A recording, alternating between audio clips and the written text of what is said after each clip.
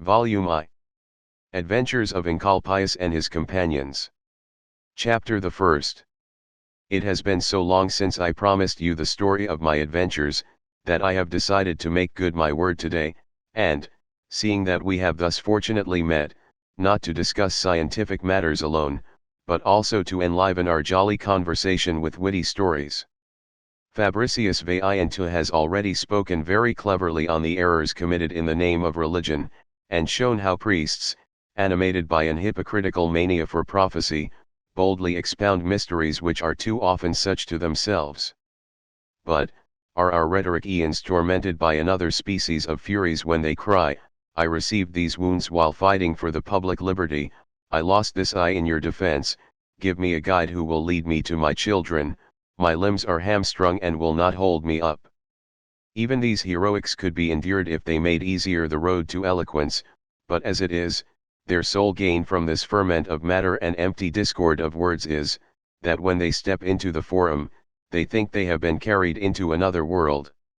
And it is my conviction that the schools are responsible for the gross foolishness of our young men, because, in them, they see or hear nothing at all of the affairs of everyday life, but only pirates standing in chains upon the shore, tyrants scribbling edicts in which sons are ordered to behead their own fathers, responses from oracles, delivered in time of pestilence, ordering the immolation of 3 or more virgins, every word a honeyed drop, every period sprinkled with poppy seed and sesame. Chapter the Second. Those who are brought up on such a diet can no more attain to wisdom than a kitchen scullion can attain to a keen sense of smell or avoid stinking of the grease. With your indulgence, I will speak out.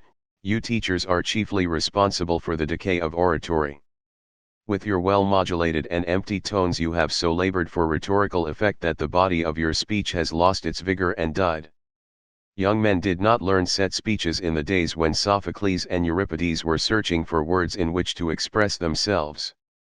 In the days when Pindar and the 9 lyric poets feared to attempt Homeric verse there was no private tutor to stifle budding genius. I need not cite the poets for evidence, for I do not find that either Plato or Demos thence was given to this kind of exercise.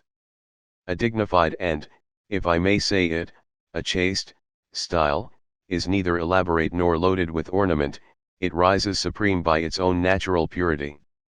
This windy and high-sounding bombast, a recent immigrant to Athens, from Asia, touched with its breath the aspiring minds of youth, with the effect of some pestilential planet, and as soon as the tradition of the past was broken, eloquence halted and was stricken dumb. Since that, who has attained to the sublimity of Thucydides, who rivaled the fame of Hyperides? Not a single poem has glowed with a healthy color, but all of them, as though nourished on the same diet, lacked the strength to live to old age. Painting also suffered the same fate when the presumption of the Egyptians commercialized that incomparable art. I was holding forth along these lines one day, when Agamemnon came up to us and scanned with a curious eye a person to whom the audience was listening so closely. Chapter the Third. He would not permit me to declaim longer in the portico than he himself had sweat in the school, but exclaimed, Your sentiments do not reflect the public taste, young man, and you are a lover of common sense, which is still more unusual. For that reason, I will not deceive you as to the secrets of my profession. The teachers, who must gibber with lunatics, are by no means to blame for these exercises.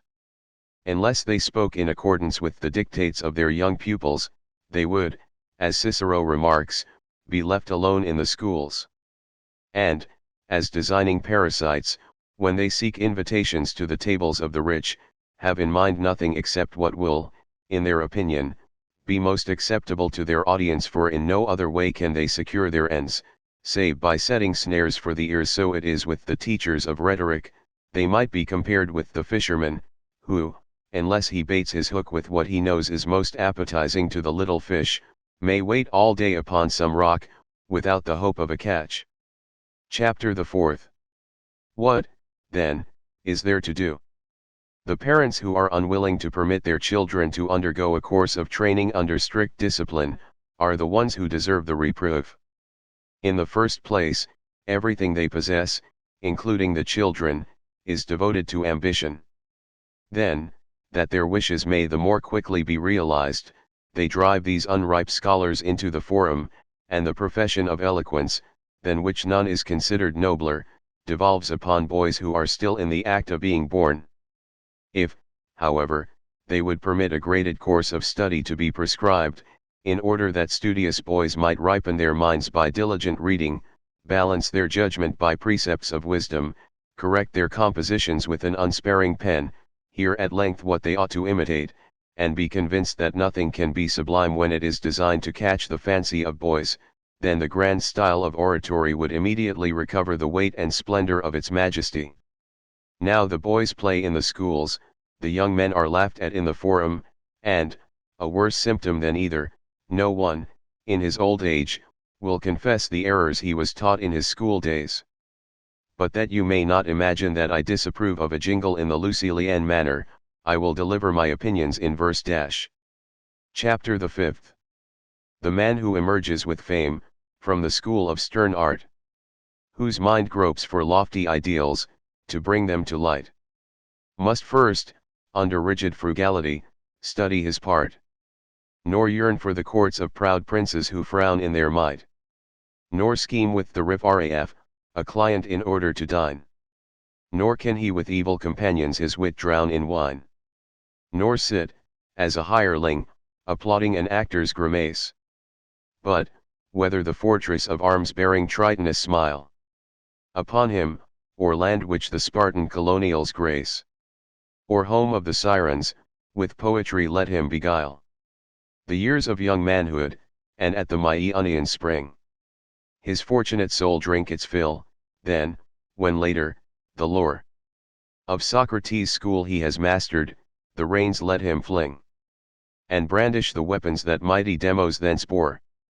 Then, steeped in the culture and music of Greece, let his taste be ripened and mellowed by all the great writers of Rome.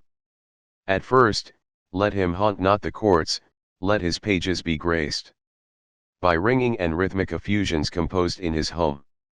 Next, banquets and wars be his theme, sung in soul-stirring chant, in eloquent words such as undaunted Cicero chose. Come, gird up thy soul. Inspiration will then force a vent, and rush in a flood from a heart that is loved by the muse. Chapter the 6th. I was listening so attentively to this speech that I did not notice the flight of Asyltos, and while I was pacing the gardens, engulfed in this flood tide of rhetoric, a large crowd of students came out upon the portico, having, it would seem, just listened to an extemporaneous declamation, of I know not whom, the speaker of which had taken exceptions to the speech of Agamemnon. While, therefore, the young men were making fun of the sentiments of this last speaker, and criticizing the arrangement of the whole speech, I seized the opportunity and went after Asyltos, on the run, but, as I neither held strictly to the road, nor knew where the inn was located, wherever I went, I kept coming back to the same place, until, worn out with running, and long since dripping with sweat, I approached a certain little old woman who sold country vegetables.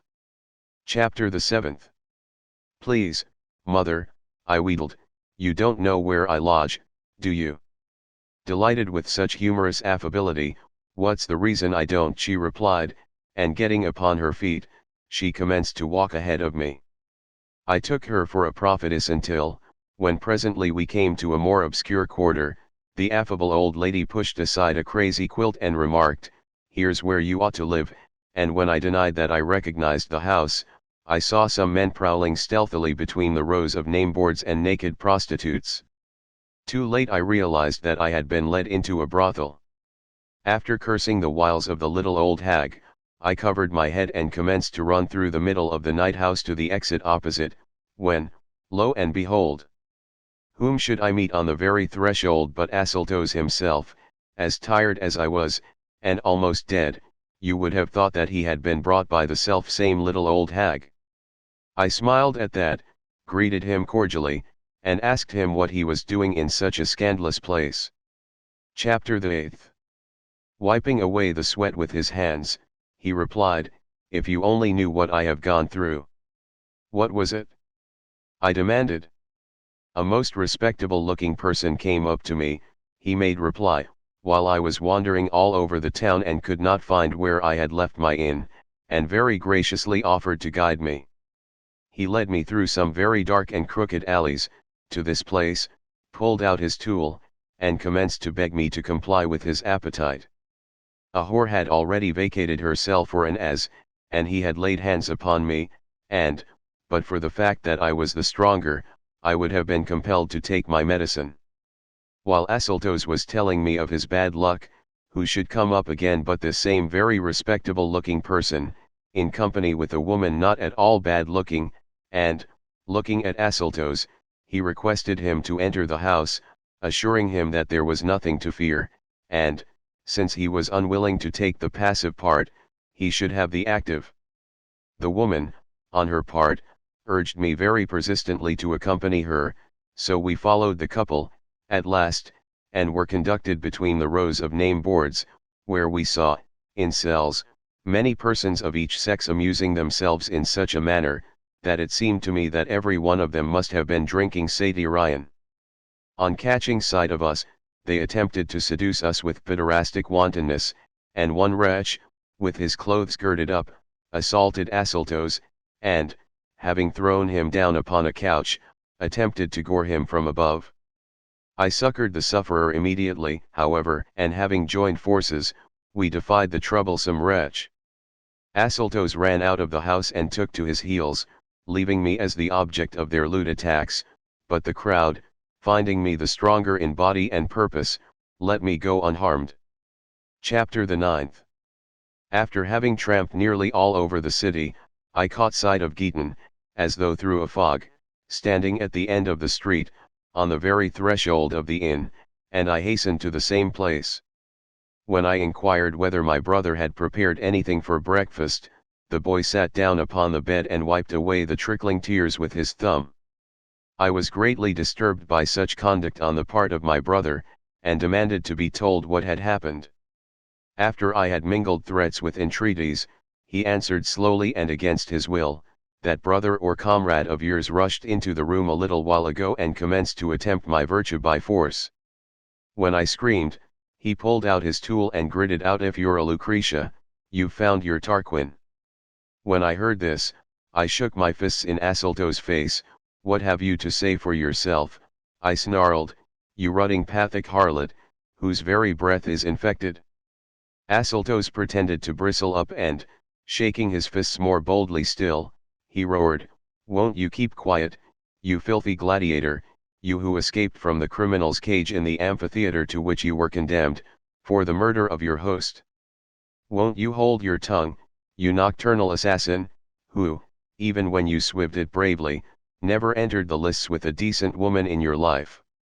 Was I not a brother to you in the pleasure garden, in the same sense as that in which this boy now is in this lodging house? You sneaked away from the master's lecture," I objected. Chapter the 10th. What should I have done, you triple fool, when I was dying of hunger? I suppose I should have listened to opinions as much to the purpose as the tinkle of broken glass or the interpretation of dreams.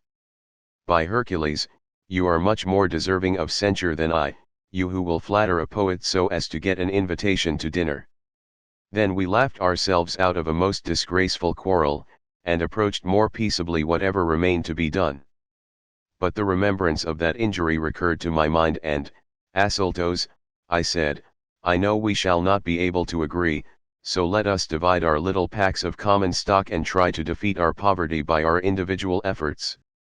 Both you and I know letters, but that I may not stand in the way of any undertaking of yours, I will take up some other profession. Otherwise, 1,000 trifles will bring us into daily collision and furnish cause for gossip through the whole town." Asyltos made no objection to this, but merely remarked, "As we, in our capacity of scholars, have accepted an invitation to dinner, for this date, let us not lose our night. Since it seems to be the graceful thing to do, I will look out for another lodging and another brother, tomorrow." Deferred pleasures are a long time coming, I sighed. It was lust that made the separation so hasty, for I had, for a long time, wished to be rid of a troublesome chaperone, so that I could resume my old relations with my Giton. Bearing this affront with difficulty, Asyltos rushed from the room, without uttering a word. Such a headlong outburst augured badly, for I well knew his ungovernable temper and his unbridled passion. On this account, I followed him out, desirous of fathoming his designs and of preventing their consequences, but he hid himself skillfully from my eyes, and all in vain. I searched for him for a long time. Chapter the 11th. After having had the whole town under my eyes, I returned to the little room and, having claimed the kisses which were mine in good faith, I encircled the boy in the closest of embraces and enjoyed the effect of our happy vows to a point that might be envied. Nor had all the ceremonies been completed, when Asyltos stole stealthily up to the outside of the door and, violently wrenching off the bars, burst in upon me, toying with my brother. He filled the little room with his laughter and hand-clapping, pulled away the cloak which covered us. "What are you up to now, most sanctimonious brother?" he jeered. "What's going on here, a blanket wedding?" Nor did he confine himself to words, but, pulling the strap off his bag, he began to lash me very thoroughly, interjecting sarcasms the while. "This is the way you would share with your comrade, is it?" The unexpectedness of the thing compelled me to endure the blows in silence and to put up with the abuse, so I smiled at my calamity, and very prudently, too, as otherwise I should have been put to the necessity of fighting with a rival. My pretended good humor soothed his anger, and at last, Asyltos smiled as well. "See here, Encolpius," he said, "are you so engrossed with your debaucheries that you do not realize that our money is gone, and that what we have left is of no value? In the summer, times are bad in the city. The country is luckier. Let's go and visit our friends." Necessity compelled the approval of this plan, and the repression of any sense of injury as well, so, loading Giton with our packs, we left the city and hastened to the country seat of Lycurgus, a Roman knight. Inasmuch as Asyltos has formerly served him in the capacity of brother, he received us royally, and the company there assembled, rendered our stay still more delightful. In the first place, there was Tryphena, a most beautiful woman, who had come in company with Lycus, the master of a vessel and owner of estates near the seashore. Although Lycurgus kept a frugal table, the pleasures we enjoyed in this most enchanting spot cannot be described in words. Of course you know that Venus joined us all up, as quickly as possible. The lovely Tryphena pleased my taste, and listened willingly to my vows, but hardly had I had time to enjoy her favors when Lycus, in a towering rage because his preserves had been secretly invaded, demanded that I indemnify him in her stead. She was an old flame of his, so he broached the subject of a mutual exchange of favors. Burning with lust, he pressed his suit, but Tryphena possessed my heart, and I said Lycus nay. By refusal, however, he was only made more ardent, followed me everywhere, entered my room at night, and, after his entreaties had met with contempt, he had recourse to violence against me, at which I yelled so lustily that I aroused the entire household, and, by the help of Lycurgus, I was delivered from the troublesome assault and escaped. At last, perceiving that the house of Lycurgus was not suitable to the prosecution of his design, he attempted to persuade me to seek his hospitality, and when his suggestion was refused, he made use of Tryphena's influence over me. She besought me to comply with Lycus' desires, and she did this all the more readily as by that she hoped to gain more liberty of action.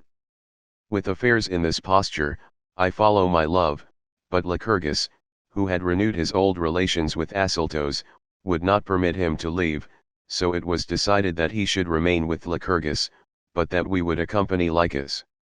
Nevertheless, we had it understood among ourselves that whenever the opportunity presented itself, we would each pilfer whatever we could lay hands upon, for the betterment of the common stock. Lycus was highly delighted with my acceptance of his invitation and hastened our departure, so, bidding our friends goodbye, we arrived at his place on the very same day. Lycus had so arranged matters that, on the journey, he sat beside me, while Tryphena was next to Giton, the reason for this being his knowledge of the woman's notorious inconstancy, nor was he deceived, for she immediately fell in love with the boy, and I easily perceived it. In addition, Lycus took the trouble of calling my attention to the situation, and laid stress upon the truth of what we saw. On this account, I received his advances more graciously, at which he was overjoyed. He was certain that contempt would be engendered from the inconstancy of my sister, with the result that, being piqued at Tryphena, I would all the more freely receive his advances. Now this was the state of affairs at the house of Lycus. Tryphena was desperately in love with Giton, Giton's whole soul was aflame for her, neither of them was a pleasing sight to my eyes, and Lycus, studying to please me, arranged novel entertainments each day, which Doris, his lovely wife, seconded to the best of her ability, and so gracefully that she soon expelled Tryphena from my heart. A wink of the eye acquainted Doris of my passion, a coquettish glance informed me of the state of her heart, and this silent language, anticipating the office of the tongue, secretly expressed that longing of our souls which we had both experienced at the same instant. The jealousy of Lycus, already well known to me, was the cause of my silence, but love itself revealed to the wife the designs which Lycus had upon me. At our first opportunity of exchanging confidences, she revealed to me what she had discovered, and I candidly confessed, telling her of the coldness with which I had always met his advances. The far-sighted woman remarked that it would be necessary for us to use our wits. It turned out that her advice was sound, for I soon found out that complacency to the one meant possession of the other. Giton, in the meantime, was recruiting his exhausted strength, and Tryphena turned her attention to me, but, meeting with a repulse, she flounced out in a rage. The next thing this burning harlot did was to discover my commerce with both husband and wife. As for his wantonness with me, she flung that aside, as by it she lost nothing, but she fell upon the secret gratifications of Doris and made them known to Lycus, who, his jealousy proving stronger than his lust, took steps to get revenge.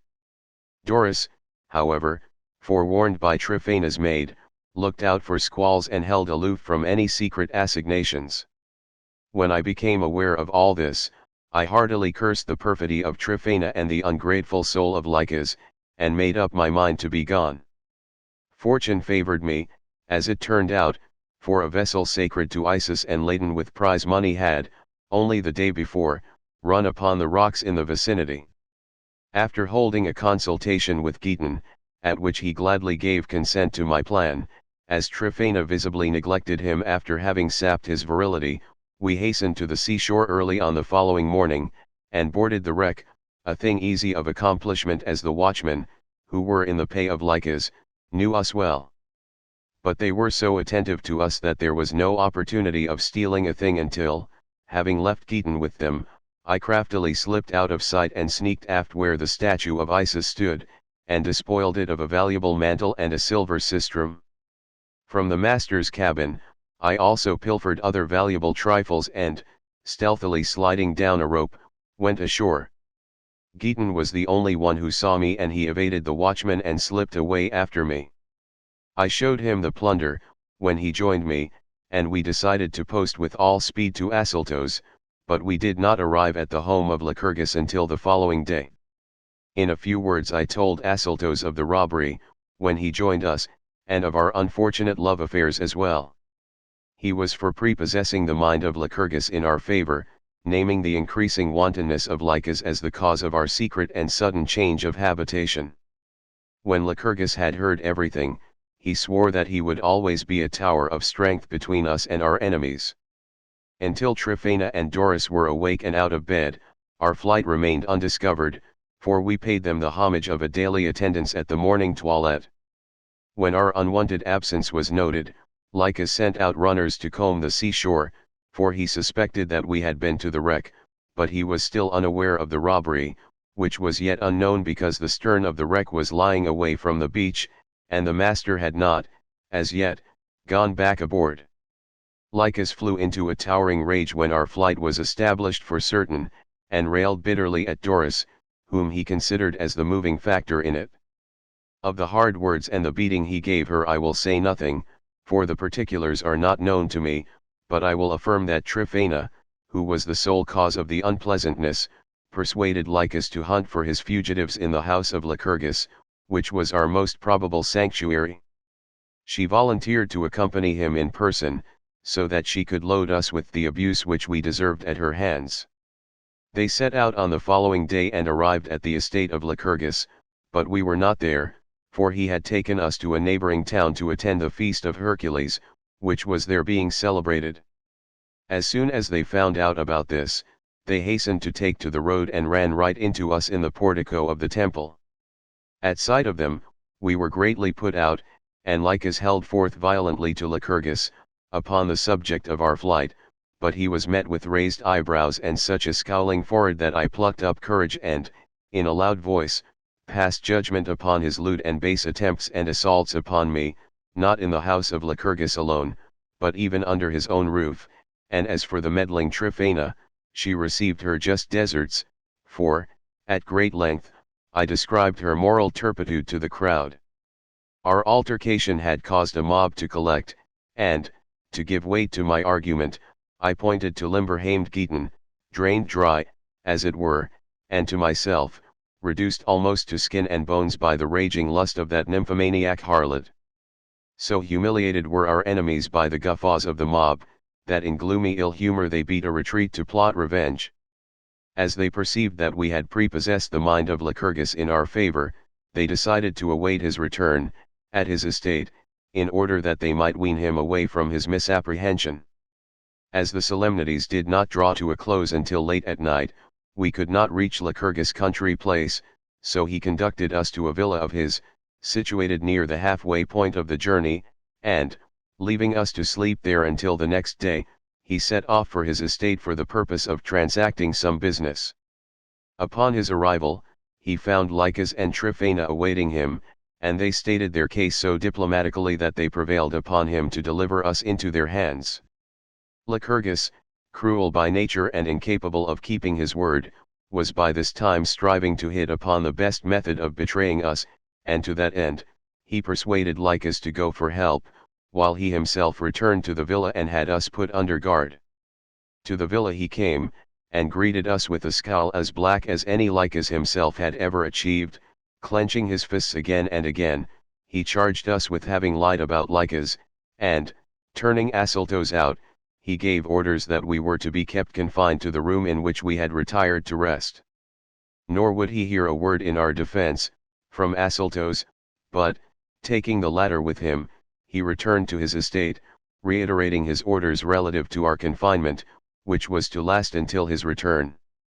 On the way back, Asyltos vainly essayed to break down Lycurgus' determination, but neither prayers nor caresses, nor even tears could move him. Thereupon my brother conceived the design of freeing us from our chains, and, antagonized by the stubbornness of Lycurgus, he positively refused to sleep with him, and through this he was in a better position to carry out the plan which he had thought out. When the entire household was buried in its first sleep, Asyltos loaded our little packs upon his back and slipped out through a breach in the wall, which he had previously noted, arriving at the villa with the dawn.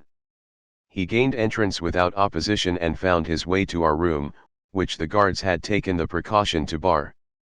It was easy to force an entrance, as the fastening was made of wood, which same he pried off with a piece of iron. The fall of the lock roused us, for we were snoring away, in spite of our unfortunate situation. On account of the long vigil, the guard was in such a deep sleep that we alone were wakened by the crashing fall of the lock, and Asyltos, coming in, told us in a few words what he had done for us, but as far as that goes, not many were necessary. We were hurriedly dressing, when I was seized with the notion of killing the guard and stripping the place. This plan I confided to Asyltos, who approved of the looting, but pointed out a more desirable solution without bloodshed. Knowing all the crooks and turns, as he did, he led us to a storeroom which he opened. We gathered up all that was of value and sallied forth while it was yet early in the morning. Shunning the public roads, we could not rest until we believed ourselves safe from pursuit. Asyltos, when he had caught his breath, gloatingly exulted of the pleasure which the looting of a villa belonging to Lycurgus, a superlatively avaricious man, afforded him, he complained, with justice of his parsimony, affirming that he himself had received no reward for his knightly services, that he had been kept at a dry table and on a skimpy ration of food. This Lycurgus was so stingy that he denied himself even the necessities of life, his immense wealth to the contrary notwithstanding. The tortured Tantalus still stands, to parch in his shifting pool, and starve, when fruit sways just beyond his grasp. The image of the miser rich, when his avaricious soul robs him of food and drink, in plenty's clasp. Asyltos was for going to Naples that same day, but I protested the imprudence of going to any place where they would be on the lookout for us. Let's absent ourselves, for a while, and travel in the country. We are well supplied with means. This advice took his fancy, and we set out for a part of the country noted for the beauty of its estates, and where not a few of our acquaintances were enjoying the sports of the season. Scarcely had we covered half the distance, however, before it began to pour down rain by the bucketful, compelling us to run for the nearest village. Upon entering the inn, we noticed many other wayfarers, who had put up there to escape the storm. The jam prevented our being watched, and at the same time made it easier for us to pry about with curious eyes, on the alert for something to appropriate. Asyltos, unseen by anyone, picked up off the ground a little pouch in which he found some gold pieces. We were overjoyed with this auspicious beginning, but, fearing that someone would miss the gold, we stealthily slipped out by the back door. A slave, who was saddling a horse in the courtyard, suddenly left his work and went into the house, as if he had forgotten something, and while he was gone I appropriated a superb mantle which was tied fast to the saddle, by untying the thongs. Then, utilizing a row of outbuildings for cover, we made off into the nearest wood. When we had reached the depths of the grove, where we were in safety, we thoroughly discussed the surest method of secreting our gold, so that we would neither be accused of robbery nor robbed ourselves, and we finally decided to sew it into the hem of a ragged tunic, which I threw over my shoulders. After having turned the mantle over to Asyltos for safekeeping, we then made ready to start for the city via the unfrequented roads. We were just about to emerge from the shelter of the wood when we heard, from somewhere on our left, "They can't get away, they came into this wood, let's spread out and beat, and they will easily be caught." On hearing this, we were thrown into such a terrible fright that Asyltos and Giton dashed away cityward, through the underbrush, and I retreated in such a hurry that the precious tunic slipped off my shoulders without my knowing it. At last, completely fagged out, and unable to take another step, I lay down under a tree, and there I first became aware of the loss of the tunic. Chagrin restored my strength and I leaped to my feet to look for the treasure, and for a long time I beat around in vain. Worn out with work and vexation, I forced my way into the thickest part of the grove and remained there for 4 mortal hours, but at last, bored to extinction by the horrible solitude, I sought a way out. As I went ahead, I caught sight of a peasant, then I had need of all my nerve, and it did not fail me. Marching boldly up to him, I asked my way to the city, complaining that I had been lost in the wood for several hours. Seeing my condition, he took pity upon me, for I was covered with mud and paler than death, and asked me whether I had seen anyone in the place. "Not a soul," I replied, whereupon he kindly conducted me to the high road, where he met 2 of his companions, who informed him that they had beaten along every path in the forest without having found anything except a tunic, which they showed him. As may be readily supposed, I did not have the audacity to claim it, though well aware of its value, and my chagrin became almost insupportable as I vented many a groaning curse over my lost treasure. The peasants paid no attention to me, and I was gradually left behind. As my weakness increased my pace decreased.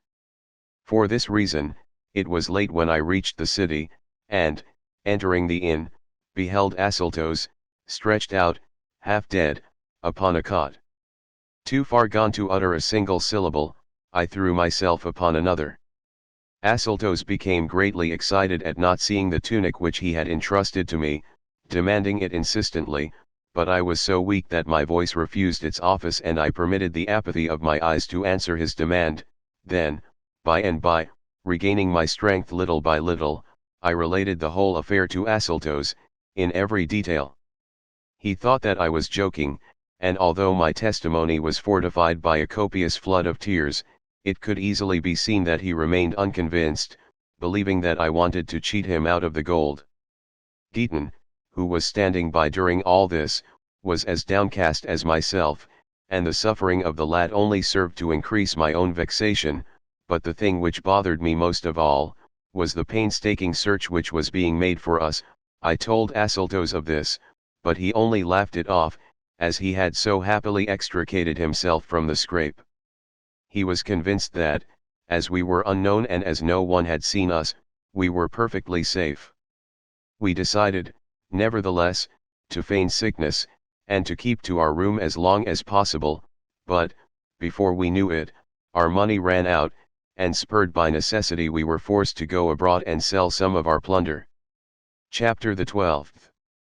Twilight was falling, as we entered the marketplace, in which we noticed a quantity of things for sale, not any of much value, it is true, but such as could be disposed of to the best advantage when the semi-darkness would serve to hide their doubtful origin. As we had brought our stolen mantle, we proceeded to make use of so favorable an opportunity, and, in a secluded spot, displayed a corner of it, hoping the splendid garment would attract some purchaser.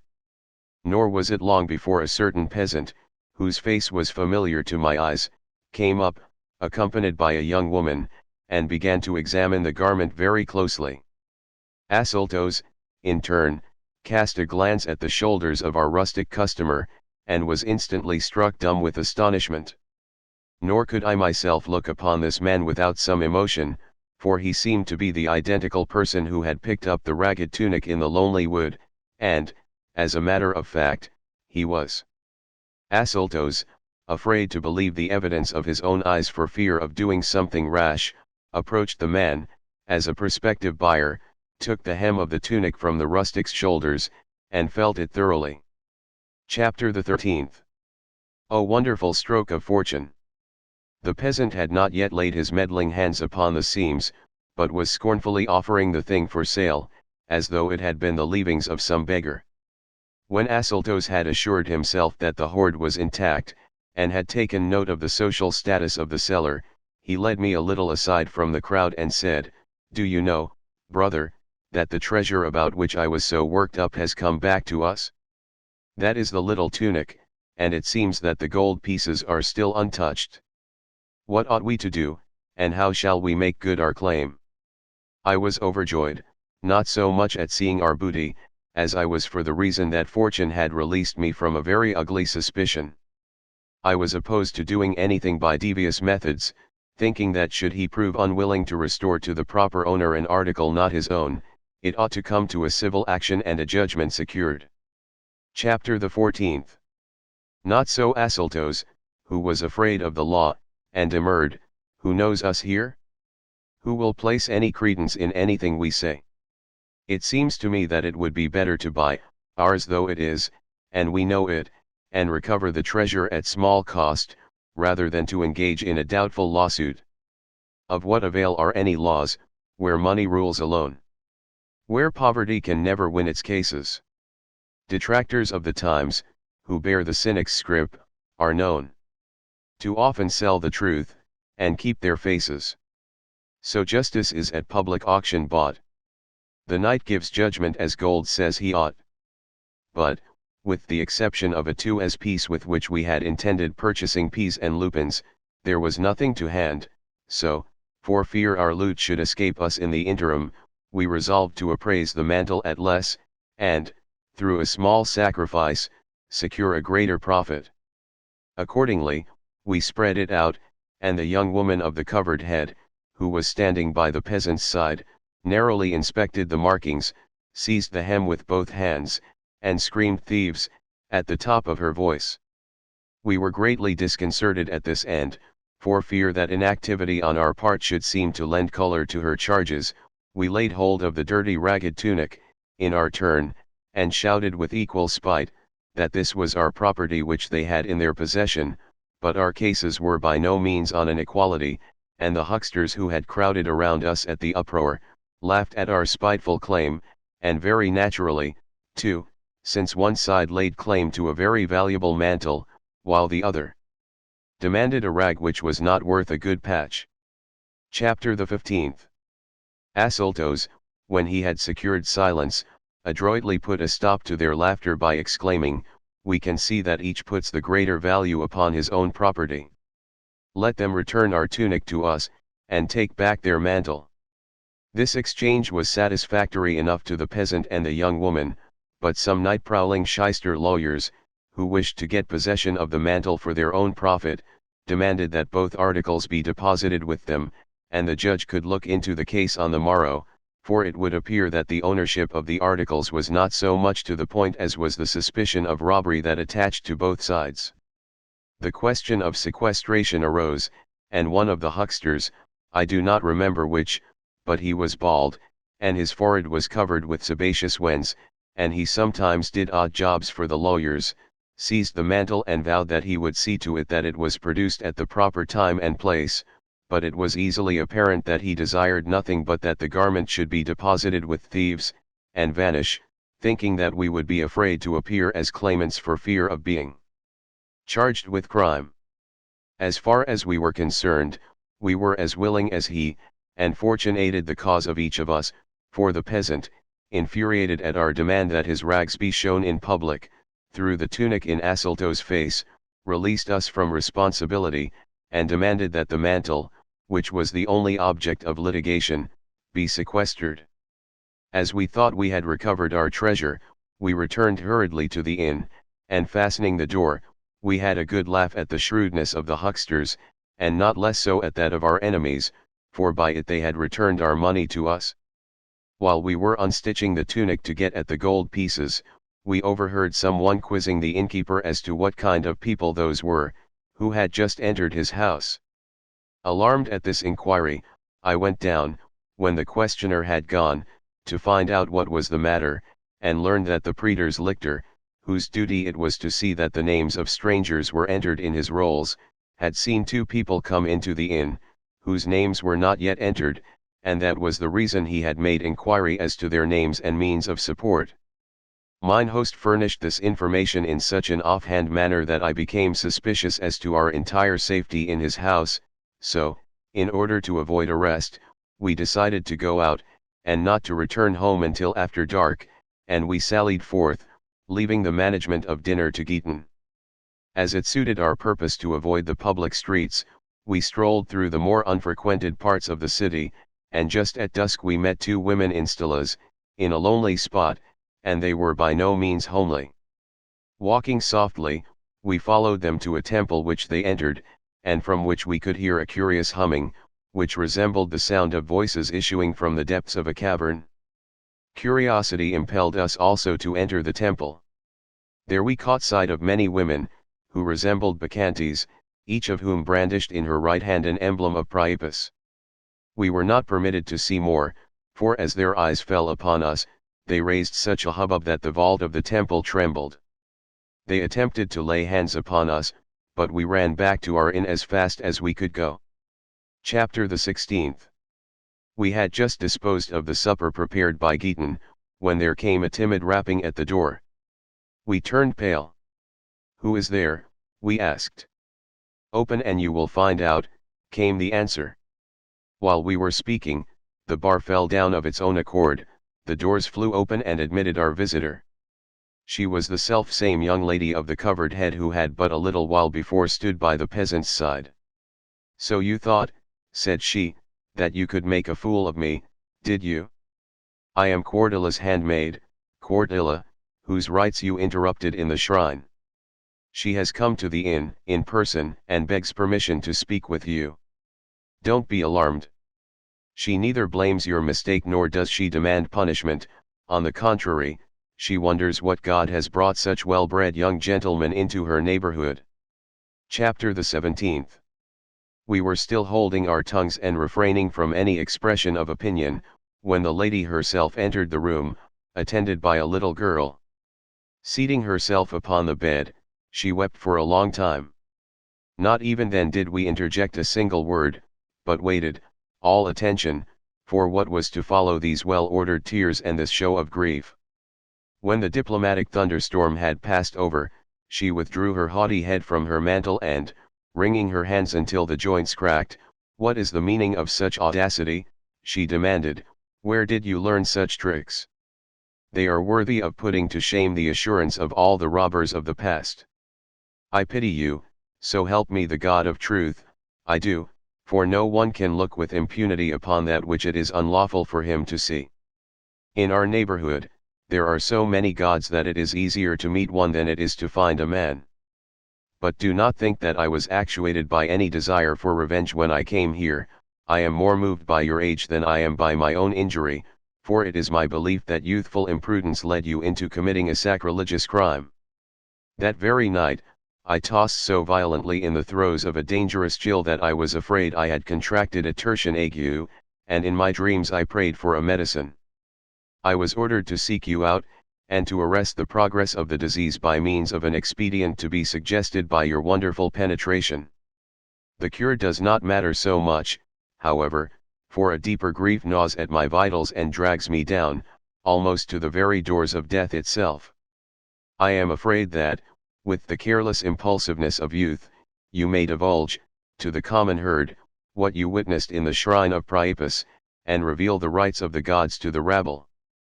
On this account, I stretch out my suppliant hands to your knees, and beg and pray that you do not make a mockery and a joke of our nocturnal rites, nor lay bare the secrets of so many years, into which scarcely 1,000 persons are initiated.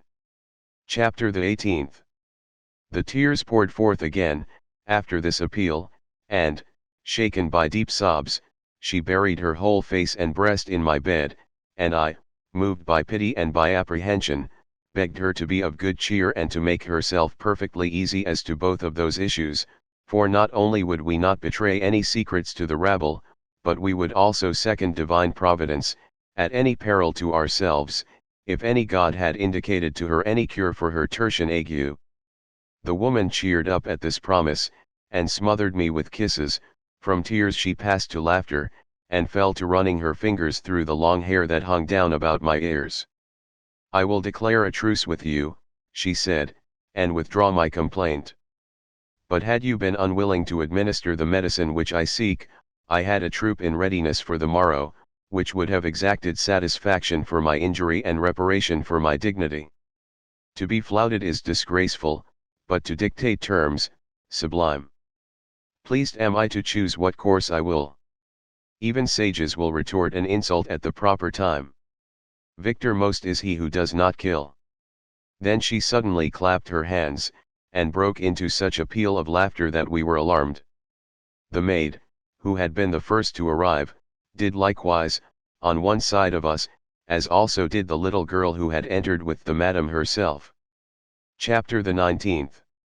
The whole place was filled with mocking laughter, and we, who could see no reason for such a change of front, stared blankly at each other and then at the women. Then Cortilla spoke up.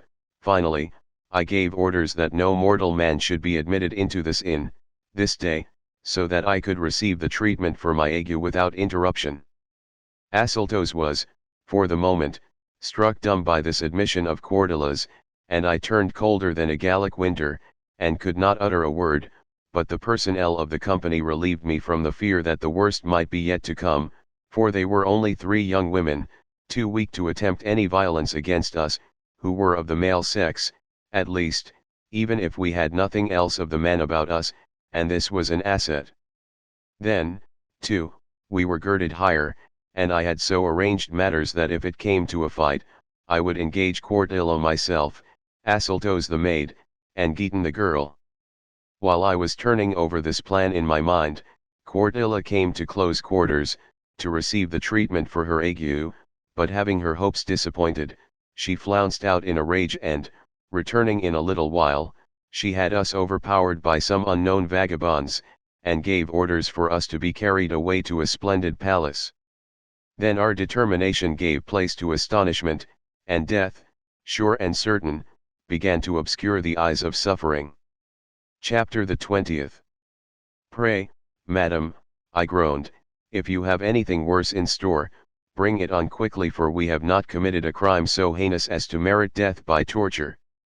The maid, whose name was Psyche, quickly spread a blanket upon the floor, and sought to secure an erection by fondling my member, which was already 1,000 times colder than death. Asyltos, well aware by now of the danger of dipping into the secrets of others, covered his head with his mantle. In the meantime, the maid took 2 ribbons from her bosom and bound our feet with one and our hands with the other. Finding myself trussed up in this fashion, I remarked, "You will not be able to cure your mistress ague in this manner." "Granted," the maid replied, "but I have other and surer remedies at hand." She brought me a vessel full of Satyricon, as she said this, and so cheerfully did she gossip about its virtues that I drank down nearly all of the liquor, and because Asyltos had but a moment before rejected her advances, she sprinkled the dregs upon his back, without his knowing it. When this repartee had drawn to a close, Asyltos exclaimed, "Don't I deserve a drink?" Given away by my laughter, the maid clapped her hands and cried, "I put one by you, young man. Did you drink so much all by yourself?" "What's that you say?" Cortilla chimed in. "Did Encolpius drink all the Satyricon there was in the house?" And she laughed delightfully until her sides shook. Finally not even Giton himself could resist a smile, especially when the little girl caught him around the neck and showered innumerable kisses upon him, and he not at all averse to it. Chapter the 21st. We would have cried aloud in our misery, but there was no one to give us any help, and whenever I attempted to shout, "Help, all honest citizens," Psyche would prick my cheeks with her hairpin, and the little girl would intimidate Asyltos with a brush dipped in Satyricon. Then a catamite appeared, clad in a myrtle-colored frieze robe, and girded round with a belt. One minute he nearly gored us to death with his writhing buttocks, and the next, he befouled us so with his stinking kisses that Cortilla, with her robe tucked high, held up her whalebone wand and ordered him to give the unhappy wretches quarter. Both of us then took a most solemn oath that so dread a secret should perish with us.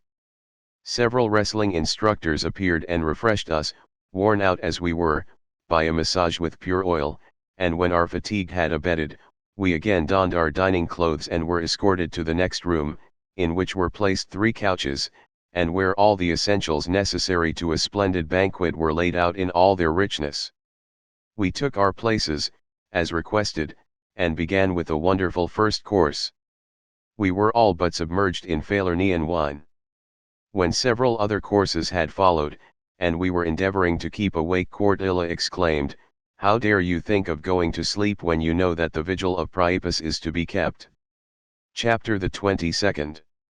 Worn out by all his troubles, Asyltos commenced to nod, and the maid, whom he had slighted, and of course insulted, smeared lamp-black all over his face, and painted his lips and shoulders with vermilion, while he drowsed. Completely exhausted by so many untoward adventures, I, too, was enjoying the shortest of naps. The whole household, within and without, was doing the same. Some were lying here and there asleep at our feet, others leaned against the walls, and some even slept head to head upon the threshold itself. The lamps, failing because of a lack of oil, shed a feeble and flickering light, when 2 Syrians, bent upon stealing an amphora of wine, entered the dining room. While they were greedily pawing among the silver, they pulled the amphora in 2, upsetting the table with all the silver plate, and a cup, which had flown pretty high, cut the head of the maid, who was drowsing upon a couch. She screamed at that, thereby betraying the thieves and wakening some of the drunkards. The Syrians, who had come for plunder, seeing that they were about to be detected, were so quick to throw themselves down besides a couch and commence to snore as if they had been asleep for a long time, that you would have thought they belonged there. The butler had gotten up and poured oil in the flickering lamps by this time, and the boys, having rubbed their eyes open, had returned to their duty, when in came a female cymbal player and the crashing brass awoke everybody. Chapter the 23rd. The banquet began all over again, and Cortilla challenged us to a drinking bout, the crash of the cymbals lending ardor to her revel. A catamite appeared, the stalest of all mankind, well worthy of that house. Heaving a sigh, he wrung his hands until the joints cracked, and spouted out the following verses. Hither, hither quickly gather, pathic companions boon. Artfully stretch forth your limbs and on with the dance and play. Twinkling feet and supple thighs and agile buttocks in tune. Hands well skilled in raising passions, Delian eunuchs gay. When he had finished his poetry, he slobbered a most evil-smelling kiss upon me, and then, climbing upon my couch, he proceeded with all his might and main to pull all of my clothing off. I resisted to the limit of my strength. He manipulated my member for a long time, but all in vain. Gummy streams poured down his sweating forehead, and there was so much chalk in the wrinkles of his cheeks that you might have mistaken his face for a roofless wall, from which the plaster was crumbling in a rain. Chapter the 24th. Driven to the last extremity, I could no longer keep back the tears. Madam, I burst out, is this the nightcap which you ordered served to me?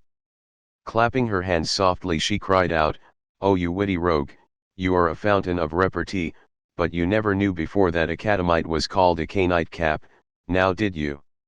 Then, fearing my companion would come off better than I, Madam, I said, I leave it to your sense of fairness, is Asseltos to be the only one in this dining room who keeps holiday?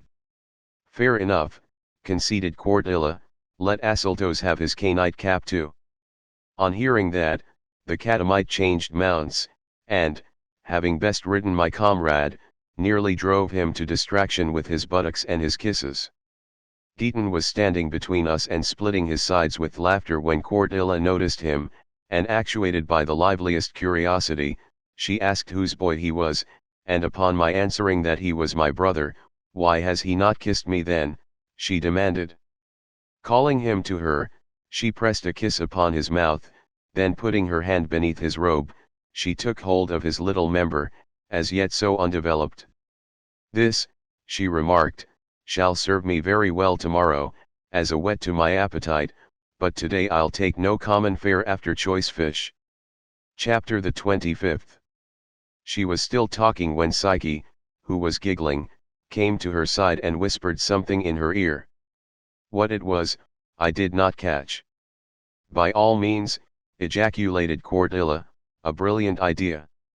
Why shouldn't our pretty little Panikais lose her maidenhead when the opportunity is so favorable? A little girl, pretty enough, too, was led in at once. She looked to be not over 7 years of age, and she was the same one who had before accompanied Cordelia to our room. Amidst universal applause, and in response to the demands of all, they made ready to perform the nuptial rites. I was completely out of countenance, and insisted that such a modest boy as Geaton was entirely unfit for such a wanton part, and moreover, that the child was not of an age at which she could receive that which a woman must take. Is that so? Cordelia scoffed. Is she any younger than I was, when I submitted to my first man? Juno, my Petronius, curse me if I can remember the time when I ever was a virgin, for I diverted myself with others of my own age, as a child. Then as the years passed, I played with bigger boys, until at last I reached my present age. I suppose that this explains the origin of the proverb, who carried the calf may carry the bull, as they say. As I feared that Geaton might run greater risk if I were absent, I got up to take part in the ceremony. Chapter the 26th. Psyche had already enveloped the child's head in the bridal veil. The catamite, holding a torch, led the long procession of drunken women which followed. They were clapping their hands, having previously decked out the bridal bed with a suggestive drapery. Cordelia, spurred on by the wantonness of the others, seized hold of Geaton and drew him into the bridal chamber. There was no doubt of the boy's perfect willingness to go, nor was the girl at all alarmed at the name of marriage. When they were finally in bed, and the door shut, we seated ourselves outside the door of the bridal chamber, and Cordelia applied a curious eye to a chink, purposely made, watching their childish dalliance with lascivious attention. She then drew me gently over to her side that I might share the spectacle with her, and when we both attempted to peep our faces were pressed against each other. Whenever she was not engrossed in the performance, she screwed up her lips to meet mine, and pecked at me continually with furtive kisses. A thunderous hammering was heard at the door, while all this was going on, and everyone wondered what this unexpected interruption could mean, when we saw a soldier, one of the night watch, enter with a drawn sword in his hand, and surrounded by a crowd of young rowdies. He glared about him with savage eyes and blustering mien, and, catching sight of Cordelia, presently, "What's up now, you shameless woman?" he bawled. "What do you mean by making game of me with lying promises, and cheating me out of the night you promised me? But you won't get off unpunished. You and that lover of yours are going to find out that I'm a man." At the soldier's orders, his companion bound Cordelia and myself together, mouth to mouth, breast to breast, and thigh to thigh, and not without a great deal of laughter. Then the catamite, also at the soldier's order, began to beslaver me all over with the fetid kisses of his stinking mouth, a treatment I could neither fly from, nor in any other way avoid. Finally, he ravished me, and worked his entire pleasure upon me. In the meantime, the Satyricon which I had drunk only a little while before spurred every nerve to lust, and I began to gore Cordelia impetuously, and she, burning with the same passion, reciprocated in the game. The rowdies laughed themselves sick, so moved were they by that ludicrous scene, for here was I, mounted by the stalest of catamites, involuntarily and almost unconsciously responding with as rapid a cadence to him as Cordelia did in her wriggling under me. While this was going on, Panikais, unaccustomed at her tender years to the pastime of Venus, raised an outcry and attracted the attention of the soldier, by this unexpected howl of consternation, for this slip of a girl was being ravished, and Giton the victor, had won a not bloodless victory. Aroused by what he saw, the soldier rushed upon them, seizing Panikais, then Giton, then both of them together, in a crushing embrace. The virgin burst into tears and pleaded with him to remember her age, but her prayers availed her nothing, the soldier only being fired the more by her childish charms.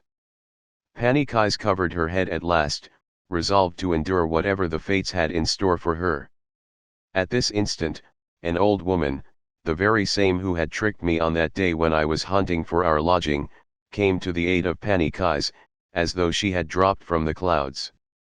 With loud cries, she rushed into the house, swearing that a gang of footpads was prowling about the neighborhood, and the people invoked the help of all honest men, in vain, for the members of the night watch were either asleep or intent upon some carouse, as they were nowhere to be found.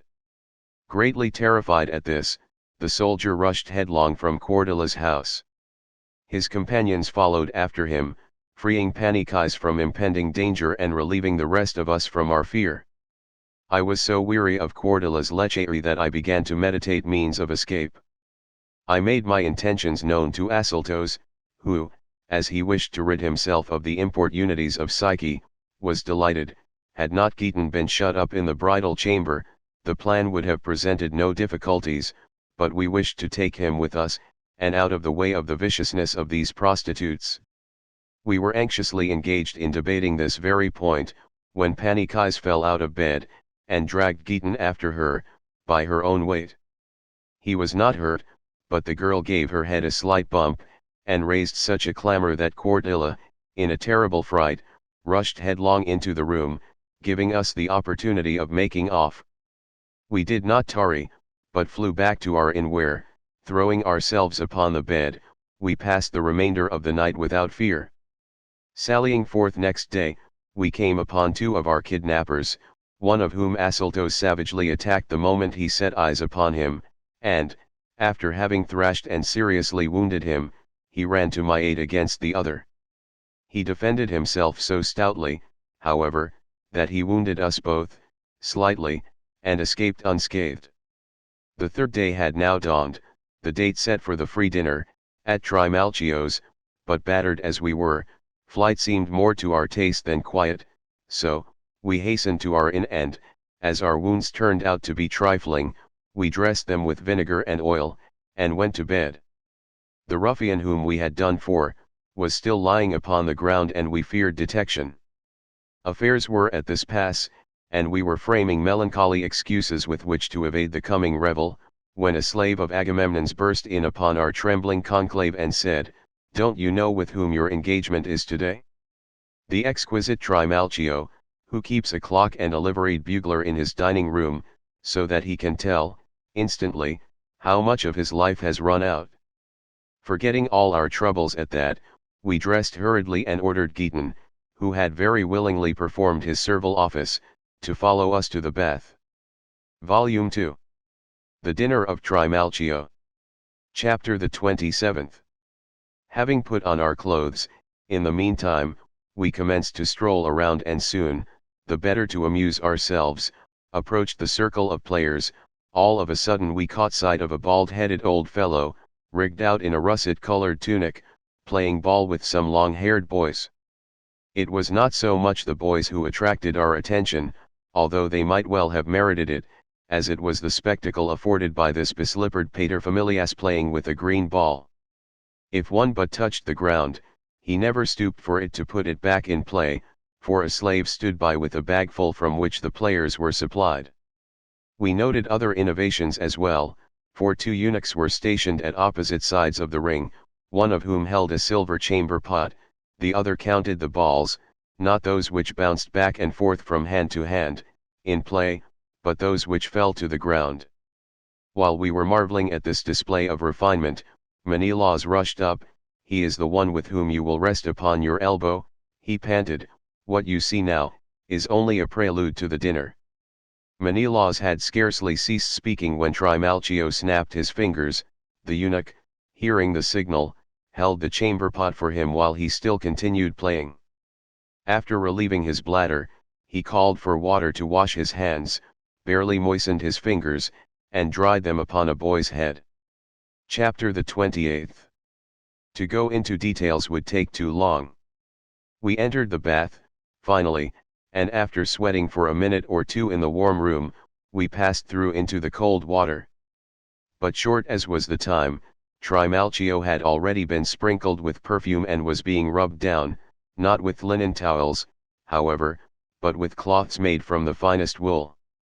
Meanwhile, 3 masseurs were guzzling Falernian under his eyes, and when they spilled a great deal of it in their brawling, Trimalchio declared they were pouring a libation to his genius. He was then wrapped in a coarse scarlet wrap rascal, and placed in a litter. 4 runners, whose liveries were decorated with metal plates, preceded him, as also did a wheelchair in which rode his favorite, a withered, blear-eyed slave, even more repulsive looking than his master. A singing boy approached the head of his litter, as he was being carried along, and played upon small pipes the whole way, just as if he were communicating some secret to his master's ear. Marveling greatly, we followed, and met Agamemnon at the outer door, to the post of which was fastened a small tablet bearing this inscription: "No slave to leave the premises without permission from the master. Penalty 100 lashes. In the vestibule stood the porter, clad in green and girded with a cherry-colored belt, shelling peas into a silver dish. Above the threshold was suspended a golden cage, from which a black and white magpie greeted the visitors. Chapter the 29th.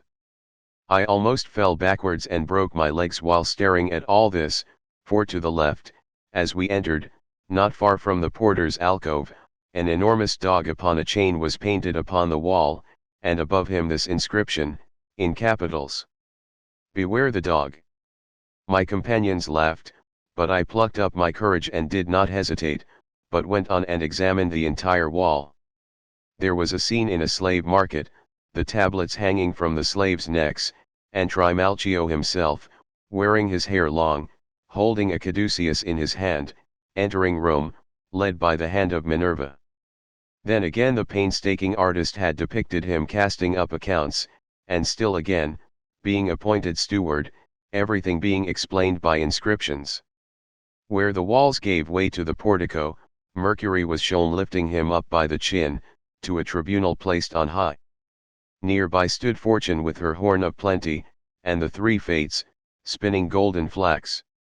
I also took note of a group of runners, in the portico, taking their exercise under the eye of an instructor, and in one corner was a large cabinet, in which was a very small shrine containing silver lares, a marble Venus, and a golden casket by no means small, which held, so they told us, the first shavings of Trimalchio's beard.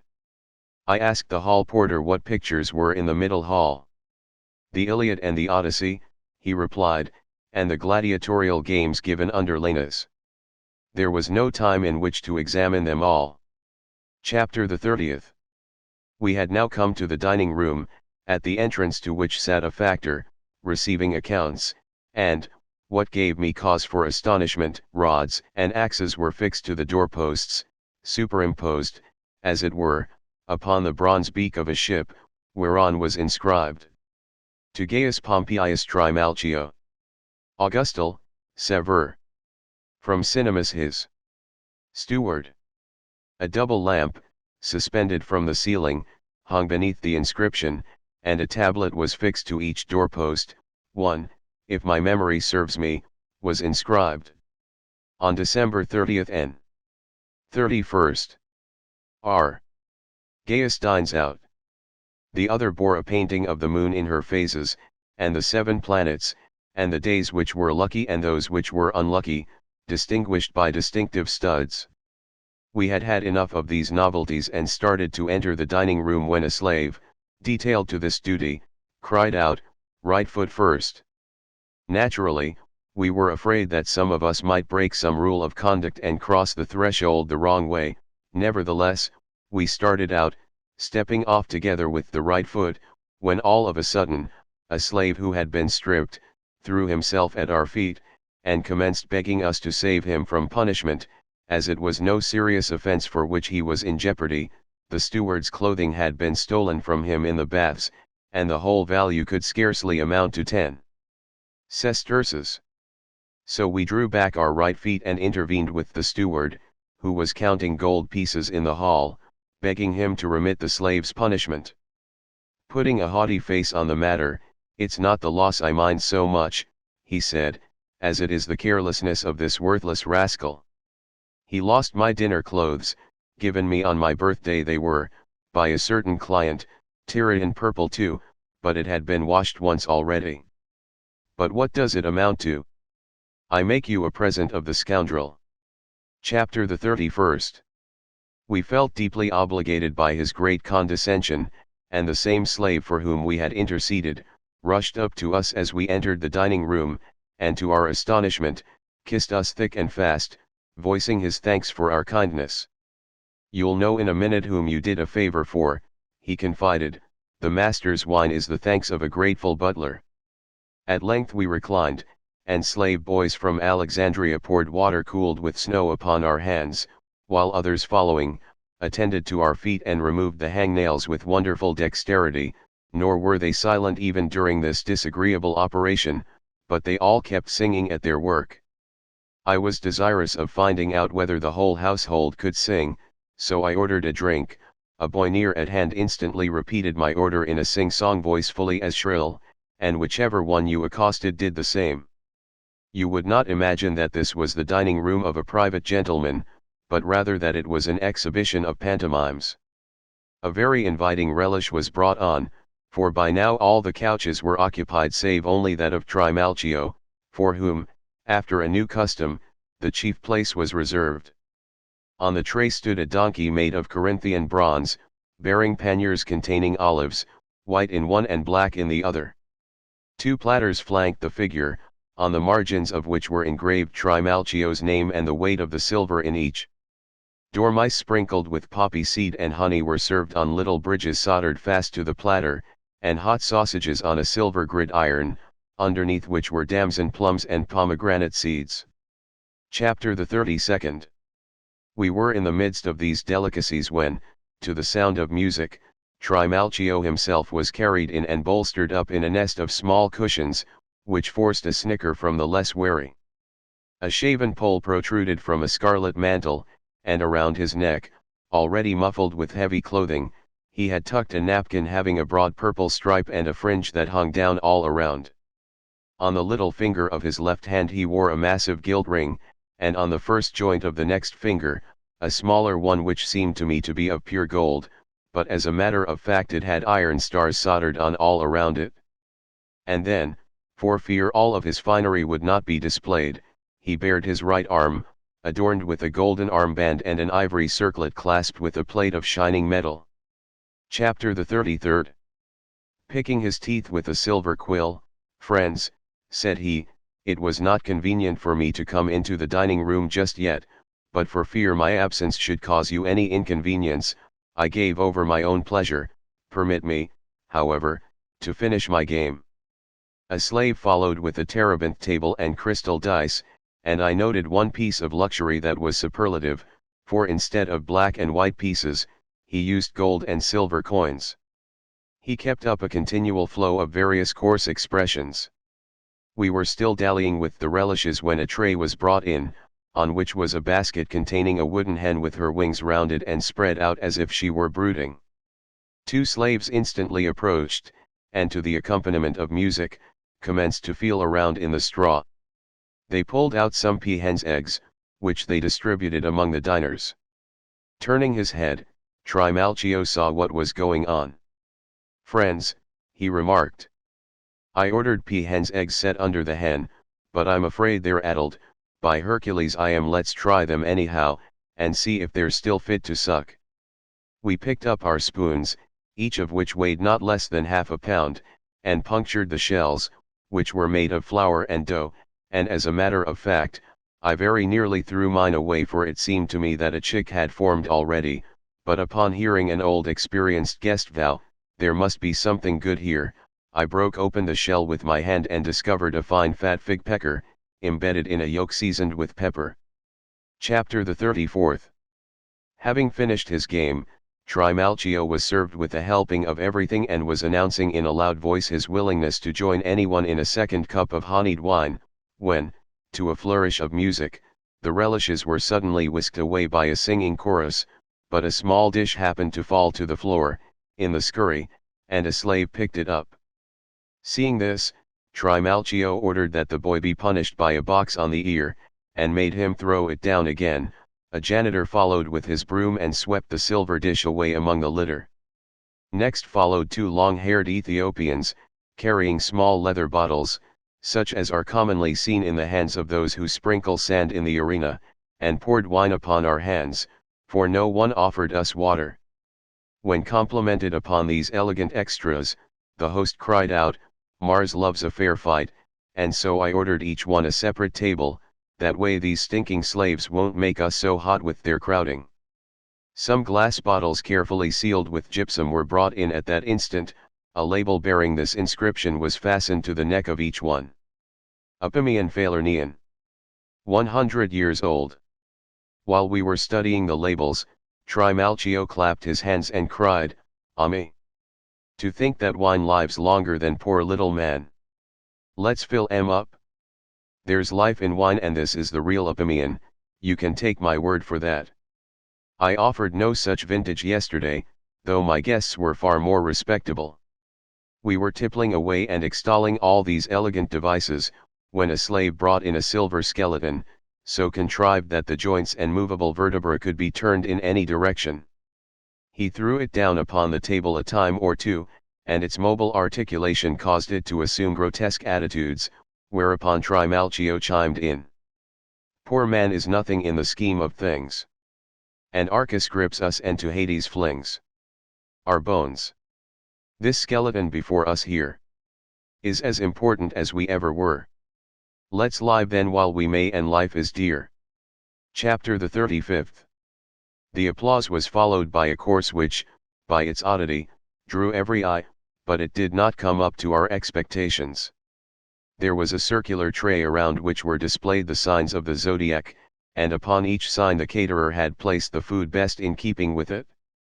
Ram's vetches on Aries, a piece of beef on Taurus, kidneys and lamb's fry on Gemini, a crown on Cancer, the womb of an unfurrowed sow on Virgo, an African fig on Leo, on Libra a balance, one pan of which held a tart and the other a cake, a small sea fish on Scorpio, a bull's eye on Sagittarius, a sea lobster on Capricornus, a goose on Aquarius, and two mullets on Pisces.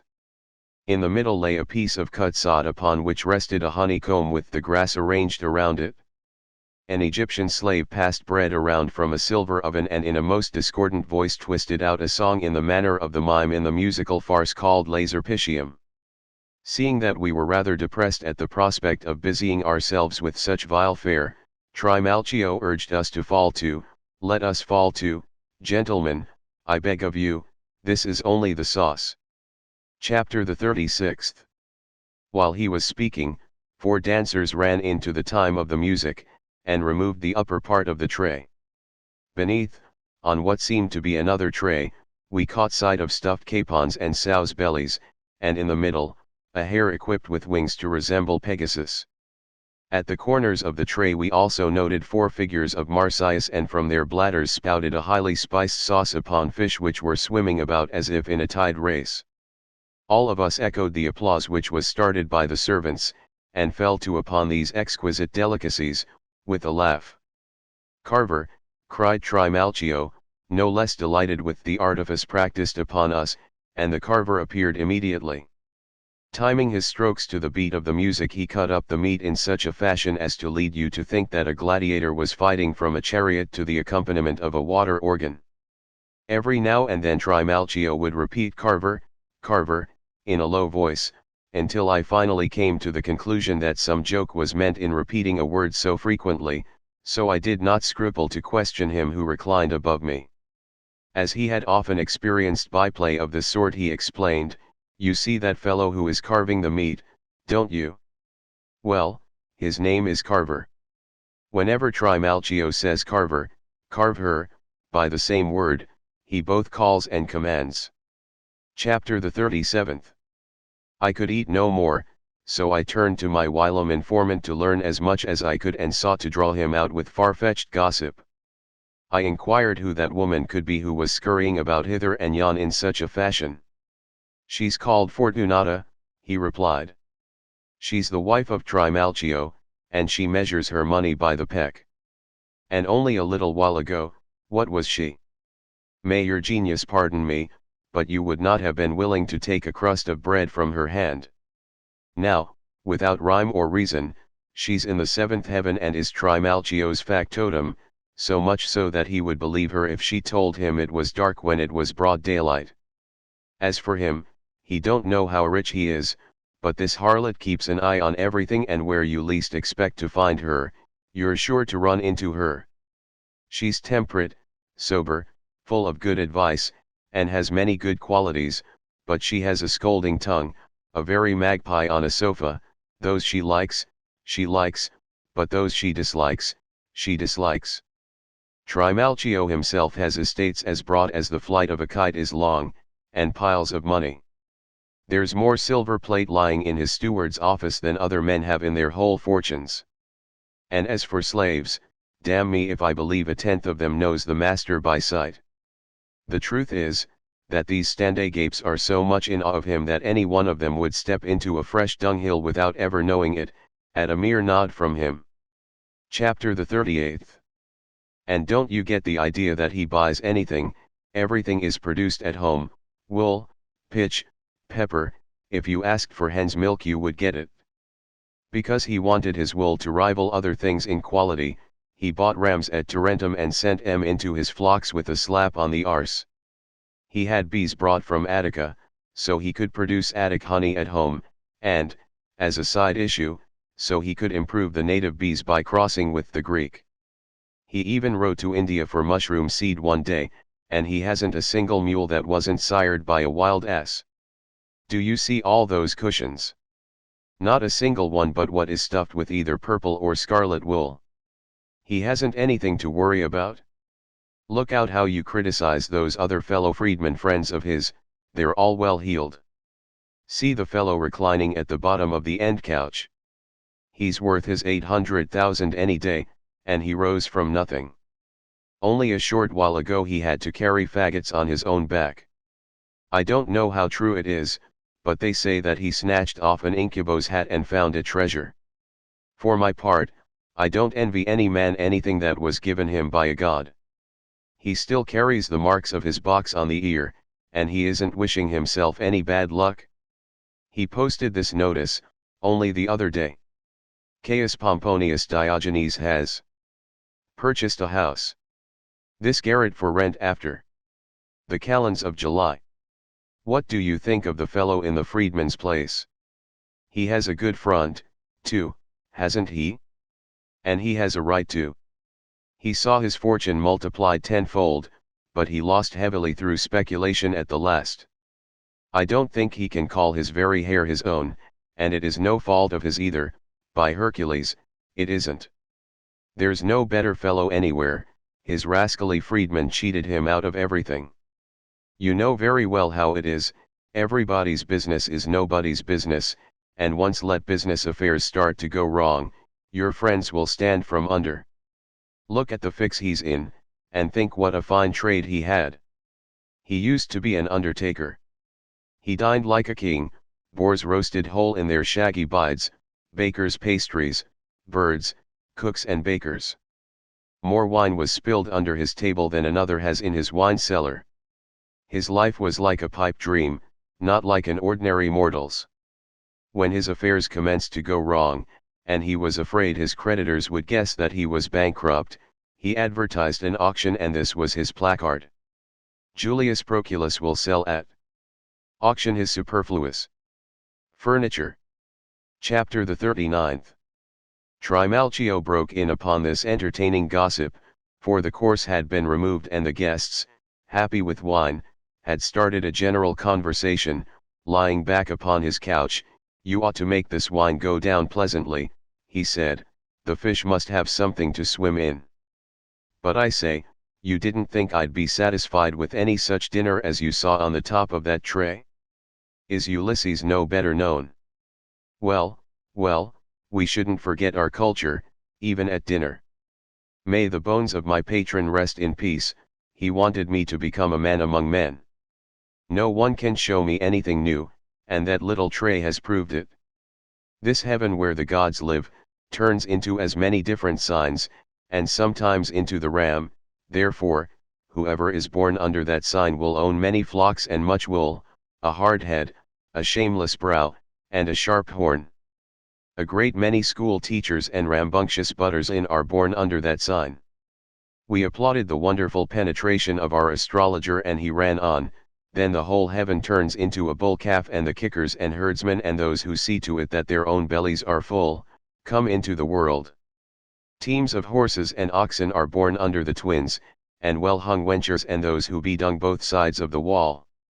I was born under the crab, and therefore stand on many legs and own much property on land and sea, for the crab is as much at home on one as he is in the other. For that reason, I put nothing on that sign for fear of weighing down my own destiny. Bulldozers and gluttons are born under the lion, and women and fugitives and chain gangs are born under the virgin. Butchers and perfumers are born under the balance, and all who think that it is their business to straighten things out. Poisoners and assassins are born under the scorpion. Cross-eyed people who look at the vegetables and sneak away with the bacon, are born under the archer. Horny-handed sons of toil are born under Capricorn. Bartenders and pumpkin-heads are born under the water carrier. Caterers and rhetoricians are born under the fishes, and so the world turns round, just like a mill, and something bad always comes to the top, and men are either being born or else they're dying. As to the sod and the honeycomb in the middle, for I never do anything without a reason, Mother Earth is in the center, round as an egg, and all that is good is found in her, just like it is in a honeycomb." Chapter the 40th.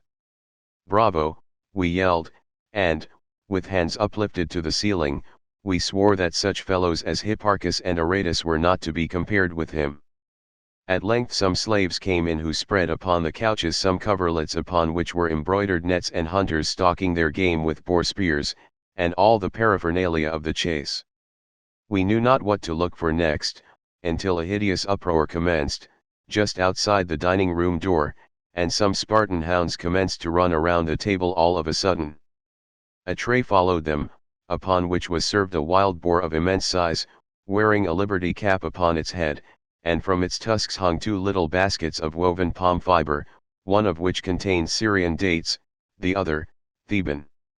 Around it hung little suckling pigs made from pastry, signifying that this was a brood sow with her pigs at suck. It turned out that these were souvenirs intended to be taken home.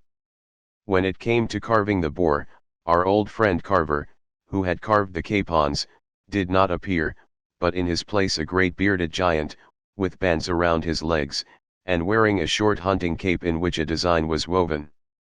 Drawing his hunting knife, he plunged it fiercely into the boar's side, and some thrushes flew out of the gash. Fowlers, ready with their rods, caught them in a moment, as they fluttered around the room, and Trimalchio ordered one to each guest, remarking, "Notice what fine acorns this forest-bred boar fed on," and as he spoke, some slaves removed the little baskets from the tusks and divided the Syrian and Theban dates equally among the diners. Chapter the 41st.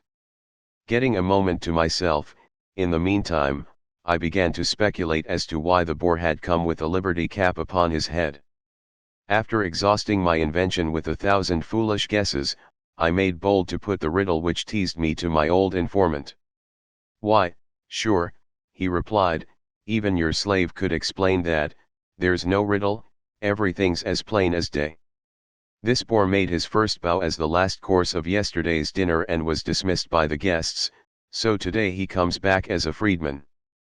I damned my stupidity and refrained from asking any more questions for fear I might leave the impression that I had never dined among decent people before. While we were speaking, a handsome boy, crowned with vine leaves and ivy, passed grapes around, in a little basket, and impersonated Bacchus happy, Bacchus drunk, and Bacchus dreaming, reciting, in the meantime, his master's verses, in a shrill voice. Trimalchio turned to him and said, "Dionysus, be thou liber," whereupon the boy immediately snatched the cap from the boar's head, and put it upon his own. At that Trimalchio added, "You can't deny that my father's middle name was Liber." We applauded Trimalchio's conceit heartily, and kissed the boy as he went around. Trimalchio retired to the close stool, after this course, and we, having freedom of action with the tyrant away, began to draw the other guests out. After calling for a bowl of wine, Damas spoke up, "A day's nothing at all, it's night before you can turn around, so you can't do better than to go right to the dining room from your bed. It's been so cold that I can hardly get warm in a bath, but a hot drink's as good as an overcoat. I've had some long pegs, and between you and me, I'm a bit groggy, the booze has gone to my head." Chapter the 42nd. Here Seleucus took up the tale. "I don't bathe every day," he confided, "a bath uses you up like a fuller, water's got teeth and your strength wastes away a little every day, but when I've downed a pot of mead, I tell the cold to suck my cock. I couldn't bathe today anyway, because I was at a funeral, dandy fellow, he was too, good old Chrysanthus slipped his wind. Why, only the other day he said good morning to me, and I almost think I'm talking to him now. God's truth, we're only blown up bladders strutting around, we're less than flies, for they have some good in them, but we're only bubbles. And supposing he had not kept to such a low diet? Why, not a drop of water or a crumb of bread so much as passed his lips for 5 days, and yet he joined the majority. Too many doctors did away with him, or rather, his time had come, for a doctor's not good for anything except for a consolation to your mind. He was well carried out, anyhow, in the very bed he slept in during his lifetime. And he was covered with a splendid pall, the morning was tastefully managed, he had freed some slaves, even though his wife was sparing with her tears, and what if he hadn't treated her so well? But when you come to women, women all belong to the kite species, no one ought to waste a good turn upon one of them, it's just like throwing it down a well. An old love's like a cancer. Chapter the 43rd. He was becoming very tiresome, and Phileros cried out, "Let's think about the living." He has what was coming to him, he lived respectably, and respectably he died. What's he got to kick about? He made his pile from an as, and would pick a quadrans out of a dunghill with his teeth, any old time. And he grew richer and richer, of course, just like a honeycomb. I expect that he left all of 100,000, by Hercules, I do. All in cold cash, too, but I've eaten dog's tongue and must speak the truth. He was foul-mouthed, had a ready tongue, he was a trouble-maker and no man. Now his brother was a good fellow, a friend to his friend, free-handed, and he kept a liberal table. He picked a loser at the start, but his first vintage set him upon his legs, for he sold his wine at the figure he demanded, and, what made him hold his head higher still, he came into a legacy from which he stole more than had been left to him. Then that fool friend of yours, in a fit of anger at his brother, willed his property away to some son of a bitch or other, who he was, I don't know, but when a man runs away from his own kin, he has a long way to go. And what's more, he had some slaves who were ear specialists at the keyhole, and they did him a lot of harm, for a man won't prosper when he believes, on the spot, every tale that he hears, a man in business, especially. Still, he had a good time as long as he lived, for happy's the fellow who gets the gift, not the one it was meant for. He sure was fortune's son. Lead turned to gold in his hands. It's easy enough when everything squares up and runs on schedule. How old would you think he was? 70 and over, but he was as tough as horn, carried his age well, and was as black as a crow. I knew the fellow for years and years, and he was a lecher to the very last. I don't believe that even the dog in his house escaped his attentions, by Hercules, I don't, and what a boy lover he was. Saw a virgin in every one he met.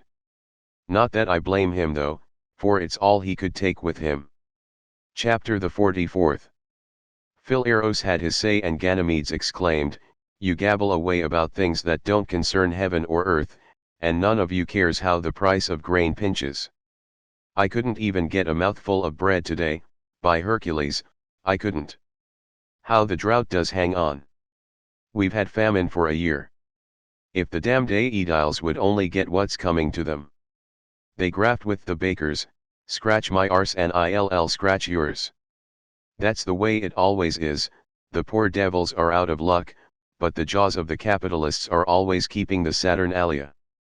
If only we had such lion-hearted sports as we had when I first came from Asia. That was the life. If the flour was not the very best, they would beat up those belly-robbing grafters till they looked like Jupiter had been at them. How well I remember Sapphinius, he lived near the old arch, when I was a boy. For a man, he was one hot proposition. Wherever he went, the ground smoked. But he was square, dependable, a friend to a friend, you could safely play Moro with him, in the dark. But how he did peel them in the town hall, he spoke no parables, not he. He did everything straight from the shoulder and his voice roared like a trumpet in the forum. He never sweat nor spat. I don't know, but I think he had a strain of the Asiatic in him. And how civil and friendly like he was, in returning everyone's greeting, called us all by name, just like he was one of us. And so provisions were cheap as dirt in those days. The loaf you got for an as, you couldn't eat, not even if someone helped you, but you see them no bigger than a bull's eye now, and the hell of it is that things are getting worse every day, this colony grows backwards like a calf's tall. Why do we have to put up with an Aedile here, who's not worth 3 Conyan figs and who thinks more of an as than of our lives? He has a good time at home, and his daily income's more than another man's fortune. I happen to know where he got 1,000 gold pieces. If we had any nuts, he'd not be so damned well pleased with himself. Nowadays, men are lions at home and foxes abroad. What gets me is, that I've already eaten my old clothes, and if this high cost of living keeps on, I'll have to sell my cottages. What's going to happen to this town, if neither gods nor men take pity on it? May I never have any luck if I don't believe all this comes from the gods. For no one believes that heaven is heaven, no one keeps a fast, no one cares a hang about Jupiter, they all shut their eyes and count up their own profits. In the old days, the married women, in their stillas, climbed the hill in their bare feet, pure in heart, and with their hair unbound, and prayed to Jupiter for rain. and it would pour down in bucketfuls then or never, and they'd all come home, wet as drowned rats. But the gods all have the gout now, because we are not religious, and so our fields are burning up. Chapter the 45th. Don't be so down in the mouth, chimed in Etchen, the ragman, if it wasn't that it'd be something else, as the farmer said, when he lost his spotted pig. If a thing don't happen today, it may tomorrow. That's the way life jogs along. You couldn't name a better country, by Hercules, you couldn't, if only the men had any brains. She's in hot water right now, but she ain't the only one. We oughtn't to be so particular, heaven's as far away everywhere else. If you were somewhere else, you'd swear that pigs walked around here already roasted. Think of what's coming. We'll soon have a fine gladiator show to last for 3 days, no training school pupils, most of them will be freedmen. Our Titus has a hot head and plenty of guts, and it will go to a finish. I'm well acquainted with him, and he'll not stand for any frame UPS. It will be cold steel in the best style, no running away, the shambles will be in the middle of the amphitheater where all the crowd can see. And what's more, he has the coin, for he came into 30 million when his father had the bad luck to die. He could blow in 400,000 and his fortune never feel it, but his name would live forever. He has some dwarfs already, and a woman to fight from a chariot. Then, there's Glyco's steward, he was caught screwing Glyco's wife. You'll see some battle between jealous husbands and favored lovers. Anyhow, that cheap screw of a Glyco condemned his steward to the beasts and only published his own shame. How could the slave go wrong when he only obeyed orders? It would have been better if that she pisspot, for that's all she's fit for, had been tossed by the bull, but a fellow has to beat the saddle when he can't beat the jackass. How could Glyco ever imagine that a sprig of Hermogenes planting could turn out well? Why, Hermogenes could trim the claws of a flying hawk, and no snake ever hatched out a rope yet. And look at Glyco. He's smoked himself out in fine shape, and as long as he lives, he'll carry that stain. No one but the devil himself can wipe that out, but chickens always come home to roost. My nose tells me that Mamiya will set out a spread, 2 bits apiece for me and mine. And he'll nick Norbanus out of his political pull if he does. You all know that it's to his interest to hump himself to get the best of him. And honestly, what did that fellow ever do for us? He exhibited some 2-cent gladiators that were so near dead they'd have fallen flat if you blew your breath at them. I've seen better thugs sent against wild beasts. And the cavalry he killed looked about as much like the real thing as the horsemen on the lamps. You would have taken them for dunghill cocks. One plug had about as much action as a jackass with a pack saddle, another was club-footed, and a third, who had to take the place of one that was killed, was as good as dead, and hamstrung into the bargain. There was only one that had any pep, and he was a Thracian, but he only fought when we egged him on. The whole crowd was flogged afterwards. How the mob did yell lay it on. They were nothing but runaways. And at that he had the nerve to say, "I've given you a show." And I've applauded. I answered, "Count it up and you'll find that I gave more than I got." One hand washes the other. Chapter the 46th. Agamemnon, your looks seem to say, "What's this boresome nut trying to hand us?" Well, I'm talking because you, who can talk book foolishness, won't. You don't belong to our bunch, so you laugh in your sleeve at the way us poor people talk, but we know that you're only a fool with a lot of learning. Well, what of it? Some day I'll get you to come to my country place and take a look at my little estate. We'll have fresh eggs and spring chicken to chew on when we get there. It will be all right even if the weather has kept things back this year. We'll find enough to satisfy us, and my kid will soon grow up to be a pupil of yours. He can divide up to 4, now, and you'll have a little servant at your side, if he lives. When he has a minute to himself, he never takes his eyes from his tablets. He's smart too, and has the right kind of stuff in him, even if he is crazy about birds. I've had to kill 3 of his linnets already. I told him that a weasel had gotten them, but he's found another hobby, Now he paints all the time. He's left the marks of his heels on his Greek already, and is doing pretty well with his Latin, although his master's too easy with him, won't make him stick to one thing. He comes to me to get me to give him something to write when his master don't want to work.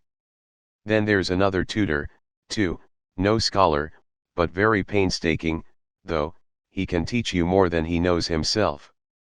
He comes to the house on holidays and is always satisfied with whatever you pay him. Some little time ago, I bought the kid some law books. I want him to have a smattering of the law for home use. There's bread in that. As for literature, he's got enough of that in him already. If he begins to kick, I've concluded that I'll make him learn some trade, the barbers, say, or the auctioneers, or even the lawyers. That's one thing no one but the devil can do him out of. Believe what your daddy says, Primigenius, I din into his ears every day, whenever you learn a thing, it's yours. Look at Phileros the attorney, he'd not be keeping the wolf from the door now if he hadn't studied. It's not long since he had to carry his wares on his back and peddle them, but he can put up a front with Norbanus himself now. Learning's a fine thing, and a trade won't starve. Chapter the 47th. Twaddle of this sort was being bandied about when Trimalchio came in, mopping his forehead and washing his hands in perfume. He said, after a short pause, "Pardon me, gentlemen, but my stomach's been on strike for the past few days and the doctors disagreed about the cause. But pomegranate rind and pitch steeped in vinegar have helped me, and I hope that my belly will get on its good behavior, for sometimes there's such a rumbling in my guts that you'd think a bellowing bull was in there. So if anyone wants to do his business, there's no call to be bashful about it. None of us was born solid. I don't know of any worse torment than having to hold it in. It's the one thing Jupiter himself can't hold in. So you're laughing, are you, Fortunata? Why, you're always keeping me awake at night yourself. I never objected yet to anyone in my dining room relieving himself when he wanted to, and the doctors forbid our holding it in. Everything's ready outside, if the call's more serious, water, close stool, and anything else you'll need. Believe me, when this rising vapor gets to the brain, it puts the whole body on the burn. Many a one I've known to kick in just because he wouldn't own up to the truth. We thanked him for his kindness and consideration, and hid our laughter by drinking more and oftener. We had not realized that, as yet, we were only in the middle of the entertainment, with the hill still ahead, as the saying goes. The tables were cleared off to the beat of music, and 3 white hogs, muzzled and wearing bells, were brought into the dining room. The announcer informed us that one was a 2-year-old, another 3, and the third just turned 6. I had an idea that some rope dancers had come in and that the hogs would perform tricks, just as they do for the crowd on the streets, but Trimalchio dispelled this illusion by asking, "Which one will you have served up immediately, for dinner?" Any country cook can manage a dunghill cock, a Pentheus hash, or little things like that, but my cooks are well used to serving up calves boiled whole, in their cauldrons.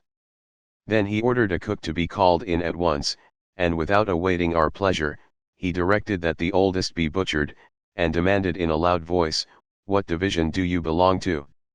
When the fellow made answer that he was from the 40th, "Were you bought, or born upon my estates?" Trimalchio continued. "Neither," replied the cook, "I was left to you by Pansa's wool."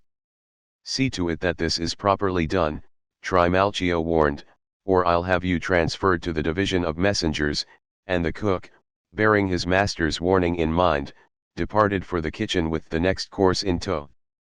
Chapter the 48th. Trimalchio's threatening face relaxed and he turned to us. "If the wine don't please you," he said, "I'll change it. You ought to do justice to it by drinking it. I don't have to buy it, thanks to the gods. Everything here that makes your mouths water, was produced on one of my country places which I've never yet seen, but they tell me it's down Terracina and Tarentum way. I've got a notion to add Sicily to my other little holdings, so in case I want to go to Africa, I'll be able to sail along my own coasts. But tell me the subject of your speech today, Agamemnon, for, though I don't plead cases myself, I studied literature for home use, and for fear you should think I don't care about learning, let me inform you that I have 3 libraries, one Greek and the others Latin. Give me the outline of your speech if you like me. A poor man and a rich man were enemies, Agamemnon began, when, what's a poor man? Trimalchio broke in. Well put, Agamemnon conceded and went into details upon some problem or other, what it was I do not know. Trimalchio instantly rendered the following verdict: if that's the case, there's nothing to dispute about, if it's not the case, it don't amount to anything anyhow. These flashes of wit, and others equally scintillating, we loudly applauded, and he went on, tell me, my dearest Agamemnon, do you remember the 12 labors of Hercules or the story of Ulysses, how the Cyclops threw his thumb out of joint with a pig-headed crowbar? When I was a boy, I used to read those stories in Homer. And then, there's the Sibyl, with my own eyes I saw her, at Cumae, hanging up in a jar, and whenever the boys would say to her, Sibyl, Sibyl, what would you, she would answer, I would die. Chapter the 49th. Before he had run out of wind, a tray upon which was an enormous hog was placed upon the table, almost filling it up. We began to wonder at the dispatch with which it had been prepared and swore that no cock could have been served up in so short a time. Moreover, this hog seemed to us far bigger than the boar had been. Trimalchio scrutinized it closely and what the hell, he suddenly bawled out, this hog hind been gutted, has it? No, it hind by Hercules, it hind Call that cook. Call that cook in here immediately. When the crestfallen cook stood at the table and owned up that he had forgotten to bowl him, so you forgot, did you? Trimalchio shouted, you'd think he'd only left out a bit of pepper and cumin, wouldn't you? Off with his clothes. The cook was stripped without delay, and stood with hanging head, between 2 torturers. We all began to make excuses for him at this, saying, little things like that are bound to happen once in a while, let us prevail upon you to let him off, if he ever does such a thing again, not a one of us will have a word to say in his behalf. But for my part, I was mercilessly angry and could not help leaning over towards Agamemnon and whispering in his ear, it is easily seen that this fellow is criminally careless, is it not? How could anyone forget to draw a hog? If he had served me a fish in that fashion I wouldn't overlook it, by Hercules, I wouldn't. But that was not Trimalchio's way, his face relaxed into good humor and he said, since your memory's so short, you can gut him right here before our eyes. The cook put on his tunic, snatched up a carving knife, with a trembling hand, and slashed the hog's belly in several places. Sausages and meat puddings, widening the apertures, by their own weight, immediately tumbled out. Chapter the 50th.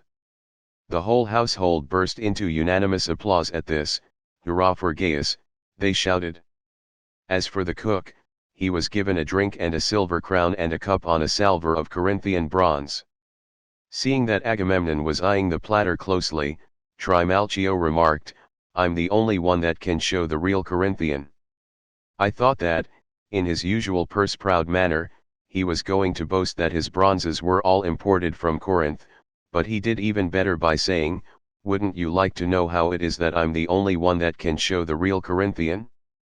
Well, it's because the bronze worker I patronize is named Corinthus, and what's Corinthian unless it's what a Corinthus makes? And, so you won't think I'm a blockhead, I'm going to show you that I'm well acquainted with how Corinthian first came into the world. When Troy was taken, Hannibal, who was a very foxy fellow and a great rascal into the bargain, piled all the gold and silver and bronze statues in one pile and set them afire, melting these different metals into one. Then the metal workers took their pick and made bowls and dessert dishes and statuettes as well. That's how Corinthian was born, neither one nor the other, but an amalgam of all. But I prefer glass, if you don't mind my saying so, it don't stink, and if it didn't break, I'd rather have it than gold, but it's cheap and common now. Chapter the 51st. But there was an artisan, once upon a time, who made a glass vial that couldn't be broken. On that account he was admitted to Caesar with his gift, then he dashed it upon the floor, when Caesar handed it back to him. The emperor was greatly startled, but the artisan picked the vial up off the pavement, and it was dented, just like a brass bowl would have been. He took a little hammer out of his tunic and beat out the dent without any trouble. When he had done that, he thought he would soon be in Jupiter's heaven, and more especially when Caesar said to him, "Is there anyone else who knows how to make this malleable glass? Think now." And when he denied that anyone else knew the secret, Caesar ordered his head chopped off, because if this should get out, we would think no more of gold than we would of dirt. Chapter the 52nd. And when it comes to silver, I'm a connoisseur. I have goblets as big as wine jars, 100 of them more or less, with engraving that shows how Cassandra killed her sons, and the dead boys are lying so naturally that you'd think 'em alive. I own 1,000 bowls which Mummius left to my patron, where Daedalus is shown shutting Niobe up in the Trojan horse, and I also have cups engraved with the gladiatorial contests of Hermeros and Petronius. They're all heavy, too. I wouldn't sell my taste in these matters for any money. A slave dropped a cup while he was running on in this fashion. Glaring at him, Trimalchio said, "Go hang yourself, since you're so careless." The boy's lip quivered and he immediately commenced to beg for mercy. "Why do you pray to me?" Trimalchio demanded. At this, "I don't intend to be harsh with you, I'm only warning you against being so awkward." Finally, however, we got him to give the boy a pardon, and no sooner had this been done than the slave started running around the room crying, "Out with the water and in with the wine." We all paid tribute to this joke, but Agamemnon in particular, for he well knew what strings to pull in order to secure another invitation to dinner. Tickled by our flattery, and mellowed by the wine, Trimalchio was just about drunk. "Why hasn't one of you asked my Fortunata to dance?" he demanded. "There's no one can do a better can, believe me," and he himself raised his arms above his head and favored us with an impersonation of Cyrus the actor, the whole household chanting, "Oh bravo!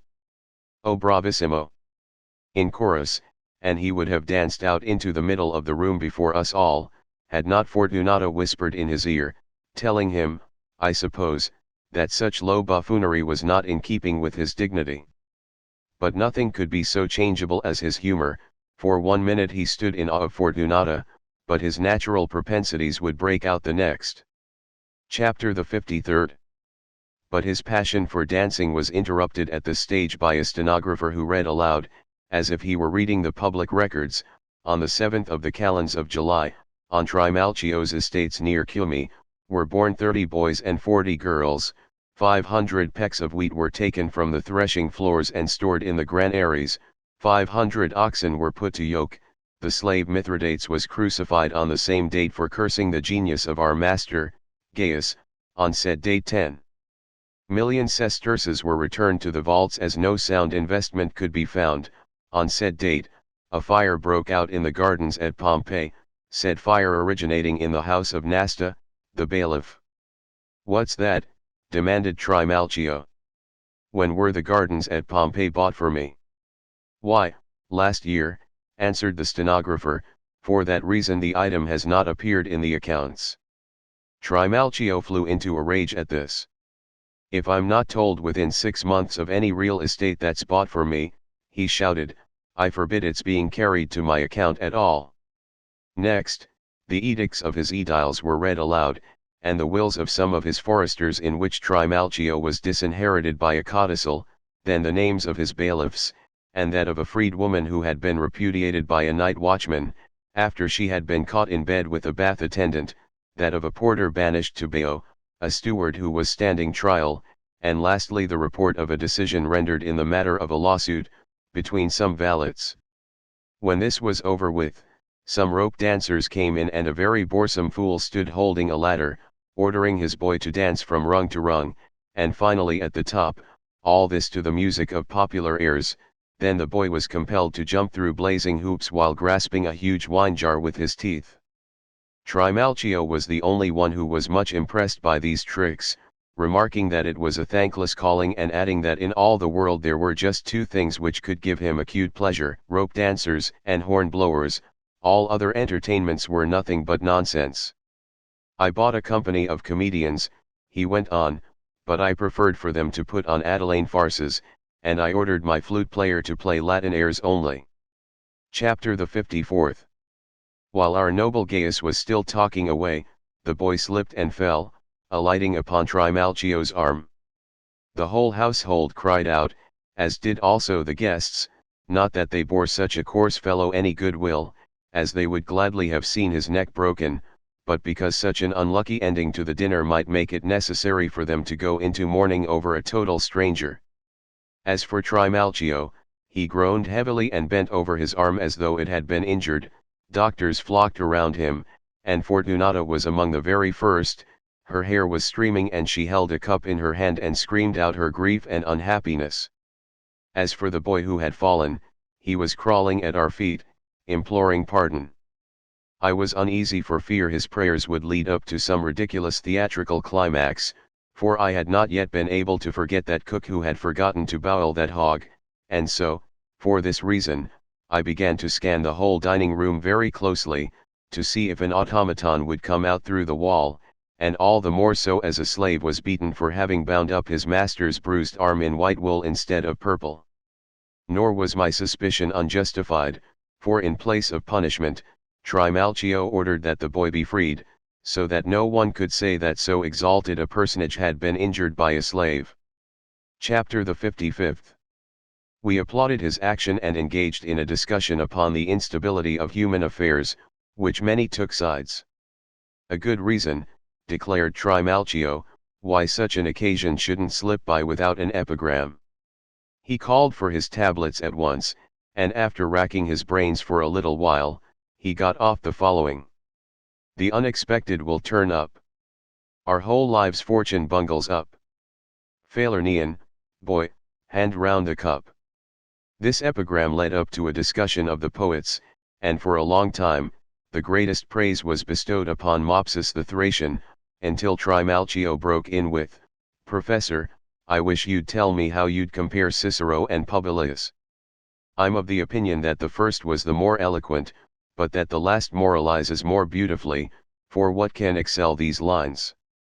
Insatiable luxury crumbles the walls of war. To satiate gluttony, peacocks in coops are brought, arrayed in gold plumage like Babylon tapestry rich. Numidian guinea fowls, capons, all perish for thee. And even the wandering stork, welcome guest that he is. The emblem of sacred maternity, slender of leg. And glocktering exile from winter, herald of spring. Still, finds his last nest in the cauldron of gluttony base. India surrenders her pearls, and what mean they to thee? That thy wife decked with sea spoils adorning her breast and her head. On the couch of a stranger lies lifting adulterous legs. The emerald green, the glass bauble, what mean they to thee? Or the fire of the ruby? Except that pure chastity shine from the depth of the jewels, in garments of woven wind clad. Our brides might as well take their stand, their game naked to stalk, as seek it in gossamer tissue transparent as air. Chapter the 56th. What should we say was the hardest calling, after literature, he asked. That of the doctor or that of the money changer? I would say, the doctor, because he has to know what poor devils have got in their insides, and when the fevers do, but I hate them like the devil, for my part, because they're always ordering me on a diet of duck soup, and the money changers, because he's got to be able to see the silver through the copper plating. When we come to the dumb beasts, the oxen and sheep are the hardest worked, the oxen, thanks to whose labor we have bread to chew on, the sheep, because their wool tricks us out so fine. It's the greatest outrage under the sun for people to eat mutton and then wear a tunic. Then there's the bee, in my opinion, they're divine insects because they puke honey, though there are folks that claim that they bring it from Jupiter, and that's the reason they sting, too, for wherever you find a sweet, you'll find a bitter too. He was just putting the philosophers out of business when lottery tickets were passed around in a cup. A slave boy assigned to that duty read aloud the names of the souvenirs. Silver ham, a ham was brought in with some silver vinegar cruets on top of it. Cervical something soft for the neck, a piece of the cervix neck of a sheep was brought in. Ceres apia after wit and contumelia insult, we were given must wafers and an apple melon and a phalloscantus. Pori leeks and persica. He picked up a whip and a knife. Passers sparrows and a fly trap. The answer was raisins, uva passa and attic honey. Senatoria a dinner toga and Ferencia business dress. He handed out a piece of meat suggestive of dinner and a notebook suggestive of business. Canale chased by a dog and pedal pertaining to the foot. A hare and a slipper were brought out. Lamprey murina and a letter. He held up a mouse muse and a frog rana tied together, and a bundle of beat beta, the Greek letter beta. We laughed long and loud. There were 1,000 of these jokes, more or less, which have now escaped my memory. Chapter the 57th. But Asyltos threw off all restraint and ridiculed everything. Throwing up his hands, he laughed until the tears ran down his cheeks. At last, one of Trimalchio's fellow freedmen, the one who had the place next to me, flew into a rage. "What's the joke, sheep's head?" he bawled. "Don't our host's swell entertainment suit you? You're richer than he is, I suppose, and used to dining better. As I hope the guardian spirit of this house will be on my side, I'd have stopped his bleeding long ago if I'd been sitting next to him. He's a peach, he is, laughing at others, some vagabond or other from who knows where, some nightpad who's not worth his own piss. Just let me piss a ring around him and he wouldn't know where to run to. I ain't easy riled, no, by Hercules, I ain't, but worms breed in tender flesh. Look at him laugh. What the hell's he got to laugh at? Is his family so damned fine-haired? So you're a Roman knight? Well, I'm a king's son. How's it come that you've been a slave? You'll ask. Because I put myself into service, because I'd rather be a Roman citizen than a tax-paying provincial.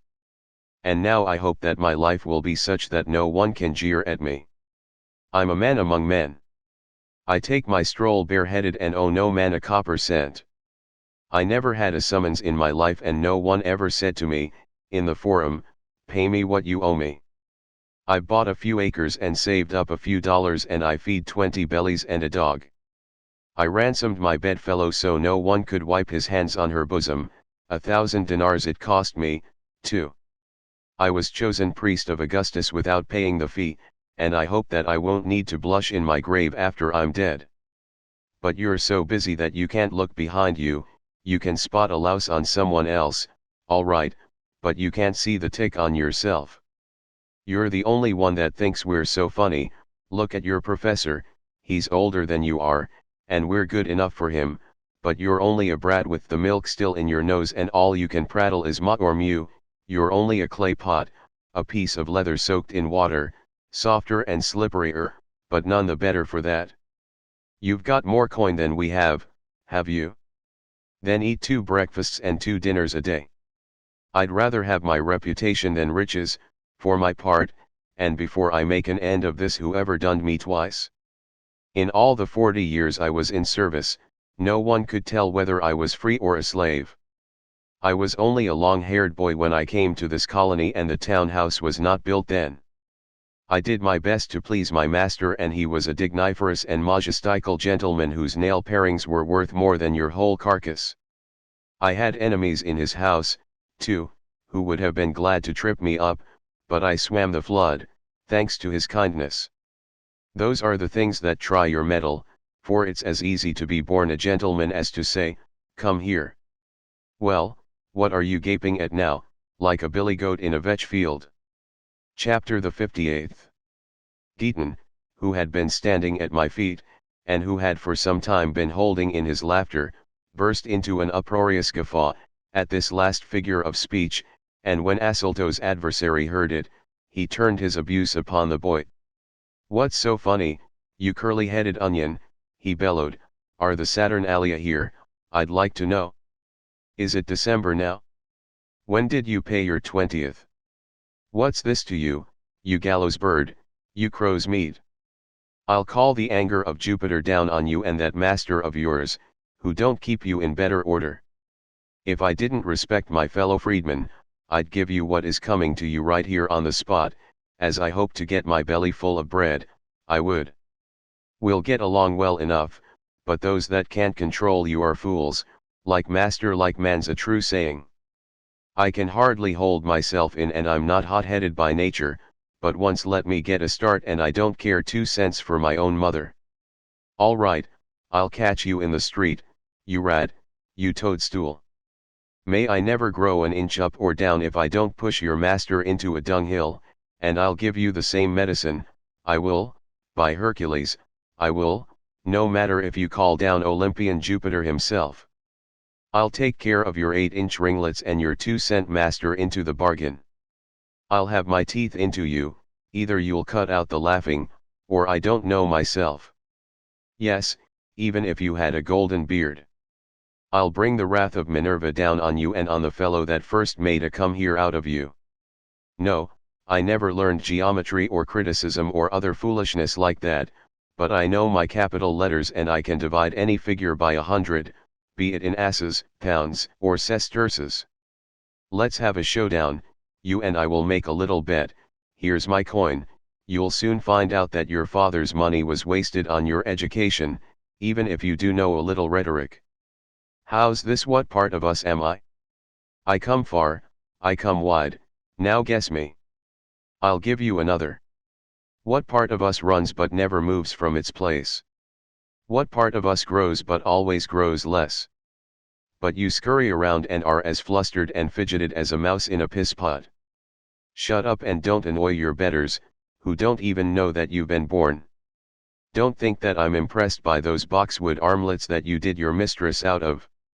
Occupo will back me. Let's go into the forum and borrow money, then you'll see whether this iron ring means credit. Bah! A draggled fox is a fine sight, ain't it? I hope I never get rich and die decently so that the people will swear by my death, if I don't hound you everywhere with my toga turned inside out.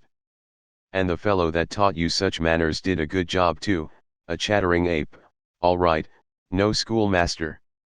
We were better taught. Is everything in its place? The master would ask. Go straight home and don't stop and stare at everything and don't be impudent to your elders. Don't loiter along looking in at the shops. No second-raters came out of that school. I'm what you see me and I thank the gods it's all due to my own cleverness. Chapter the 59th. Asyltos was just starting in to answer this indictment when Trimalchio, who was delighted with his fellow freedman's tirade, broke in, cut out the bickering and let's have things pleasant here. Let up on the young fellow, Hermeros, he's hot-blooded, so you ought to be more reasonable. The loser's always the winner in arguments of this kind.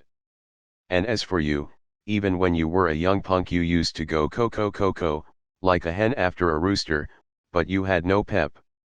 Let's get to better business and start the fun all over again and watch the homerists. A troop filed in, immediately, and clashed spears against shields. Trimalchio sat himself up on his cushion and intoned in Latin, from a book, while the actors, in accordance with their conceded custom, recited their parts in the Greek language. There came a pause, presently, and you don't any of you know the plot of the skit they're putting on, do you? He asked. Diomedes and Ganymede were 2 brothers, and Helen was their sister. Agamemnon ran away with her and palmed off a doe on Diana, in her place, so Homer tells how the Trojans and Parentines fought among themselves. Of course Agamemnon was victorious, and gave his daughter Iphigenia, to Achilles, for a wife. This caused Ajax to go mad, and he'll soon make the whole thing plain to you. The Homerists raised a shout, as soon as Trimalchio had done speaking, and, as the whole familia stepped back, a boiled calf with a helmet on its head was brought in on an enormous platter. Ajax followed and rushed upon it with drawn sword, as if he were insane.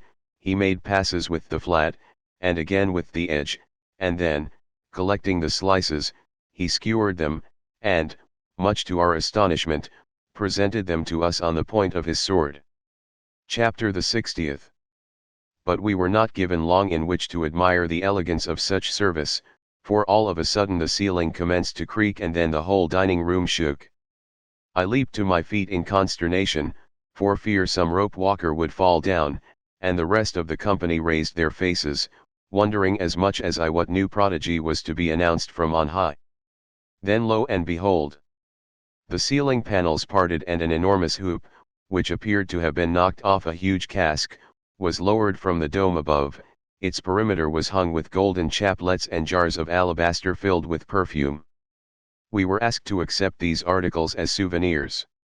When my glance returned to the table, I noticed that a dish containing cakes had been placed upon it, and in the middle an image of Priapus, made by the baker, and he held apples of all varieties and bunches of grapes against his breast, in the conventional manner. We applied ourselves wholeheartedly to this dessert, and our joviality was suddenly revived by a fresh diversion, for, at the slightest pressure, all the cakes and fruits would squirt a saffron sauce upon us, and even spurted unpleasantly into our faces. Being convinced that these perfumed dainties had some religious significance, we arose in a body and shouted, "Hurrah for the Emperor, the father of his country!" However, as we perceived that even after this act of veneration, the others continued helping themselves, we filled our napkins with the apples. I was especially keen on this, for I thought I could never put enough good things into Giton's lap. 3 slaves entered, in the meantime, dressed in white tunics well tucked up, and 2 of them placed lares with amulets hanging from their necks, upon the table, while the third carried round a bowl of wine and cried, "May the gods be propitious." One was called Certo Business, Trimalchio informed us, the other Lucrio Luck, and the third Felicio Profitan. When all the rest had kissed a true likeness of Trimalchio, we were ashamed to pass it by. Chapter the 61st. After they had all wished each other sound minds and good health, Trimalchio turned to Nicerus. "You used to be better company at dinner," he remarked, "and I don't know why you should be dumb today, with never a word to say. If you wish to make me happy, tell about that experience you had, I beg of you." Delighted at the affability of his friend, "I hope I lose all my luck if I'm not tickled to death at the humor I see you in," Nicerus replied. "All right, let's go the limit for a good time, though I'm afraid these scholars'll laugh at me, but I'll tell my tale and they can go as far as they like. What the hell do I care who laughs? It's better to be laughed at than laughed down." These words spake the hero, and began the following tale. "We lived in a narrow street in the house Gavilla now owns, when I was a slave. There, by the will of the gods, I fell in love with the wife of Terentius, the innkeeper. You knew Melissa of Tarentum, that pretty round-checked little wench. It was no carnal passion, so hear me, Hercules, it wasn't. I was not in love with her physical charms. No, it was because she was such a good sport.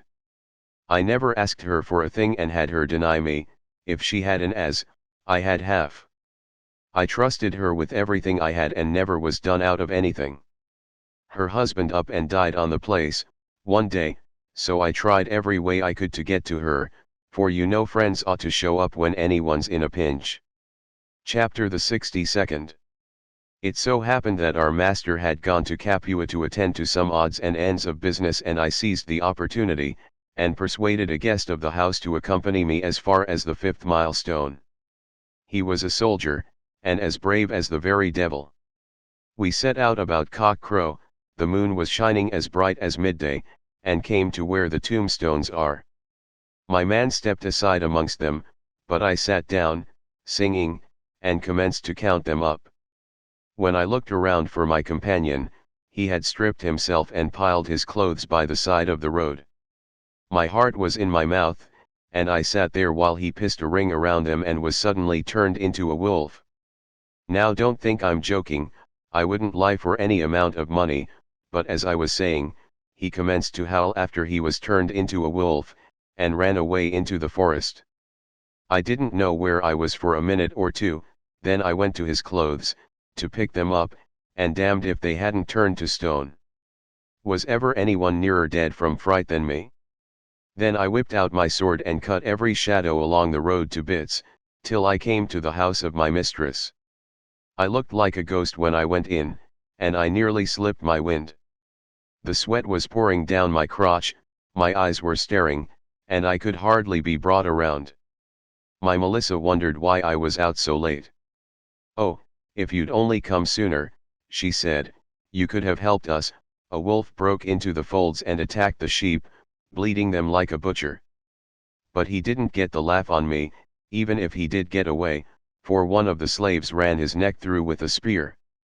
I couldn't keep my eyes shut any longer when I heard that, and as soon as it grew light, I rushed back to Argaeus' house like an innkeeper beaten out of his bill, and when I came to the place where the clothes had been turned into stone, there was nothing but a pool of blood.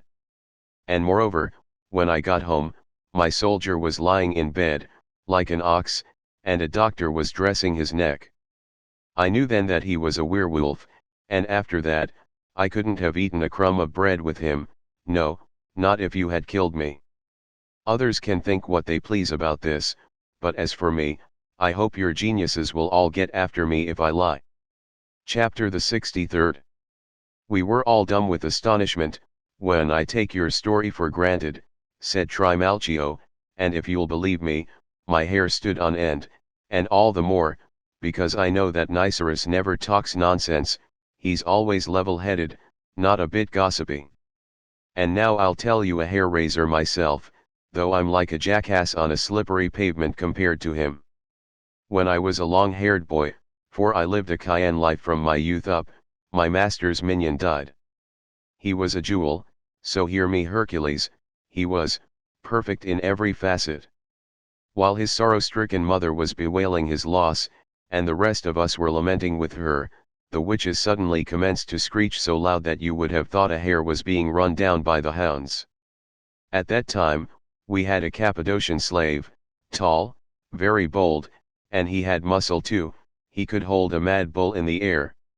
He wrapped a mantle around his left arm, boldly rushed out of doors with drawn sword, and ran a woman through the middle about here, no harm to what I touch. We heard a scream, but as a matter of fact, for I won't lie to you, we didn't catch sight of the witches themselves. Our simpleton came back presently, and threw himself upon the bed. His whole body was black and blue, as if he had been flogged with whips, and of course the reason of that was she had touched him with her evil hand. We shut the door and returned to our business, but when the mother put her arms around the body of her son, it turned out that it was only a straw bolster, no heart, no guts, nothing. Of course the witches had swooped down upon the lad and put the straw changeling in his place. Believe me or not, suit yourselves, but I say that there are women that know too much, and night hags, too, and they turn everything upside down. And as for the long-haired booby, he never got back his own natural color and he died, raving mad, a few days later. Chapter the 64th. Though we wondered greatly, we believed none the less implicitly and, kissing the table, we besought the night hags to attend to their own affairs while we were returning home from dinner.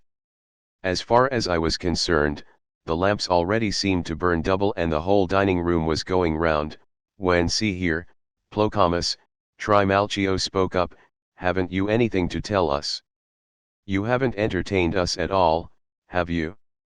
And you used to be fine company, always ready to oblige with a recitation or a song. The gods bless us, how the green figs have fallen. True for you, the fellow answered, since I've got the gout my sporting days are over, but in the good old times when I was a young spark, I nearly sang myself into a consumption. How I used to dance! And take my part in a farce, or hold up my end in the barber shops. Who could hold a candle to me except, of course, the one and only Apelles? He then put his hand to his mouth and hissed out some foul gibberish or other, and said afterwards that it was Greek. Trimalchio himself then favored us with an impersonation of a man blowing a trumpet, and when he had finished, he looked around for his minion, whom he called Croesus, a blear-eyed slave whose teeth were very disagreeably discolored.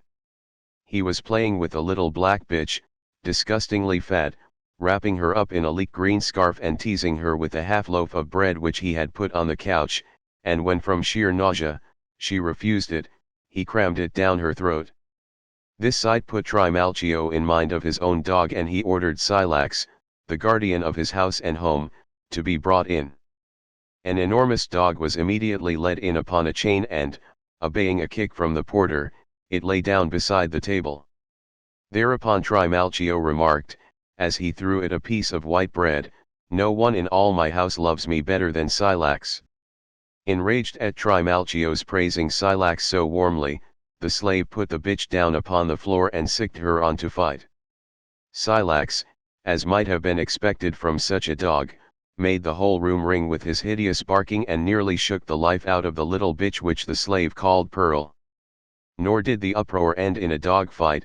A candelabrum was upset upon the table, breaking the glasses and spattering some of the guests with hot oil. As Trimalchio did not wish to seem concerned at the loss, he kissed the boy and ordered him to climb upon his own back. The slave did not hesitate but, mounting his rocking horse, he beat Trimalchio's shoulders with his open palms, yelling with laughter, "Buck! Buck! How many fingers do I hold up?" When Trimalchio had, in a measure, regained his composure, which took but a little while, he ordered that a huge vessel be filled with mixed wine, and that drinks be served to all the slaves sitting around our feet, adding as an afterthought, "If anyone refuses to drink, pour it on his head. Business is business, but now's the time for fun." Chapter the 65th. The dainties that followed this display of affability were of such a nature that, if any reliance is to be placed in my word, the very mention of them makes me sick at the stomach. Instead of thrushes, fattened chickens were served, one to each of us, and goose eggs with pastry caps on them, which same Trimalchio earnestly entreated us to eat, informing us that the chickens had all been boned. Just at that instant, however, a lictor knocked at the dining room door, and a reveller, clad in white vestments, entered, followed by a large retinue. Startled at such pomp, I thought that the praetor had arrived, so I put my bare feet upon the floor and started to get up, but Agamemnon laughed at my anxiety and said, "Keep your seat, you idiot, it's only Habinnas the Severer, he's a stonemason, and if report speaks true, he makes the finest tombstones imaginable." Reassured by this information, I lay back upon my couch and watched Habinnas' entrance with great curiosity. Already drunk and wearing several wreaths, his forehead smeared with perfume which ran down into his eyes, he advanced with his hands upon his wife's shoulders, and, seating himself in the praetor's place, he called for wine and hot water. Delighted with his good humor, Trimalchio called for a larger goblet for himself, and asked him, at the same time, how he had been entertained. "We had everything except yourself, for my heart and soul were here, but it was fine, it was, by Hercules."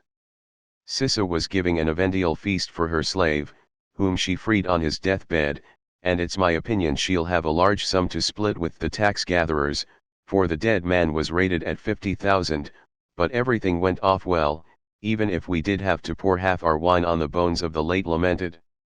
Chapter the 66th. "But," demanded Trimalchio, "what did you have for dinner?"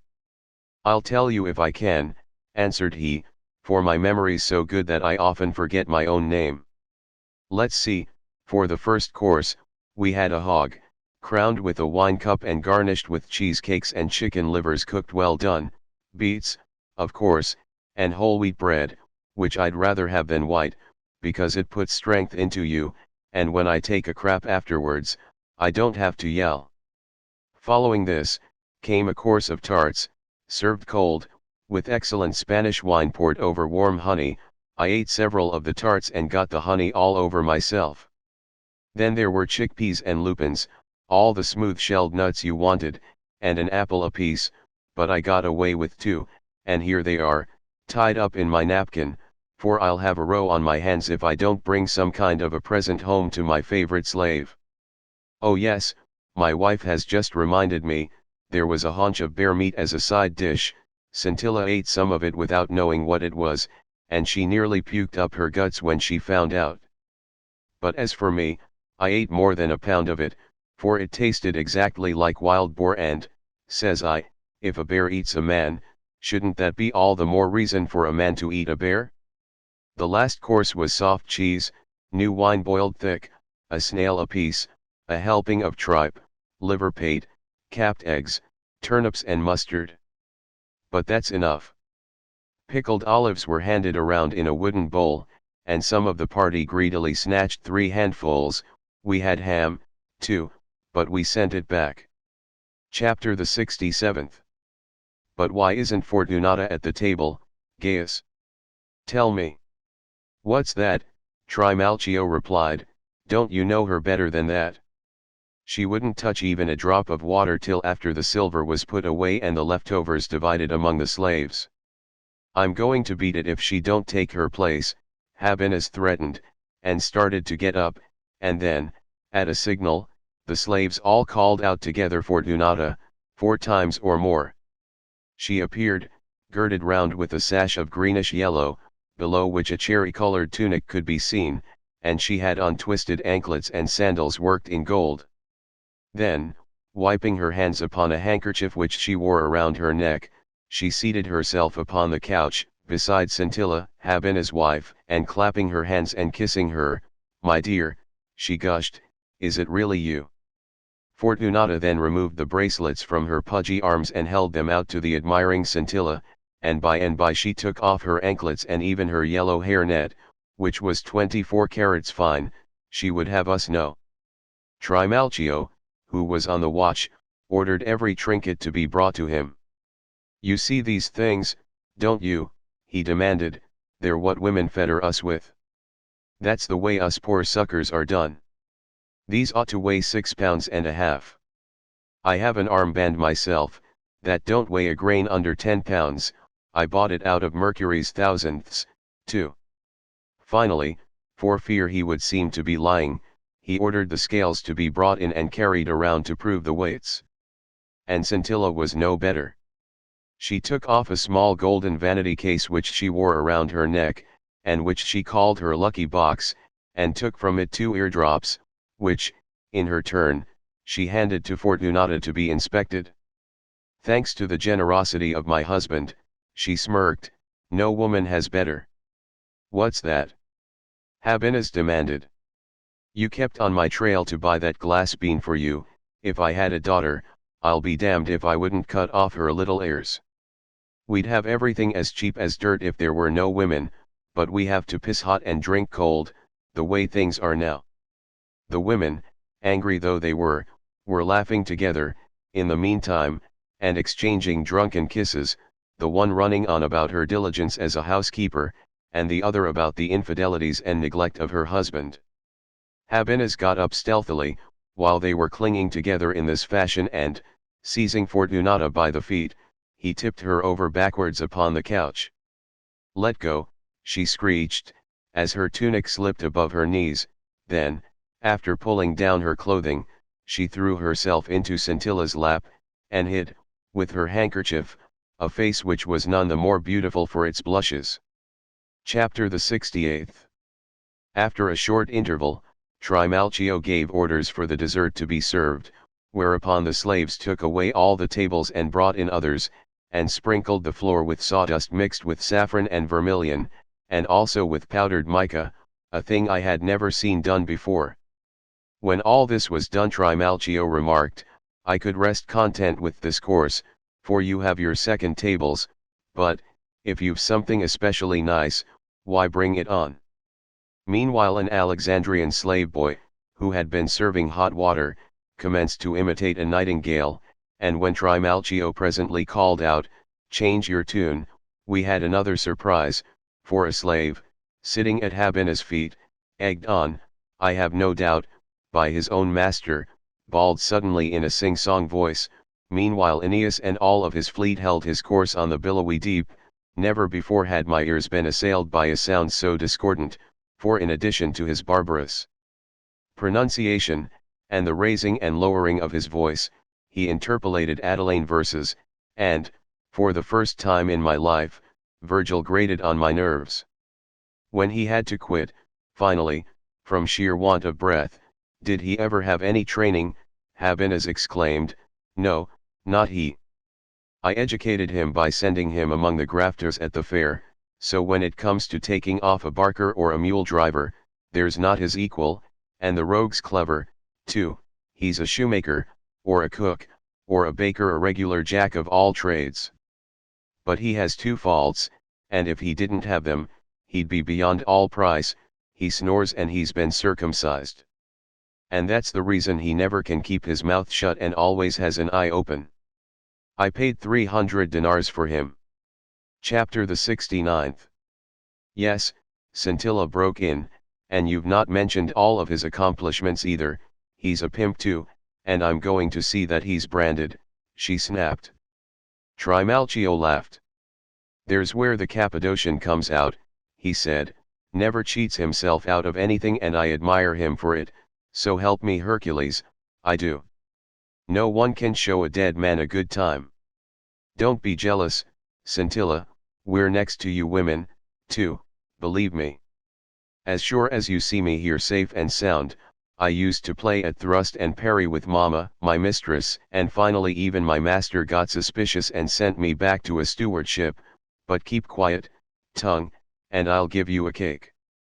Taking all this as praise, the wretched slave pulled a small earthen lamp from a fold in his garment, and impersonated a trumpeter for half an hour or more, while Habenas hummed with him, holding his finger pressed to his lips.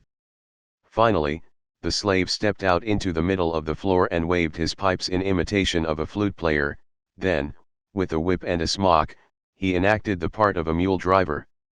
At last Habenas called him over and kissed him and said, as he poured a drink for him, you get better all the time, massa. I'm going to give you a pair of shoes. Had not the dessert been brought in, we would never have gotten to the end of these stupidities. Thrushes made of pastry and stuffed with nuts and raisins, quinces with spines sticking out so that they looked like sea urchins. All this would have been endurable enough had it not been for the last dish that was served, so revolting was this, that we would rather have died of starvation than to have even touched it. We thought that a fat goose, flanked with fish and all kinds of birds, had been served, until Trimalchio spoke up. Everything you see here, my friends, said he, was made from the same stuff. With my usual keen insight, I jumped to the conclusion that I knew what that stuff was and, turning to Agamemnon, I said, I shall be greatly surprised, if all those things are not made out of excrement, or out of mud. At the very least, I saw a like artifice practiced at Rome during the Saturnalia. Chapter the 70th. I had not done speaking, when Trimalchio chimed in, as I hope to grow fatter in fortune but not in figure, my cook has made all this out of a hog. It would be simply impossible to meet up with a more valuable fellow. He'd make you a fish out of a sow's coint, if that's what you wanted, a pigeon out of her lard, a turtle dove out of her ham, and a hen out of a knuckle of pork. That's why I named him Daedalus, in a happy moment. I brought him a present of knives, from Rome, because he's so smart. They're made of Noric steel, too. He ordered them brought in immediately, and looked them over, with admiration, even giving us the chance to try their edges upon our cheeks. Then all of a sudden 2 slaves came in, carrying on as if they had been fighting at the fountain. At least, each one had a water jar hanging from a yoke around his neck. Trimalchio arbitrated their difference, but neither would abide by his decision, and each one smashed the other's jar with a club. Perturbed at the insolence of these drunken ruffians, we watched both of them narrowly, while they were fighting, and then, what should come pouring out of the broken jars but oysters and scallops, which a slave picked up and passed around in a dish. The resourceful cook would not permit himself to be outdone by such refinements, but served us with snails on a silver gridiron, and sang continually in a tremulous and very discordant voice. I am ashamed to have to relate what followed, for, contrary to all convention, some long-haired boys brought in unguents in a silver basin and anointed the feet of the reclining guests, but before doing this, however, they bound our thighs and ankles with garlands of flowers. They then perfumed the wine-mixing vessel with the same unguent and poured some of the melted liquid into the lamps. Fortunata had, by this time, taken a notion that she wanted to dance, and Scintilla was doing more hand-clapping than talking, when Trimalchio called out, "Philargyrus, and you too, Cario, you can both come to the table, even if you are Green Faction fans, and tell your bedfellow, Menophyla, to come too." What would you think happened then? We were nearly crowded off the couches by the mob of slaves that crowded into the dining room and almost filled it full. As a matter of fact, I noticed that our friend the cook, who had made a goose out of a hog, was placed next to me, and he stunk from sauces and pickle. Not satisfied with a place at the table, he immediately staged an impersonation of Ephesus the tragedian, and then he suddenly offered to bet his master that the Greens would take first place in the next circus games. Chapter the 71st. Trimalchio was hugely tickled at this challenge. "Slaves are men, my friends," he observed, "but that's not all, they suck the same milk that we did, even if hard luck has kept them down, and they'll drink the water of freedom if I live. To make a long story short, I'm freeing all of them in my will. To Philargyrus, I'm leaving a farm, and his bedfellow, too. Cario will get a tenement house and his 20th, and a bed and bedclothes to boot. I'm making Fortunata my heir and I commend her to all my friends. I announce all this in public so that my household will love me as well now as they will when I'm dead." They all commenced to pay tribute to the generosity of their master, when he, putting aside his trifling, ordered a copy of his will brought in, which same he read aloud from beginning to end, to the groaning accompaniment of the whole household. Then, looking at Habinez, "What say you, my dearest friend," he entreated, "you'll construct my monument in keeping with the plans I've given you, won't you? I earnestly beg that you carve a little bitch at the feet of my statue, some wreaths and some jars of perfume, and all of the fights of Petronites. Then I'll be able to live even after I'm dead, thanks to your kindness. See to it that it has a frontage of 100 feet and a depth of 200. I want fruit trees of every kind planted around my ashes, and plenty of vines, too, for it's all wrong for a man to deck out his house when he's alive, and then have no pains taken with the one he must stay in for a longer time, and that's the reason I particularly desire that this notice be added. This monument does not descend to an heir. In any case, I'll see to it through a clause in my will, that I'm not insulted when I'm dead. And for fear the rabble comes running up into my monument, to crap, I'll appoint one of my freedmen custodian of my tomb. I want you to carve ships under full sail on my monument, and me, in my robes of office, sitting on my tribunal, 5 gold rings on my fingers, pouring out coin from a sack for the people, for I gave a dinner and 2 dinars for each guest, as you know. Show a banquet hall, too, if you can, and the people in it having a good time. On my right, you can place a statue of Fortunata holding a dove and leading a little bitch on a leash, and my favorite boy, and large jars sealed with gypsum, so the wine won't run out. Show one broken and a boy crying over it. Put a sundial in the middle, so that whoever looks to see what time it is must read my name whether he wants to or not. As for the inscription, think this over carefully, and see if you think it's appropriate. Here rests G. Pompeius Trimalchio, freedman of Maecenas decreed. Augustul, sever in his absence. He could have been a member of every decuria of Rome but would not conscientious brave loyal. He grew rich from little and left 30 million sesterces behind. He never heard a philosopher. Farewell Trimalchio. Farewell passerby. Chapter the 72nd.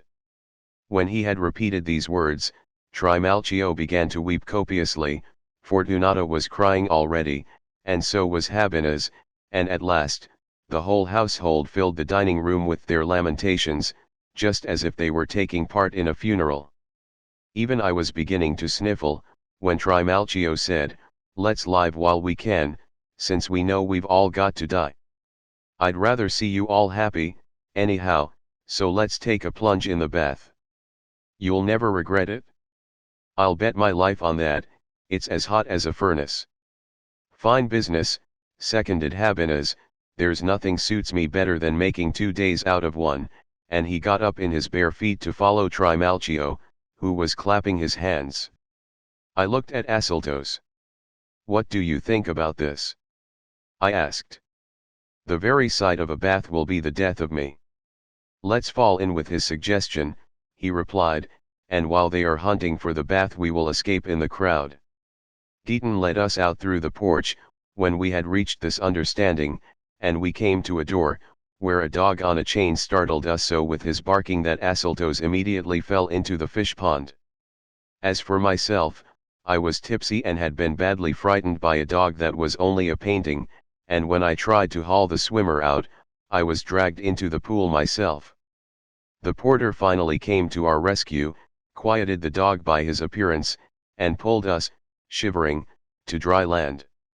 Deaton had ransomed himself by a very cunning scheme, for what we had saved for him, from dinner, he threw to the barking brute, which then calmed its fury and became engrossed with the food.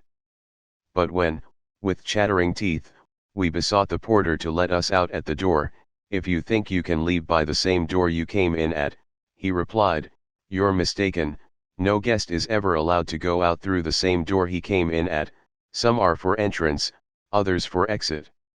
Chapter the 73rd. What were we miserable wretches to do, shut up in this newfangled labyrinth? The idea of taking a hot bath had commenced to grow in favor, so we finally asked the porter to lead us to the place and, throwing off our clothing, which Deaton spread out in the hall to dry, we went in. It was very small, like a cold water cistern.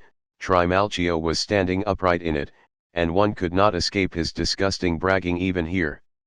He declared that there was nothing nicer than bathing without a mob around, and that a bakery had formerly occupied this very spot. Tired out at last, he sat down, but when the echoes of the place tempted him, he lifted his drunken mouth to the ceiling, and commenced murdering the songs of Menocrates, at least that is what we were told by those who understood his language. Some of the guests joined hands and ran around the edge of the pool, making the place ring with their boisterous peals of laughter. Others tried to pick rings up from the floor, with their hands tied behind them, or else, going down upon their knees, tried to touch the ends of their toes by bending backwards. We went down into the pool while the rest were taking part in such amusements. It was being heated for Trimalchio. When the fumes of the wine had been dissipated, we were conducted into another dining room where Fortunata had laid out her own treasures. I noticed, for instance, that there were little bronze fishermen upon the lamps, the tables were of solid silver, the cups were porcelain inlaid with gold. Before our eyes wine was being strained through a straining cloth.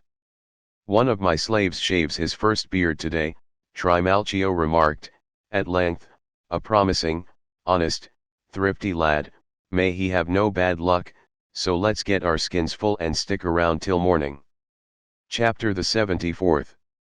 He had not ceased speaking when a cock crowed.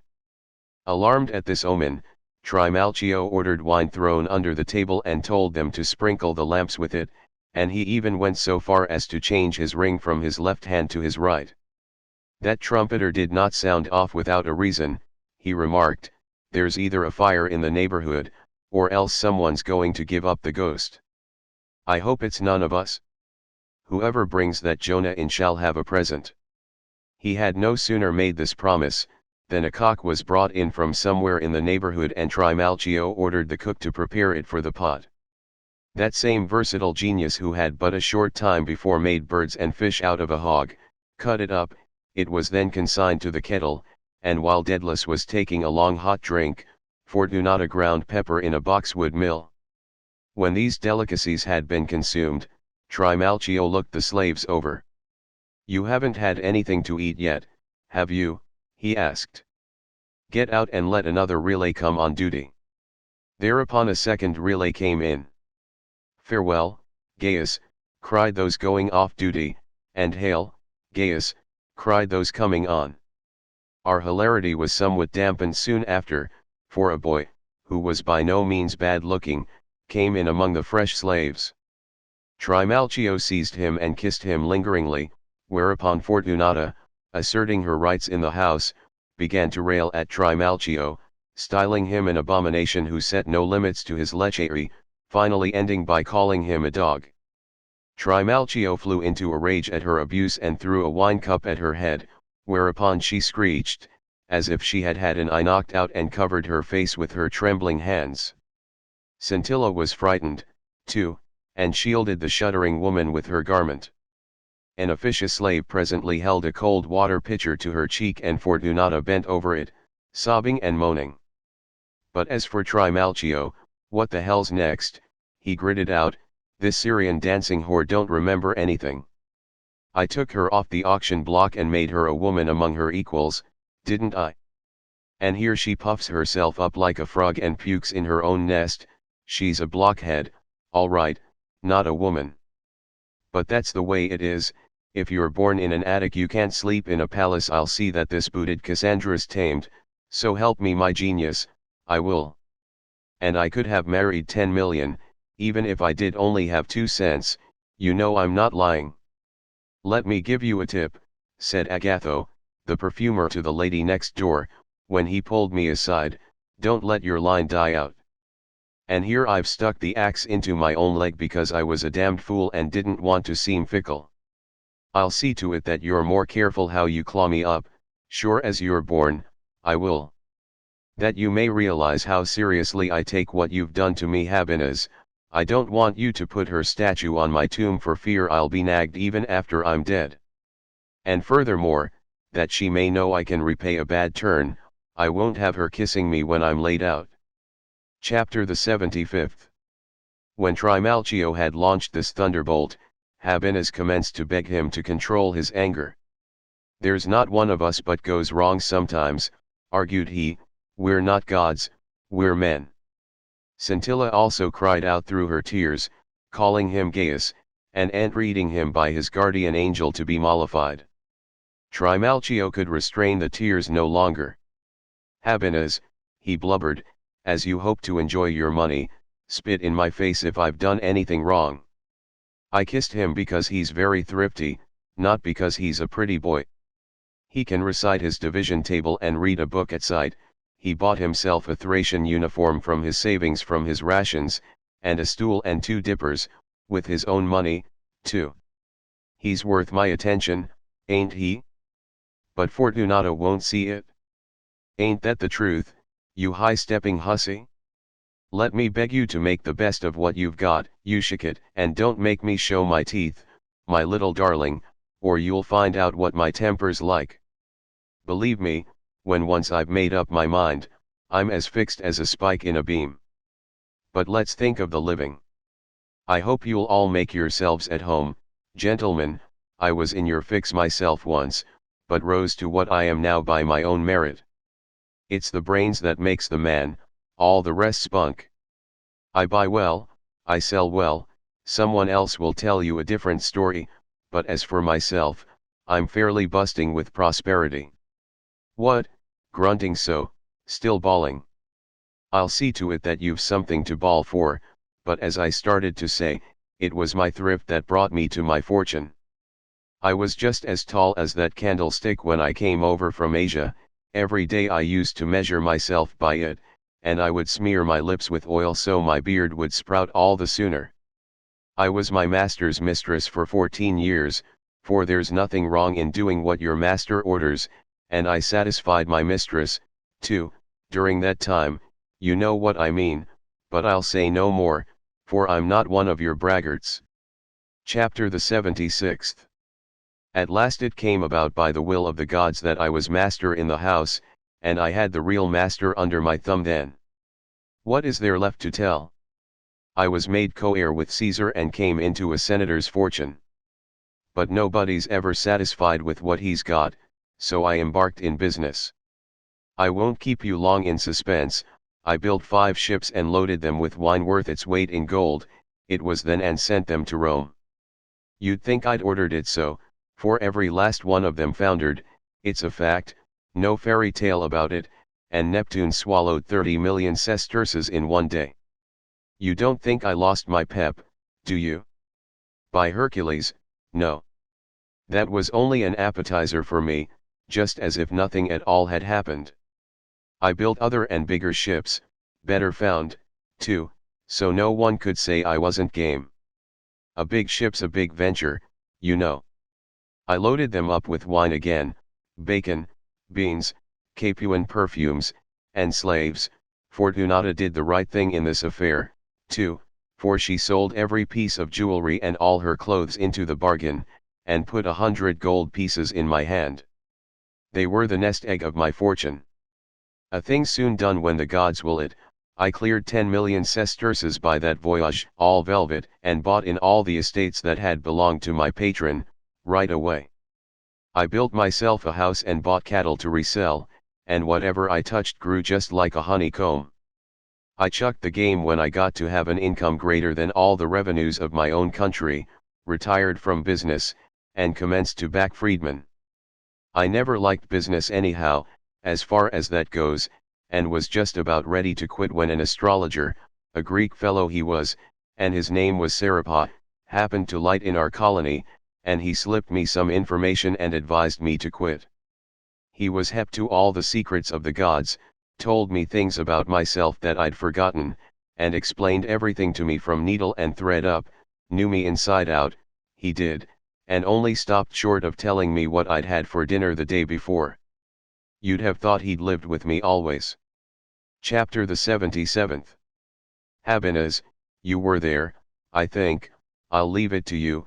Didn't he say you took your wife out of a whorehouse? You're as lucky in your friends, too. No one ever repays your favor with another. You own broad estates, you nourish a viper under your wing, and why shouldn't I tell it I still have 30 years, 4 months, and 2 days to live? I'll also come into another bequest shortly. That's what my horoscope tells me. If I can extend my boundaries so as to join Apulia, I'll think I've amounted to something in this life. I built this house with Mercury on the job. Anyhow, it was a hovel, as you know. It's a palace now. 4 dining rooms, 20 bedrooms, 2 marble colonnades, a storeroom upstairs, a bedroom where I sleep myself, a sitting room for this viper, a very good room for the porter, a guest chamber for visitors. As a matter of fact, Scoros, when he was here, would stay nowhere else, although he has a family place on the seashore. I'll show you many other things, too, in a jiffy. Believe me, if you haven't you'll be rated at what you have. So your humble servant, who was a frog, is now a king. Stichus, bring out my funereal vestments while we wait, the ones I'll be carried out in, some perfume, too, and a draught of the wine in that jar, I mean the kind I intend to have my bones washed in. Chapter the 78th. It was not long before Stichus brought a white shroud and a purple-bordered toga into the dining room, and Trimalchio requested us to feel them and see if they were pure wool. Then, with a smile, take care, Stichus, that the mice don't get at these things and gnaw them, or the moths either. I'll burn you alive if they do. I want to be carried out in all my glory so all the people will wish me well. Then, opening a jar of nard, he had us all anointed. I hope I'll enjoy this as well when I'm dead, he remarked, as I do while I'm alive. He then ordered wine to be poured into the punch bowl. Pretend, said he, that you're invited to my funeral feast. The thing had grown positively nauseating, when Trimalchio, beastly drunk by now, bethought himself of a new and singular diversion and ordered some horn-blowers brought into the dining room. Then, propped up by many cushions, he stretched himself out upon the couch. Let on that I'm dead, said he, and say something nice about me. The hornblowers sounded off a loud funeral march together, and one in particular, a slave belonging to an undertaker, made such a fanfare that he roused the whole neighborhood, and the watch, which was patrolling the vicinity, thinking Trimalchio's house was afire, suddenly smashed in the door and rushed in with their water and axes, as is their right, raising a rumpus all their own. We availed ourselves of this happy circumstance and, leaving Agamemnon in the lurch, we took to our heels, as though we were running away from a real conflagration. Volume 3. Further Adventures of Encolpius and his Companions. Chapter the 79th. There was no torch to light the way for us, as we wandered around, nor did the silence of midnight give promise of our meeting any wayfarer with a light. In addition to this, we were drunk and unfamiliar with the district, which would confuse one, even in daylight, so for the best part of a mortal hour we dragged our bleeding feet over all the flints and pieces of broken tile, till we were extricated, at last, by Giton's cleverness. This prudent youngster had been afraid of going astray on the day before, so he had taken care to mark all the pillars and columns with chalk. These marks stood out distinctly, even through the pitchy night, and by their brilliant whiteness pointed out the way for us as we wandered about. Nevertheless, we had no less cause for being in a sweat even when we came to our lodging, for the old woman herself had been sitting and swilling so long with her guests that even if one had set her afire, she would not have known it. We would have spent the night on the doorsill had not Trimalchio's courier come up in state, with 10 wagons. He hammered on the door for a short time, and then smashed it in, giving us an entrance through the same breach. Hastening to the sleeping chamber, I went to bed with my brother and, burning with passion as I was, after such a magnificent dinner, I surrendered myself wholly to sexual gratification. O goddesses and gods, that purple night! How soft the couch! And we, embracing tight. With every wandering kiss our souls would meet. Farewell all mortal woes, to die were sweet. But my self-congratulation was premature, for I was overcome with wine, and when my unsteady hands relaxed their hold, Asyltos, that never-failing wellspring of iniquity, stole the boy away from me in the night and carried him to his own bed, where he wallowed around without restraint with a brother not his own, while the latter, not noticing the fraud, or pretending not to notice it, went to sleep in a stranger's arms, in defiance of all human rights. Awaking at last, I felt the bed over and found that it had been despoiled of its treasure. Then, by all that lovers hold dear, I swear I was on the verge of transfixing them both with my sword and uniting their sleep with death. At last, however, I adopted a more rational plan. I spanked Giton into wakefulness, and, glaring at Asyltos, "Since you have broken faith by this outrage," I gritted out, with a savage frown, "and severed our friendship, you had better get your things together at once, and pick up some other bottom for your abominations." He raised no objection to this, but after we had divided everything with scrupulous exactitude, "Come on now," he demanded, "and we'll divide the boy." Chapter the 80th. I thought this was a parting joke till he whipped out his sword, with a murderous hand. "You'll not have this prize you're brooding over, all to yourself. Since I've been rejected, I'll have to cut off my share with this sword." I followed suit, on my side, and, wrapping a mantle around my left arm, I put myself on guard for the duel. The unhappy boy, rendered desperate by our unreasoning fury, hugged each of us tightly by the knee, and in tears he humbly begged that this wretched lodging-house should not witness a Theban duel, and that we would not pollute with mutual bloodshed the sacred rites of a friendship that was, as yet, unstained. "If a crime must be committed," he wailed, "here is my naked throat, turn your swords this way and press home the points. I ought, to be the one to die, I broke the sacred pledge of friendship." We lowered our points at these entreaties.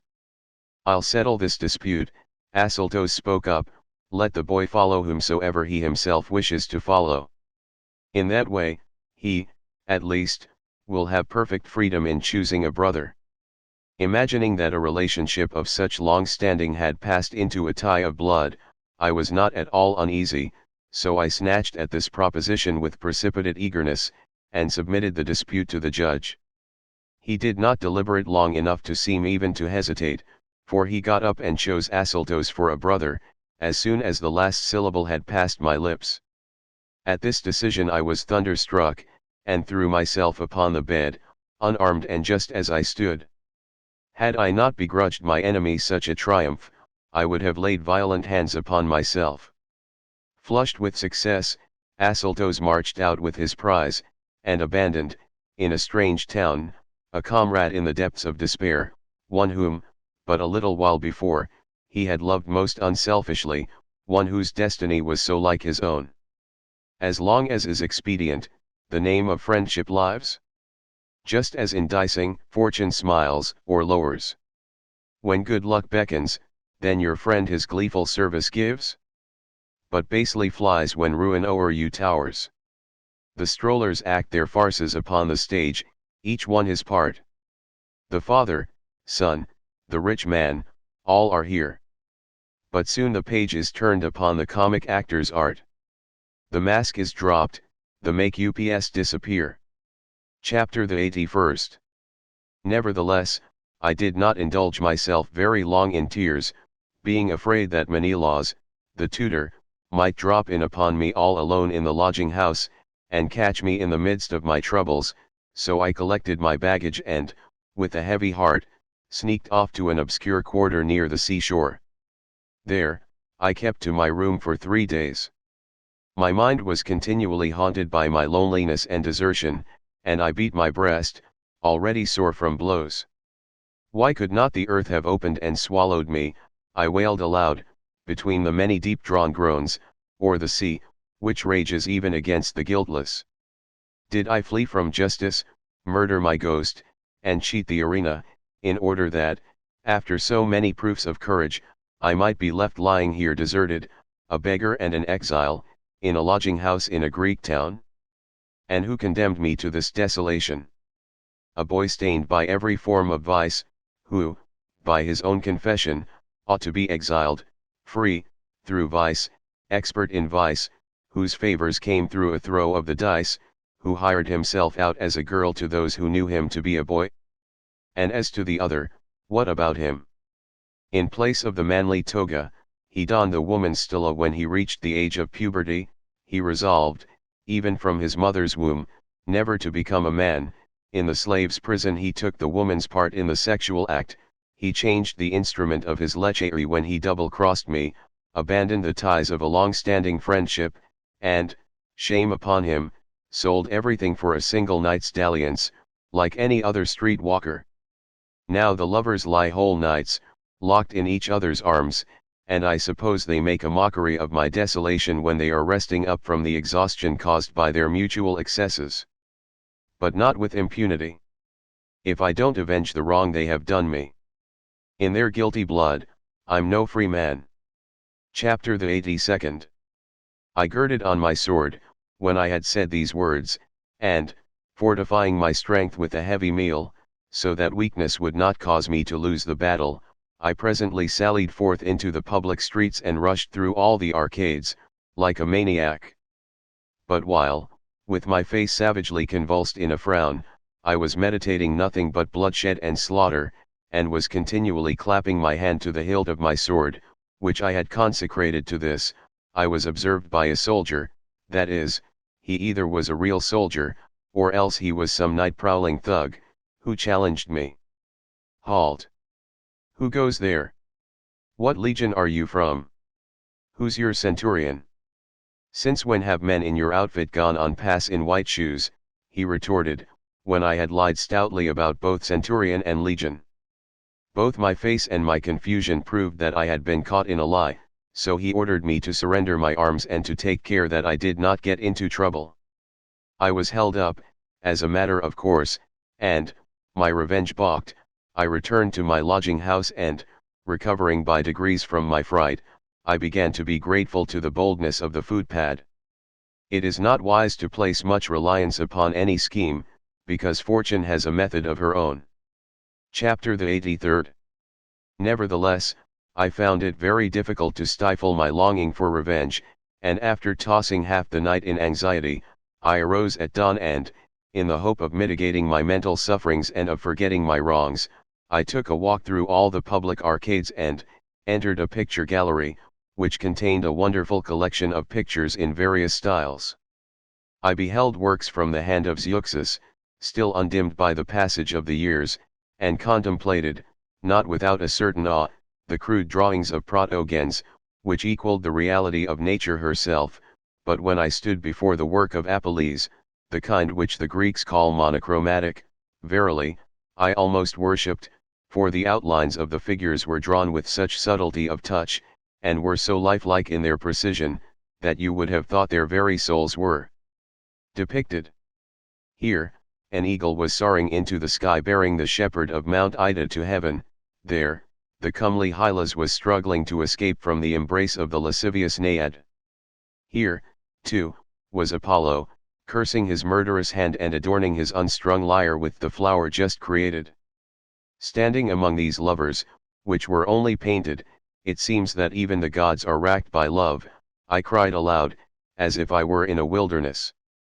Jupiter could find none to his taste, even in his own heaven, so he had to sin on earth, but no one was betrayed by him. The nymph who ravished Hylas would have controlled her passion had she thought Hercules was coming to forbid it. Apollo recalled the spirit of a boy in the form of a flower, and all the lovers of fable enjoyed love's embraces without a rival, but I took as a comrade a friend more cruel than Lycurgus. But at that very instant, as I was telling my troubles to the winds, a white-haired old man entered the picture gallery. His face was careworn, and he seemed, I know not why, to give promise of something great, although he bestowed so little care upon his dress that it was easily apparent that he belonged to that class of literati which the wealthy hold in contempt. "I am a poet," he remarked, when he had approached me and stood at my side, "and one of no mean ability, I hope, that is, if anything is to be inferred from the crowns which gratitude can place even upon the heads of the unworthy." "Then why," you demand, "are you dressed so shabbily?" For that very reason, love or art never yet made anyone rich. The trader trusts his fortune to the sea and takes his gains. The warrior, for his deeds, is girt with gold. The wily sycophant lies drunk on purple counterpanes. Young wives must pay debauchees or they're cold.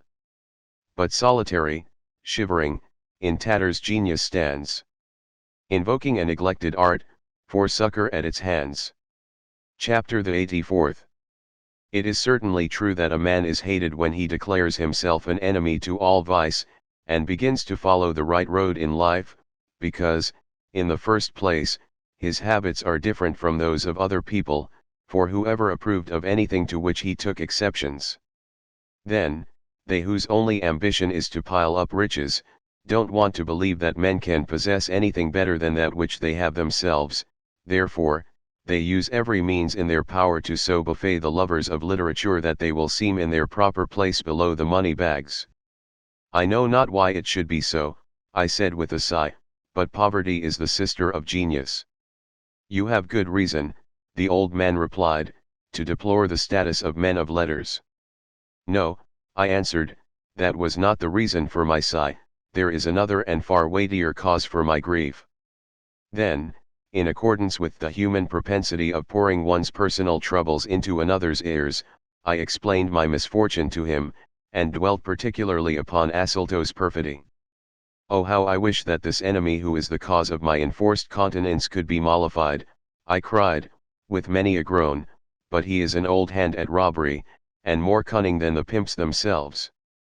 My frankness pleased the old man, who attempted to comfort me, and, to beguile my sorrow, he related the particulars of an amorous intrigue in which he himself had played a part. Chapter the 85th.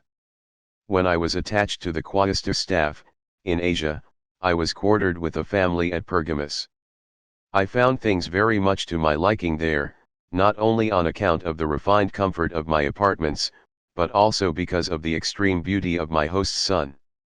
For the latter reason, I had recourse to strategy, in order that the father should never suspect me of being a seducer. So hotly would I flare up, whenever the abuse of handsome boys was even mentioned at the table, and with such uncompromising sternness would I protest against having my ears insulted by such filthy talk, that I came to be looked upon, especially by the mother, as one of the philosophers. I was conducting the lad to the gymnasium before very long, and superintending his conduct, taking especial care, all the while, that no one who could debauch him should ever enter the house. Then there came a holiday, the school was closed, and our festivities had rendered us too lazy to retire properly, so we lay down in the dining room. It was just about midnight, and I knew he was awake, So I murmured this vow, in a very low voice: "O Lady Venus, could I but kiss this lad, and he not know it, I would give him a pair of turtle doves tomorrow." On hearing the price offered for this favor, the boy commenced to snore. Then, bending over the pretending sleeper, I snatched a fleeting kiss or two. Satisfied with this beginning, I arose early in the morning, brought a fine pair of turtle doves to the eager lad, and absolved myself from my vow. Chapter the 86th. Next night, when the same opportunity presented itself, I changed my petition: "If I can feel him all over with a wanton hand," I vowed, "and he not know it, I will give him 2 of the gamest fighting cocks, for his silence." The lad nestled closer to me of his own accord, on hearing this offer, and I truly believe that he was afraid that I was asleep. I made short work of his apprehensions on that score, however, by stroking and fondling his whole body. I worked myself into a passionate fervor that was just short of supreme gratification. Then, when day dawned, I made him happy with what I had promised him. When the third night gave me my chance, I bent close to the ear of the rascal, who pretended to be asleep. "Immortal gods," I whispered, "if I can take full and complete satisfaction of my love, from this sleeping beauty, I will tomorrow present him with the best Macedonian pacer in the market, in return for this bliss, provided that he does not know it." Never had the lad slept so soundly. First I filled my hands with his snowy breasts, then I pressed a clinging kiss upon his mouth, but I finally focused all my energies upon one supreme delight. Early in the morning, he sat up in bed, awaiting my usual gift. It is much easier to buy doves and gamecocks than it is to buy a pacer, as you know, and aside from that, I was also afraid that so valuable a present might render my motive subject to suspicion, so, after strolling around for some hours, I returned to the house, and gave the lad nothing at all except a kiss. He looked all around, threw his arms about my neck. "Tell me, master," he cried, "where's the pacer?" "The difficulty of getting one fine enough has compelled me to defer the fulfillment of my promise," I replied, "but I will make it good in a few days." The lad easily understood the true meaning of my answer, and his countenance betrayed his secret resentment. Chapter the 87th. In the meantime, by breaking this vow, I had cut myself off from the avenue of access which I had contrived, but I returned to the attack, all the same, when the opportunity came. In a few days, a similar occasion brought about the very same conditions as before, and the instant I heard his father snoring, I began pleading with the lad to receive me again into his good graces, that is to say, that he ought to suffer me to satisfy myself with him, and he in turn could do whatever his own distended member desired. He was very angry, however, and would say nothing at all except, "Either you go to sleep, or I'll call father." But no obstacle is so difficult that depravity cannot twist around it, and even while he threatened "I'll call father," I slipped into his bed and took my pleasure in spite of his half-hearted resistance. Nor was he displeased with my improper conduct, for, although he complained for a while, that he had been cheated and made a laughing stock, and that his companions, to whom he had bragged of his wealthy friend, had made sport of him. "But you'll see that I'll not be like you," he whispered, "do it again, if you want to." All misunderstandings were forgotten and I was readmitted into the lad's good graces. Then I slipped off to sleep, after profiting by his complaisance. But the youth, in the very flower of maturity, and just at the best age for passive pleasure, was by no means satisfied with only one repetition, so he roused me out of a heavy sleep. "Isn't there something you'd like to do?" he whispered. The pastime had not begun to cloy, as yet, and, somehow or other, what with panting and sweating and wriggling, he got what he wanted and, worn out with pleasure, I dropped off to sleep again. Less than an hour had passed when he began to punch me with his hand. "Why are we not busy?" he whispered. I flew into a violent rage at being disturbed so many times, and threatened him in his own words, "Either you go to sleep, or I'll call father." Chapter the 88th. Heartened up by the story, I began to draw upon his more comprehensive knowledge as to the ages of the pictures and as to certain of the stories connected with them, upon which I was not clear, and I likewise inquired into the causes of the decadence of the present age, in which the most refined arts had perished, and among them painting, which had not left even the faintest trace of itself behind. Greed of money, he replied, has brought about these unaccountable changes.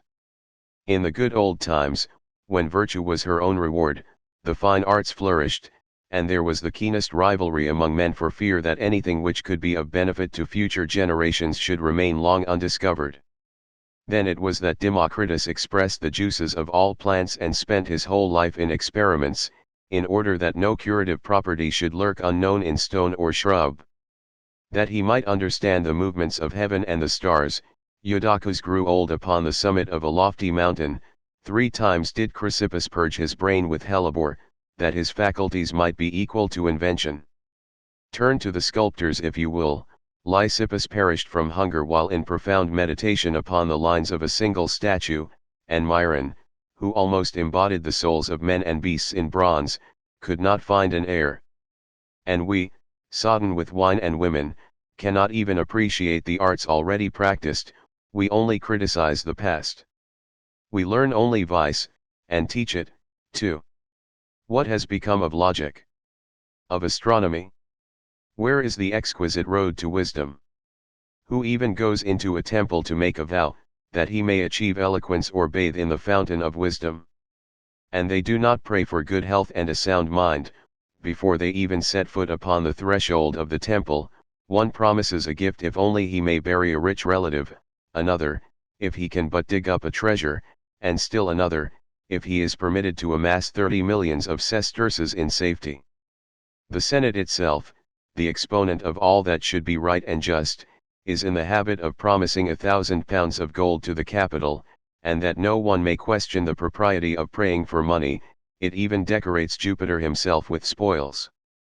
Do not hesitate, therefore, at expressing your surprise at the deterioration of painting, since, by all the gods and men alike, a lump of gold is held to be more beautiful than anything ever created by those crazy little Greek fellows, Apelles and Pheidias. Chapter the 89th. But I see that your whole attention is held by that picture which portrays the destruction of Troy, so I will attempt to unfold the story in verse. And now the 10th harvest beheld the beleaguered of Troy. Worn out with anxiety, fearing, the honor of Colchis. The prophet, hung wavering deep in the blackest despair. Apollo commanded. The forested peaks of Mount Ida were felled and dragged down, the hewn timbers were fitted to fashion. A war horse. Unfilled is a cavity left, and this cavern, roofed over, capacious enough for a camp. Here lie hidden the raging impetuous valor of 10 years of warfare. Malignant Greek troops pack the recess, lurk in their own offering. Alas, my poor country! We thought that their 1,000 grim warships were beaten and scattered, our arable lands freed from warfare. Inscription cut into the horse, and the crafty behavior of Sinon, his mind ever powerful for evil, affirmed it. Delivered from war, now the crowd, carefree, hastens to worship, and pours from the portals. Their cheeks wet with weeping, the joy of their tremulous souls brings to eyes tears which terror had banished. Lycaon, priest unto Neptune, with hair loosed. An outcry evoked from the mob, he drew back his javelin and launched it. The belly of wood was his target. The weapon recoiled, for the fate stayed his hand, and this artifice won us. His feeble hand nerved he anew, and the lofty sides sounded. His two-edged axe tried them severely. The young troops in ambush gasped. And as long as the reverberations re-echoed, the wooden mass breathed out a fear that was not of its own. Imprisoned, the warriors advanced to take Troy a captive, and finish the struggle by stratagem new and unheard of. Behold! Other portents, where Tunda steep breaks the ocean, where great surging billows dash high, to be broken, and leap back. to form a deep hollow of calm, and resemble the plashing of oars, carried far through the silence of night, as when ships pass, and drive through the calm as it smashes against their fir bows. Then backward we look, towards the rocks the tide carries two serpents, that coil and uncoil as they come, and their breasts, which are swollen, aside dash the foam, as the bows of tall ships, and the ocean is lashed by their tails, their manes, free on the water, as savage as even their eyes. Now a blinding beam kindles the billows. The sea with their hissing is sibilant. All stare in terror. Lacun's twin sons in Phrygian raiment are standing, with priests wreathed for sacrifice. Them did the glistening serpents enfold in their coils, with their little hands shielding their faces. The boys, neither thinking of self, but each one of his brother. Fraternal love sacrifice. Death himself slew those poor children, by means of their unselfish fear for each other. The father, a helper too feeble, now throws himself prone on their bodies. The serpents, now glutted with death, coil around him and drag him to earth. And the priest, at his altar a victim, lies beating the ground. Thus the city of Troy, doomed to sack and destruction, first lost her own gods by profaning their shrines and their worship. The full moon now lifted her luminous beam, and the small stars led forth, with her torch all ablaze, when the Greeks drew the bolts, and poured forth their warriors, on Priam's sons, buried in darkness, and sodden with wine. First the leaders made trial of their weapons, just as the horse, when unhitched from Thessalian neck yoke, first tosses his head and his mane, ere to pasture he rushes. They draw their swords, brandish their shields, and rush into the battle. One slays the wine-drunken Trojans, prolonging their dreams to death, which ends all. Still another takes brands from the altars, and calls upon Troy's sacred temples to fight against Trojans. Chapter the 90th. Some of the public, who were loafing in the portico, threw stones at the reciting Eumolpus, and he, taking note of this tribute to his genius, covered his head and bolted out of the temple. Fearing they might take me for a poet, too, I followed after him in his flight and came to the seashore, where we stopped as soon as we were out of range. "Tell me," I demanded, "what are you going to do about that disease of yours? You've loafed with me less than 2 hours, and you've talked more often like a poet than you have like a human being. For this reason, I'm not at all surprised that the rabble chases you with rocks. I'm going to load my pockets with stones, too, and whenever you begin to go out of your head, I'm going to let blood out of it." His expression changed. "My dear young man," said he, "today is not the first time I have had such compliments showered upon me. The audience always applauds me in this fashion, when I go into the theater to recite anything, but I'll abstain from this sort of diet for the whole day, for fear of having trouble with you." "Good," I replied, "we'll dine together if you'll swear off crankiness for the day." So saying, I gave the housekeeper the orders for our little supper, and we went straight off to the baths. Chapter the 91st. There, I catch sight of Geaton laden with towels and scrapers, leaning, downhearted and embarrassed, against the wall. You could see that he did not serve of his own free will. Then, that I might assure myself that I saw aright, "Take pity on me, brother," he cried, turning towards me a face lighted up with joy. "There are no arms here, I can speak freely. Take me away from that bloody robber, and punish your penitent judge as severely as you like. To have perished, should you wish it, will be a consolation great enough in my misery." Fearing someone might overhear our plans, I bade him hush his complaints, and, leaving Eumolpus behind, for he was reciting a poem in the bath, I pull Geaton down a dark and dirty passage, after me, and fly with all speed to my lodgings. Arriving there, I slam the door shut, embrace him convulsively, and press my face against his, which is all wet with tears. For a long time, neither of us could find his voice, and as for the lad, his shapely bosom was heaving continuously with choking sobs. "Oh, the disgraceful inconsistency of it all," I cried, "for I love you still, although you abandoned me, and no scar from that gaping wound is left upon this breast. What can you say that will justify you in yielding your love to a stranger? Did I merit such an affront?" He held his head higher when he found that he was loved. For one to love, and at the same time, blame. That were a labor Hercules to tame. Conflicting passions yield in Cupid's name. "And furthermore," I went on, "I was not the one that laid the cause of our love before another judge, but I will complain no more, I will remember nothing, if you will prove your penitence by keeping faith."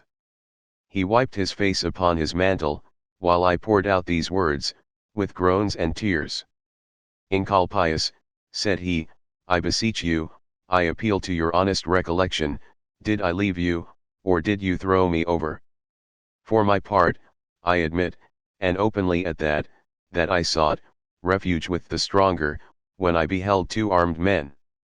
I kissed that bosom, so full of prudence, threw my arms around his neck and pressed him tightly against my breast, that he might see unmistakably that he had gotten back into my good graces, and that our friendship lived again in perfect confidence." Chapter the 92nd. Night had fallen by this time, and the woman to whom I had given my order had prepared supper, when Eumolpus knocked at the door. "How many of you are there?" I called out, and as I spoke, I peeped cautiously through a chink in the door to see if Asyltos had come with him. Then, as I perceived that he was the only guest, I quickly admitted him. He threw himself upon the pallet and caught sight of Giton, waiting table, whereupon, he nodded his head. "I like your Ganymede," he remarked, "this day promises a good ending." I did not take kindly to such an inquisitive beginning, fearing that I had let another Asyltos into my lodging. Eumolpus stuck to his purpose. "I like you better than the whole bathful," he remarked, when the lad had served him with wine. Then he thirstily drained the cup dry and swore that never before had he tasted a wine with such a satisfying tang to it.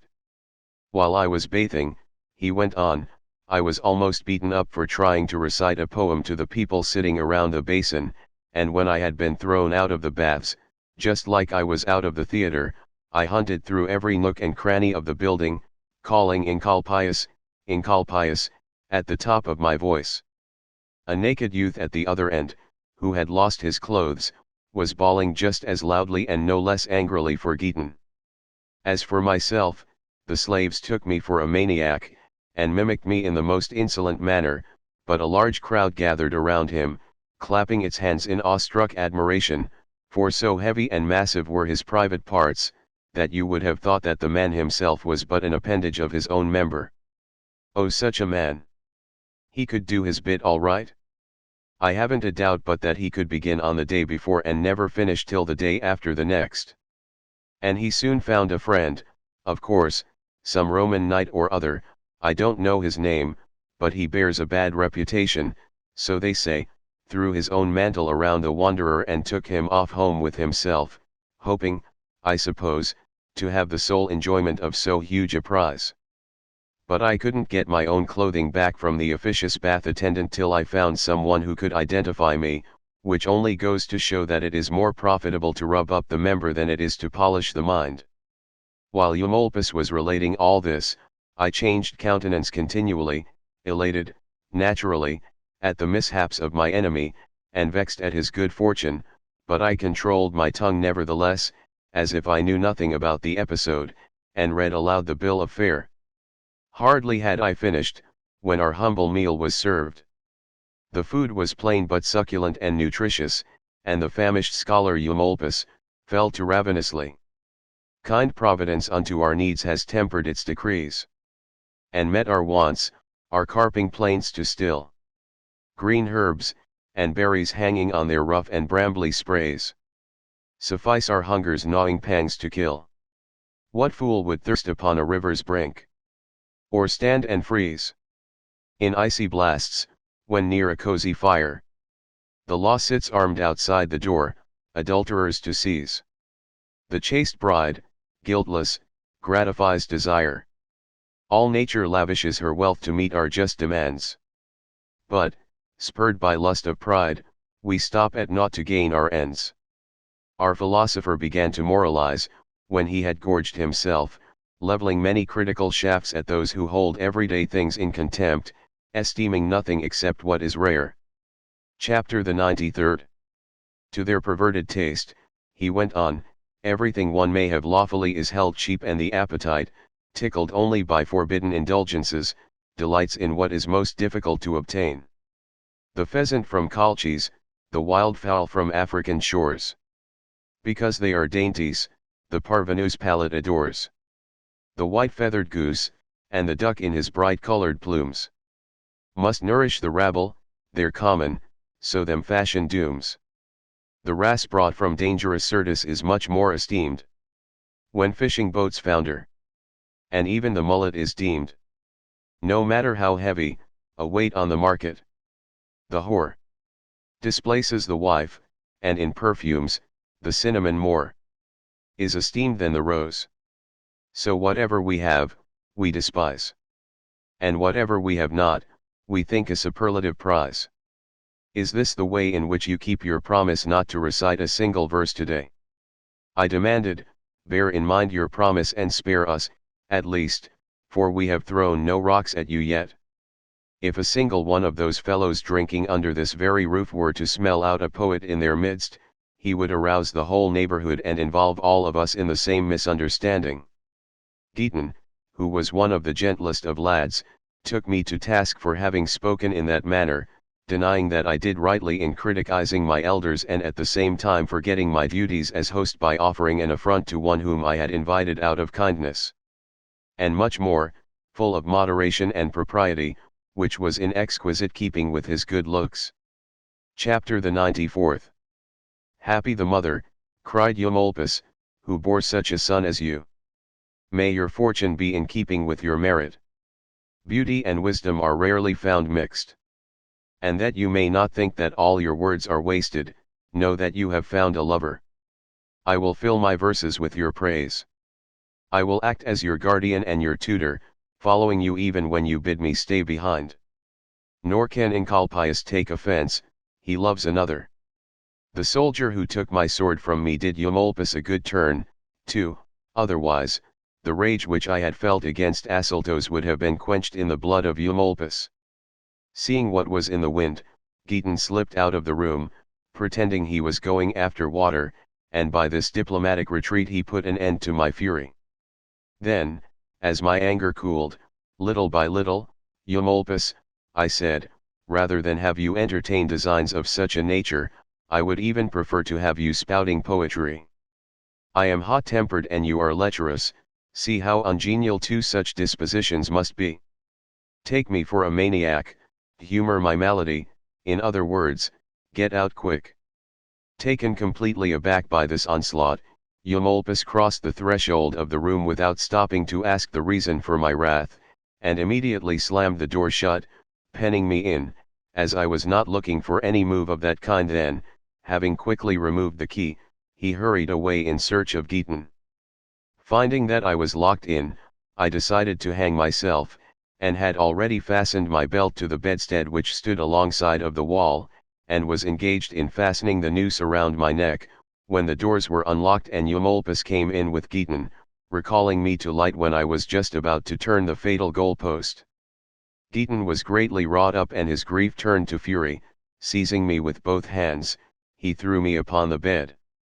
If you think, Encolpius, he shrieked, that you can contrive to die before I do, you're wrong. I thought of suicide first.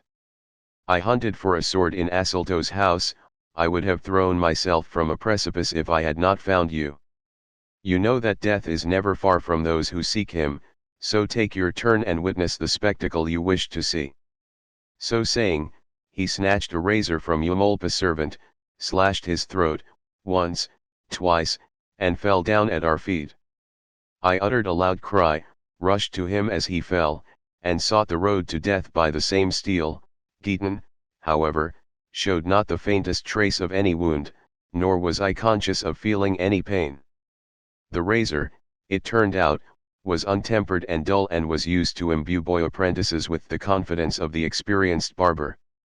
Hence it was in a sheath and, for the reason given above, the servant was not alarmed when the blade was snatched, nor did Eumolpus break in upon this farcical death scene. Chapter the 95th.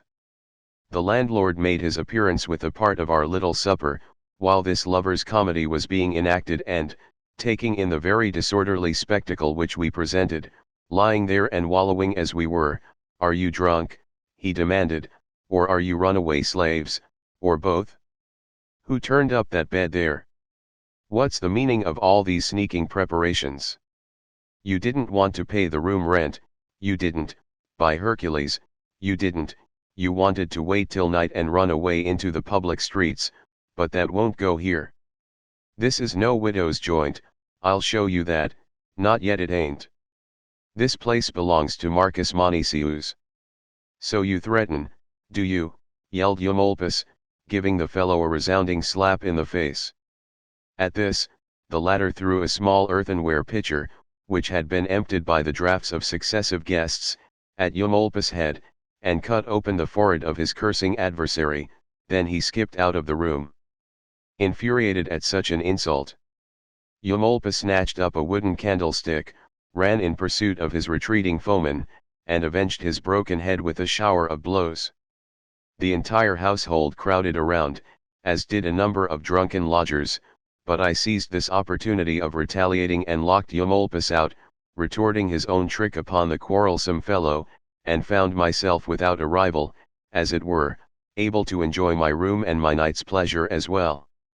In the meantime, Eumolpus, locked out as he was being very roughly handled by the cooks and scullions of the establishment. One aimed a spitful of hissing hot guts at his eyes, another grabbed a two-tined fork in the pantry and put himself on guard. But worst of all, a blear-eyed old hag, girded round with a filthy apron, and wearing wooden clogs which were not mates, dragged in an immense dog on a chain, and sicked him upon Eumolpus, but he beat off all attacks with his candlestick. Chapter the 96th. We took in the entire performance through a hole in the folding doors. This had been made but a short time before, when the handle had been broken and jerked out, and I wished him joy of his beating. Giton, however, forgetting everything except his own compassion, thought we ought to open the door and succor Eumolpus, in his peril, but being still angry, I could not restrain my hand. Clenching my fist, I rapped his pitying head with my sharp knuckles. In tears, he sat upon the bed, while I applied each eye in turn to the opening, filling myself up as with a dainty dish, with Eumolpus' misfortunes, and gloating over their prolongation, when Bargates, agent for the building, called from his dinner, was carried into the midst of the brawl by two chairmen, for he had the gout. He carried on for some time against drunkards and fugitive slaves, in a savage tone and with a barbarous accent, and then, looking around and catching sight of Eumolpus, "What," he exclaimed, "are you here, nay prince of poets, and these damned slaves don't scatter at once and stop their brawling?" Then, whispering in Eumolpus' ear, "My bedfellow's got an idea that she's finer haired than I am, lampoon her in a poem, if you think anything of me, and make er ashamed." Chapter the 97th. Eumolpus was speaking privately with Bargates, when a crier attended by a public slave entered the inn, accompanied by a medium-sized crowd of outsiders. Waving a torch that gave out more smoke than light, he announced, "Strayed from the baths, a short time ago, a boy about 16 years of age, curly-headed, a minion, handsome, answers to the name of Giton. 1,000 sesterces reward will be paid to anyone bringing him back or giving information as to his whereabouts." Asultos, dressed in a tunic of many colors, stood not far from the crier, holding out a silver tray upon which was piled the reward, as evidence of good faith. I ordered Giton to get under the bed immediately, telling him to stick his hands and feet through the rope netting which supported the mattress, and, just as Ulysses of old had clung to the ram, so he, stretched out beneath the mattress, would evade the hands of the hunters. And Giton did not hesitate at obeying this order, but fastened his hands in the netting for a moment, outdoing Ulysses in his own cunning. For fear of leaving room for suspicion, I piled covers upon my pallet, leaving the impression of a single person of my own stature. Meanwhile Asyltos, in company with the magistrate's servant, had ransacked all the rooms and had come at last to mine, where he entertained greater hopes of success, because he found the doors carefully barred. The public slave loosened the bolts by inserting the edge of his axe in the chink. I threw myself at Asyltos' feet, begging him, by the memory of our friendship and our companionship in suffering, to show me my brother, safe and sound, and furthermore, that my simulated prayers might carry conviction. I added, I know very well, Asyltos, that you have come here seeking my life. If not, why the axes? Well, fatten your grudge, then. Here's my neck. Pour out that blood you seek to shed under pretext of a search. Asyltos repelled this suspicion, affirming that he sought nothing except his own fugitive and desired the death of neither man nor suppliant, and least of all did he wish to harm one whom, now that their quarrel was over, he regarded as his dearest friend. Chapter the 98th. The public servant, however, was not derelict in the performance of his duty, for, snatching a cane from the innkeeper, he poked underneath the bed, ransacking every corner, even to the cracks in the wall. Twisting his body out of reach, and cautiously drawing a full breath, Giton pressed his mouth against the very bugs themselves. The pair had scarcely left the room, when Eumolpus burst in great excitement, for the doors had been broken and could keep no one out. The 1,000 sesterces are mine, he shouted. I'll follow that crier out and tell him Giton is in your power, and it will serve you right, too. Seeing that his mind was made up, I embraced his knees and besought him not to kill a dying man. You might have some reason for being excited, I said, if you could produce the missing boy, but you cannot, as the thing stands now, for he escaped into the crowd and I have not even a suspicion as to where he has gone. Get the lad back, Eumolpus, for heaven's sake, even if you do restore him to Asyltos.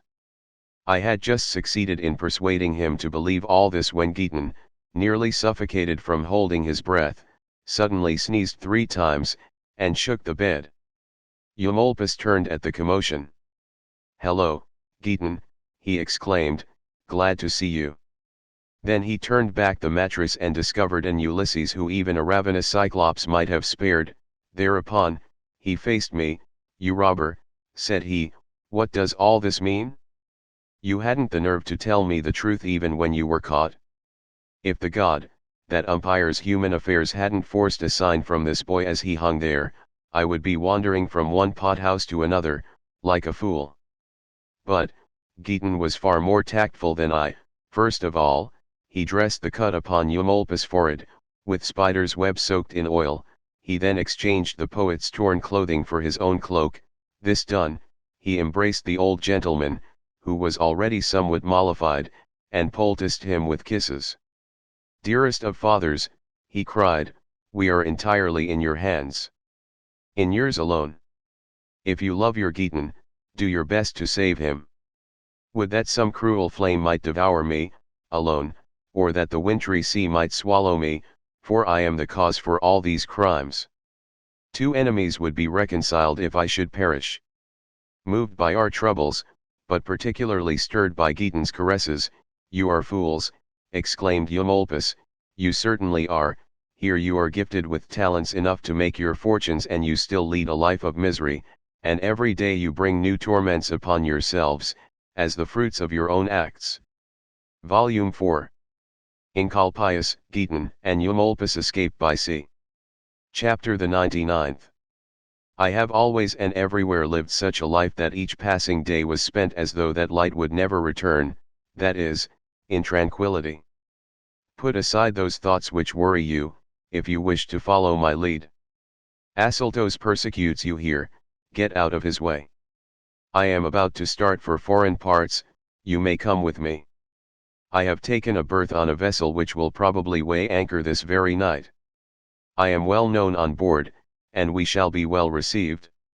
Leave then thy home and seek a foreign shore. Brave youth, for thee thy destiny holds more. To no misfortune yield.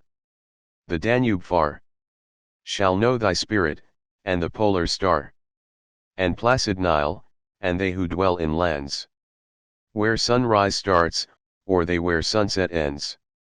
A new Ulysses treads on foreign sands. To me, this advice seemed both sound and practical, because it would free me from any annoyance by Asyltos, and because it gave promise of a happier life. I was overcome by the kindly sympathy of Eumolpus, and was especially sorry for the latest injury I had done him. I began to repent my jealousy, which had been the cause of so many unpleasant happenings, and with many tears, I begged and pled with him to admit me into favor, as lovers cannot control their furious jealousy, and vowing, at the same time, that I would not by word or deed give him cause for offense in the future. And he, like a learned and cultivated gentleman, ought to remove all irritation from his mind, and leave no trace of it behind. The snows belong upon the ground in wild and uncultivated regions, but where the earth has been beautified by the conquest of the plough, the light snow melts away while you speak of it. And so it is with anger in the heart, in savage minds it lingers long, it glides quickly away from the cultured. That you may experience the truth of what you say, exclaimed Eumolpus, see. I end my anger with a kiss. May good luck go with us. Get your baggage together and follow me, or go on ahead, if you prefer. While he was speaking, a knock sounded at the door, and a sailor with a bristling beard stood upon the threshold. You're hanging in the wind, Eumolpus, said he, as if you didn't know that son of a bitch of a skipper. Without further delay we all got up.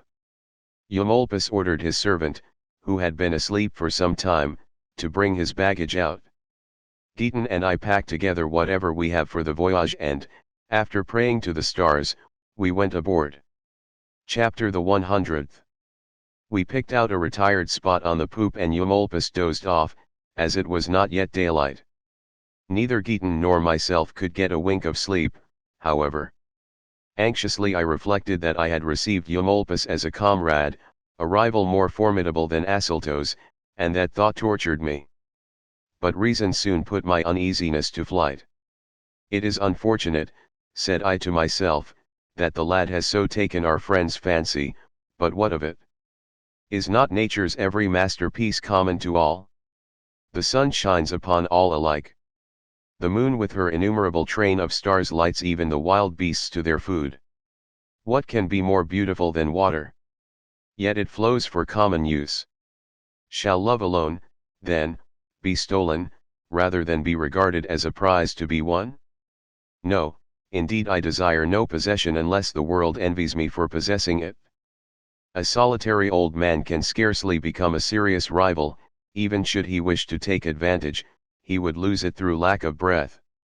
When, but without any confidence, I had arrived at these conclusions, and beguiled my uneasy spirit, I covered my head with my tunic and began to feign sleep, when all of a sudden, as though fortune were bent upon annihilating my peace of mind, a voice upon the ship's deck gritted out something like this: so he fooled me after all. A's. This voice, which was a man's, and was only too familiar, struck my ears, my heart fluttered. And then a woman, equally furious, spat out more spitefully still: if only some god would put Giton into my hands, what a fine time I would give that runaway. Stunned by these unexpected words, we both turned pale as death. I was completely terrified, and, as though I were enveloped in some turbulent nightmare, was a long time finding my voice, but at last, with trembling hands, I tugged at the hem of Eumolpus' clothing, just as he was sinking into slumber. Father, I quavered, on your word of honor, can you tell me whose ship this is, and whom she has aboard? Peeved at being disturbed, so, he snapped, this was the reason you wished to have us quartered in the most inaccessible spot on deck, was it? So we could get no rest.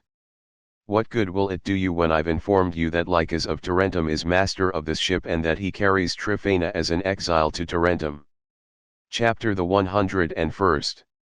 I shivered, horror-struck, at this thunderbolt and, beating my throat, O destiny, I wailed, you've vanquished me completely, at last.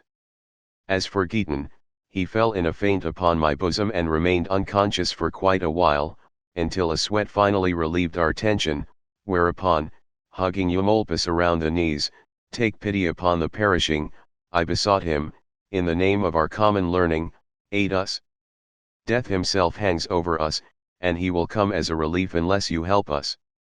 Overwhelmed by this implication, Eumolpus swore by all the gods and goddesses that he knew nothing of what had happened, nor had he had any ulterior purpose in mind, but that he had brought his companions upon this voyage which he himself had long intended taking, with the most upright intentions and in the best of good faith.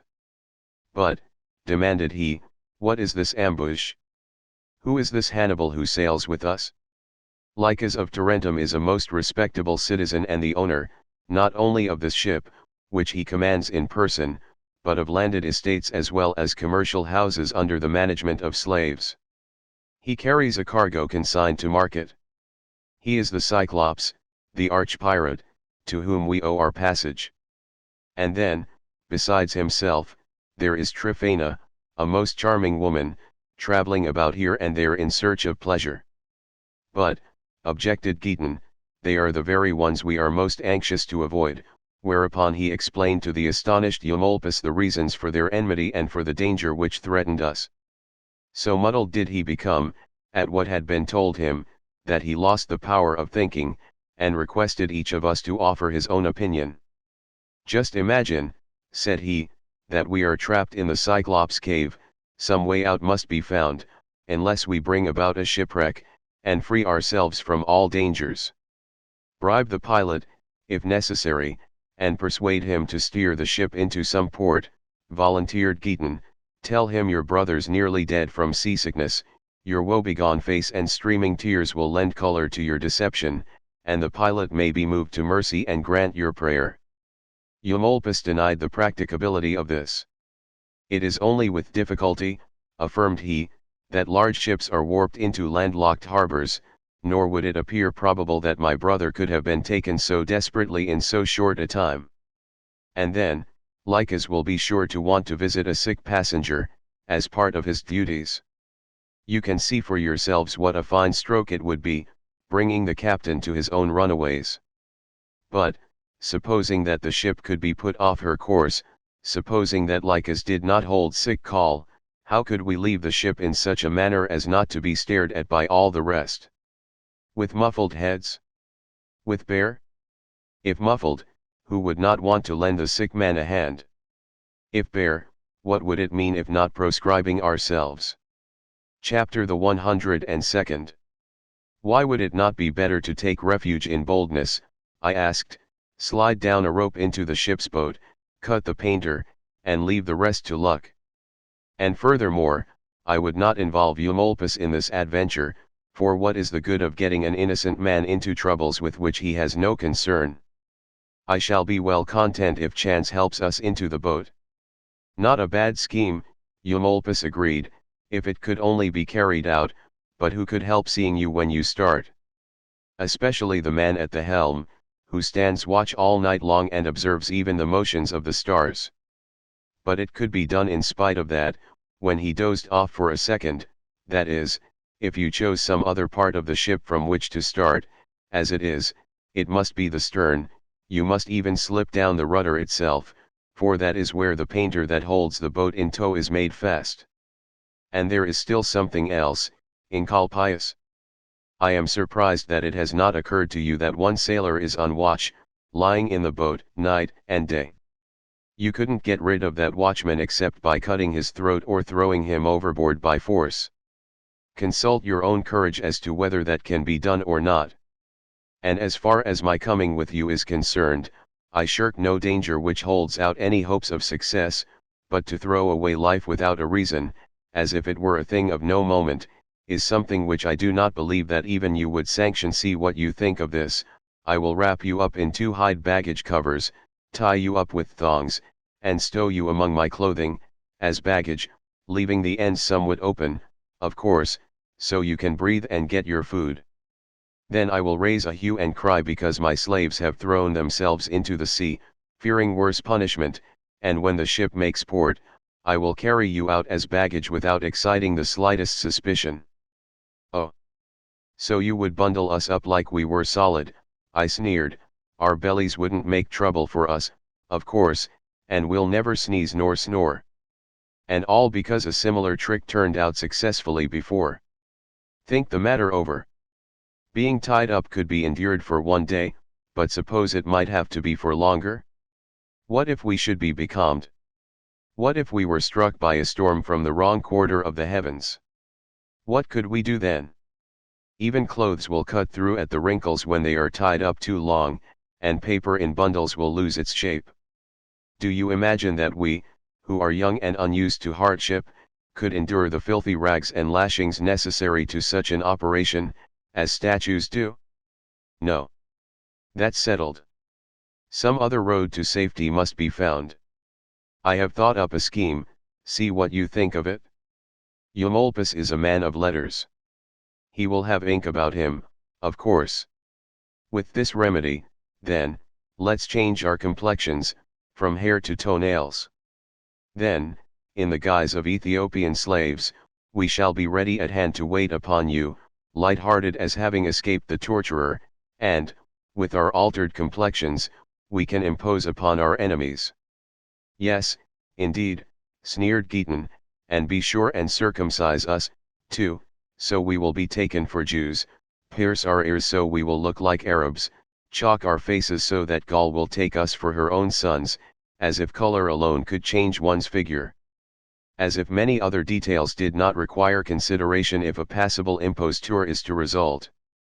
Even granting that the stained face can keep its color for some time, suppose that not a drop of water should spot the skin, suppose that the garment did not stick to the ink, as it often does, where no gum is used, tell me. We can't make our lips so hideously thick, can we? We can't kink our hair with a curling iron, can we? We can't harrow our foreheads with scars, can we? We can't force our legs out into the form of a bow or walk with our ankle bones on the ground, can we?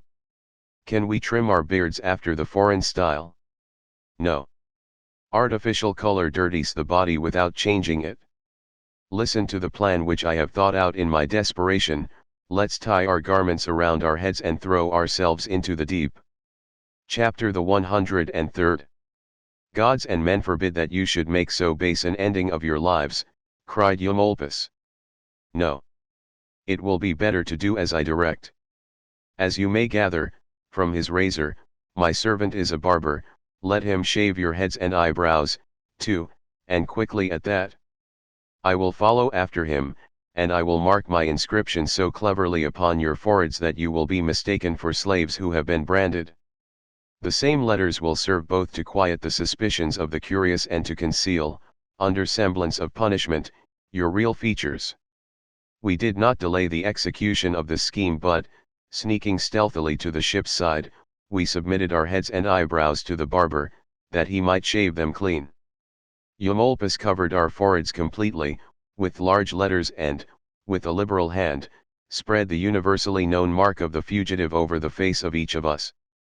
As luck would have it, one of the passengers, who was terribly seasick, was hanging over the ship's side easing his stomach. He saw the barber busy at his unseasonable task by the light of the moon and, cursing the omen which resembled the last offering of a crew before shipwreck, he threw himself into his bunk. Pretending not to hear his puking curses, we reverted to our melancholy train of thought and, settling ourselves down in silence, we passed the remaining hours of the night in fitful slumber.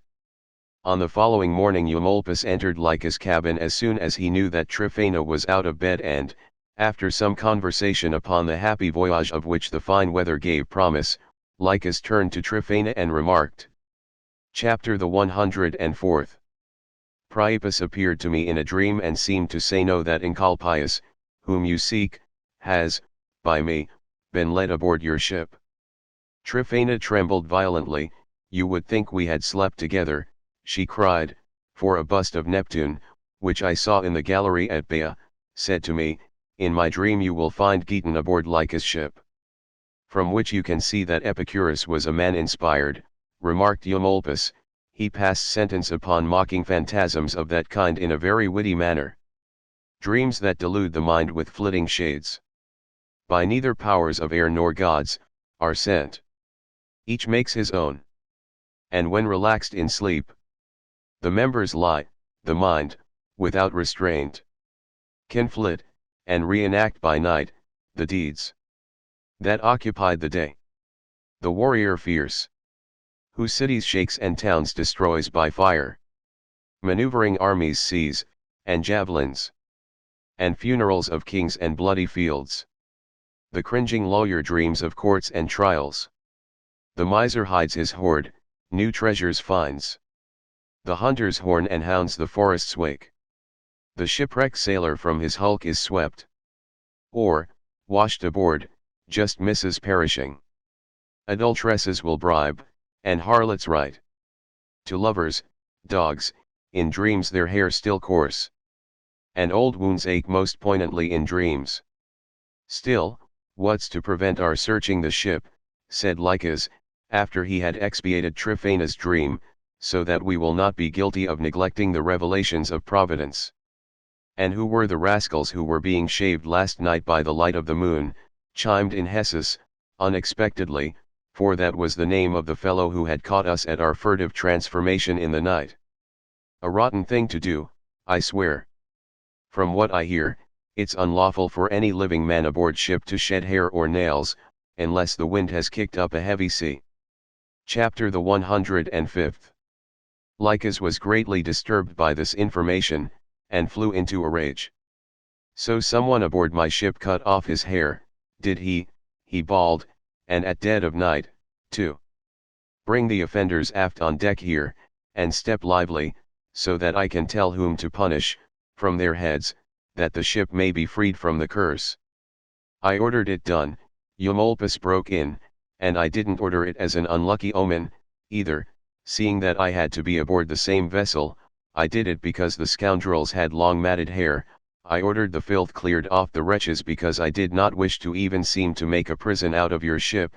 Besides, I did not want the seared scars of the letters to be hidden in the least, by the interference of the hair, as they ought to be in plain sight, for everyone to read, and at full length, too. In addition to their other misdemeanors, they blew in my money on a street walker whom they kept in common. Only last night I dragged them away from her, reeking with wine and perfumes, as they were, and they still stink of the remnants of my patrimony. Thereupon, 40 stripes were ordered for each of us, that the tutelary genius of the ship might be propitiated. And they were not long about it either. Eager to propitiate the tutelary genius with our wretched blood, the savage sailors rushed upon us with their ropes' ends. For my part, I endured 3 lashes with Spartan fortitude, but at the very first blow, Giton set up such a howling that his all too familiar voice reached the ears of Tryphaena, nor was she the only one who was in a flutter, for, attracted by this familiar voice, all the maids rushed to where he was being flogged. Giton had already moderated the ardor of the sailors by his wonderful beauty. He appealed to his torturers without uttering a word. "It's Giton! It's Giton!" the maids all screamed in unison. "Hold your hands, you brutes, help, madam, it's Giton!" Tryphaena turned willing ears, she had recognized that voice herself, and flew to the boy. Lycus, who knew me as well as if he had heard my voice, now ran up. He glanced at neither face nor hands, but directed his eyes towards parts lower down. Courteously he shook hands with them. "How do you do, Encolpius?" he said. Let no one be surprised at Ulysses' nurse discovering, after 20 years, the scar that established his identity, since this man, so keenly observant, had, in spite of the most skillful disguise of every feature and the obliteration of every identifying mark upon my body, so surely hit upon the sole means of identifying his fugitive. Deceived by our appearance, Tryphaena wept bitterly, believing that the marks upon our foreheads were, in truth, the brands of prisoners. She asked us gently, into what slave's prison we had fallen in our wanderings, and whose cruel hands had inflicted this punishment. Still, fugitives whose members had gotten them into trouble certainly deserved some punishment. Chapter the 106th. In a towering passion, Lycus leaped forward. "Oh, you silly woman," he shouted, as if those scars were made by the letters on the branding iron. If only they had really blotched up their foreheads with those inscriptions, it would be some satisfaction to us, at least, but as it is, we are being imposed upon by an actor's tricks, and hoaxed by a fake inscription. Tryphena was disposed to mercy, as all was not lost for her pleasures, but Lycus remembered the seduction of his wife and the insults to which he had been subjected in the portico of the temple of Hercules. "Tryphena," he gritted out, his face convulsed with savage passion, "you are aware, I believe, that the immortal gods have a hand in human affairs. What did they do but lead these scoundrels aboard this ship in ignorance of the owner and then warn each of us alike, by a coincidence of dreams, of what they had done? Can you then see how it would be possible to let off those whom a god has, himself, delivered up to punishment? I am not a cruel man. What moves me is this: I am afraid I shall have to endure myself whatever I remit to them." At this superstitious plea Tryphena veered around, denying that she would plead for quarter. She was even anxious to help along the fulfillment of this retribution, so entirely just. She had herself suffered an insult no less poignant than had Lycus, for her chastity had been called in question before a crowd. Primeval fear created gods on earth when from the sky the lightning flashes rent with flame the ramparts of the world, and smitten Athos blazed. Then, Phoebus, sinking to the earth, his course complete, and waning Luna, offerings received.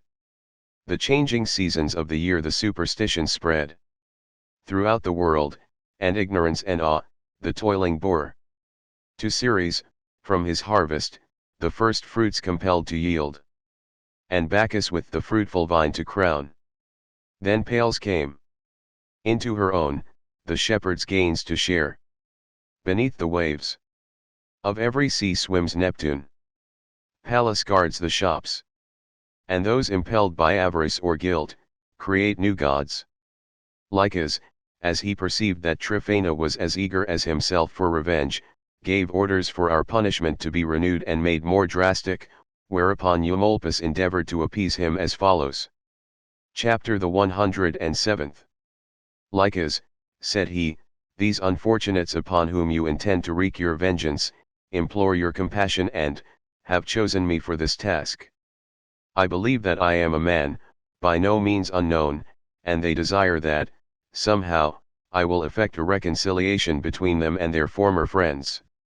Surely you do not imagine that these young men fell into such a snare by accident, when the very first thing that concerns every prospective passenger is the name of the captain to whom he entrusts his safety. Be reasonable, then, forego your revenge and permit free men to proceed to their destination without injury. When penitence manages to lead their fugitives back, harsh and implacable masters restrain their cruelty, and we are merciful to enemies who have surrendered. What could you ask, or wish for, more? These well-born and respectable young men be suppliant before your eyes and, what ought to move you more strongly still, were once bound to you by the ties of friendship. If they had embezzled your money or repaid your faith in them with treachery, by Hercules, you have ample satisfaction from the punishment already inflicted. Look. Can you read slavery on their foreheads, and see upon the faces of free men the brand marks of a punishment which was self-inflicted?" Lycus broke in upon this plea for mercy. "Don't try to confuse the issue," he said, "let every detail have its proper attention, and first of all, why did they strip all the hair off their heads, if they came of their own free will? A man meditates deceit, not satisfaction, when he changes his features. Then again, if they sought reconciliation through a mediator, why did you do your best to conceal them while employed in their behalf? It is easily seen that the scoundrels fell into the toils by chance, and that you are seeking some device by which you could sidestep the effects of our resentment. And be careful that you do not spoil your case by overconfidence when you attempt to sow prejudice among us by calling them well-born and respectable. What should the injured parties do when the guilty run into their own punishment? And inasmuch as they were our friends, by that, they deserve more drastic punishment still. for whoever commits an assault upon a stranger, is termed a robber, but whoever assaults a friend, is little better than a parricide.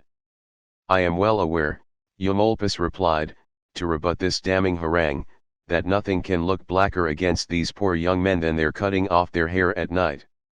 On this evidence, they would seem to have come aboard by accident, not voluntarily. Oh, how I wish that the explanation could come to your ears just as candidly as the thing itself happened. They wanted to relieve their heads of that annoying and useless weight before they came aboard, but the unexpected springing up of the wind prevented the carrying out of their wishes, and they did not imagine that it mattered where they began what they had decided to do, because they were unacquainted with either the omens or the law of seafaring men. But why should they shave themselves like suppliants, demanded Lycus, unless, of course, they expected to arouse more sympathy as bald pates? What's the use of seeking information through a third person, anyway? You scoundrel, what have you to say for yourself? What salamander singed off your eyebrows? You poisoner, what god did you vow your hair to? Answer. Chapter the 108th.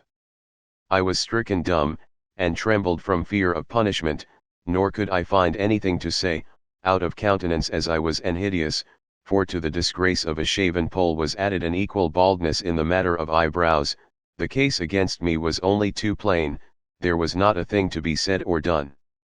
Finally, a damp sponge was passed over my tear-wet face, and thereupon, the smut dissolved and spread over my whole countenance, blotting out every feature in a sooty cloud. Anger turned into loathing.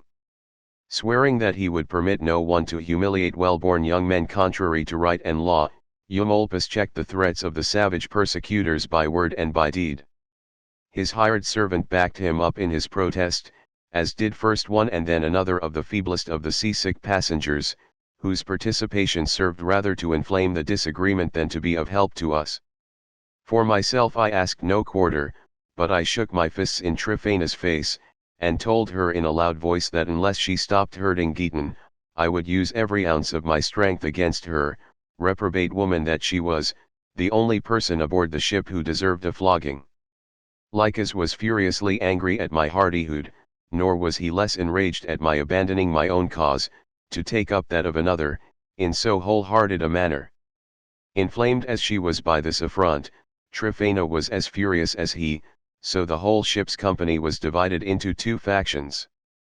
On our side, the hired barber armed himself with a razor and served out the others to us. On their side, Tryphaena's retainers prepared to battle with their bare fists, nor was the scolding of female warriors unheard in the battle line. The pilot was neutral, but he declared that unless this madness, stirred up by the lechery of a couple of vagabonds, died down, he would let go the helm. The fury of the combatants continued to rage none the less fiercely, nevertheless, they fighting for revenge, we for life. Many fell on each side, though none were mortally wounded, and more, bleeding from wounds, retreated, as from a real battle, but the fury of neither side abated. At last the gallant Giton turned the menacing razor against his own virile parts, and threatened to cut away the cause of so many misfortunes. This was too much for Tryphaena. She prevented the perpetration of so horrid a crime by the out-and-out promise of quarter. Time and time again, I lifted the barber's blade to my throat, but I had no more intention of killing myself than had Giton of doing what he threatened, but he acted out the tragic part more realistically than I, as it was, because he knew that he held in his hand the same razor with which he had already cut his throat. The line still stood at the ready, and it was plain to be seen that this would be no everyday affair, when the pilot, with difficulty, prevailed upon Tryphaena to undertake the office of herald, and propose a truce. So, when pledges of good faith had been given and received, in keeping with the ancient precedent she snatched an olive branch from the ship's figurehead and, holding it out, advanced boldly to parley. "What fury," she exclaims, "turns peace to war? What evil deed was by these hands committed? Trojan hero there is none, absconding in this ship with bride of Atreus' cuckold seed. Nor crazed Medea, stained by life's blood of her father's son. But passion scorned, becomes a power, alas! Who courts his end? By drawing sword amidst these waves? Why die before our time? Strive not with angry seas to vie and to their fury lend your rage by piling waves upon its savage flood sublime. Chapter the 109th. The woman poured out this rhapsody in a loud excited voice. The battle line wavered for an instant, then all hands were recalled to peace and terminated the war. Eumolpus, our commander, took advantage of the psychological moment of their repentance and, after administering a stinging rebuke to Lycus, signed a treaty of peace which was drawn up as follows: It is hereby solemnly agreed on your part, Tryphena, that you do forego complaint of any wrong done you by Giton, that you do not bring up anything that has taken place prior to this date, that you do not seek to revenge anything that has taken place prior to this date, that you do not take steps to follow it up in any other manner whatsoever, that you do not command the boy to perform anything to him repugnant, that you do neither embrace nor kiss the said Giton, that you do not enfold said Giton in the sexual embrace, except under immediate forfeiture of 100 denarii. Item, it is hereby agreed on your part, Lycus, that you do refrain from annoying Encolpius with abusive word or reproachful look, that you do not seek to ascertain where he sleep at night, or, if you do so seek, that you forfeit 200 denarii immediately for each and every such offense. The treaty was signed upon these terms, and we laid down our arms. It seemed well to wipe out the past with kisses, after we had taken oath, for fear any vestige of rancor should persist in our minds. Factious hatreds died out amidst universal good fellowship, and a banquet, served on the field of battle, crowned our reconciliation with joviality. The whole ship resounded with song and, as a sudden calm had caused her to lose headway, one tried to harpoon the leaping fish, another hauled in the struggling catch on baited hooks. Then some seabirds alighted upon the yard arms and a skilful fowler touched them with his jointed rods. They were brought down to our hands, stuck fast to the limed segments. The breeze caught up the down, but the wing and tail feathers twisted spirally as they fell into the sea foam. Lycus was already beginning to be on good terms with me, and Tryphena had just sprinkled Giton with the last drops in her cup, when Eumolpus, who was himself almost drunk, was seized with the notion of satirizing bald pates and branded rascals, but when he had exhausted his chilly wit, he returned at last to his poetry and recited this little elegy upon hair.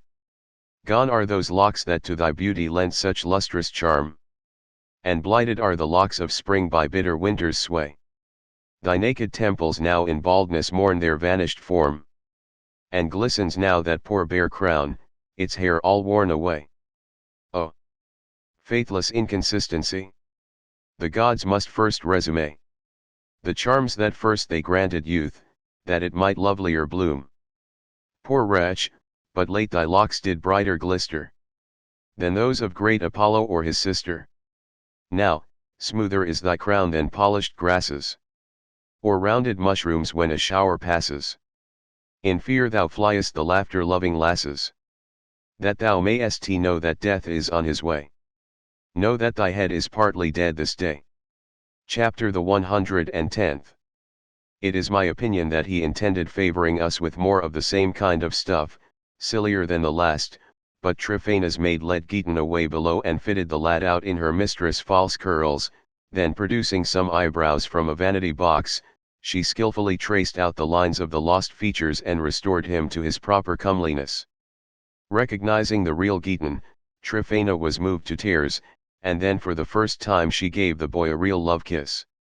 I was overjoyed, now that the lad was restored to his own handsome self, but I hid my own face all the more assiduously, realizing that I was disfigured by no ordinary hideousness, since not even Lycus would bestow a word upon me.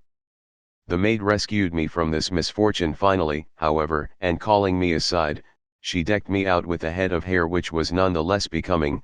My face shone more radiantly still, as a matter of fact, for my curls were golden. But in a little while, Eumolpus, mouthpiece of the distressed and author of the present good understanding, fearing that the general good humor might flag for lack of amusement, began to indulge in sneers at the fickleness of women, how easily they fell in love, how readily they forgot even their own sons. No woman could be so chaste but that she could be roused to madness by a chance passion. Nor had he need to quote from old tragedies, or to have recourse to names, notorious for centuries. On the contrary, if we cared to hear it, he would relate an incident which had occurred within his own memory, whereupon, as we all turned our faces towards him and gave him our attention, he began as follows. Chapter the 111th. There was a certain married lady at Ephesus, once upon a time, so noted for her chastity that she even drew women from the neighboring states to come to gaze upon her. When she carried out her husband, she was by no means content to comply with the conventional custom and follow the funeral cortege with her hair down, beating her naked breast in sight of the onlookers. She followed the corpse, even into the tomb, and when the body had been placed in the vault, in accordance with the Greek custom, she began to stand vigil over it, weeping day and night. Neither parents nor relations could divert her from punishing herself in this manner and from bringing on death by starvation. The magistrates, the last resort, were rebuffed and went away, and the lady, mourned by all as an unusual example, dragged through the 5th day without nourishment. A most faithful maid was in attendance upon the poor woman.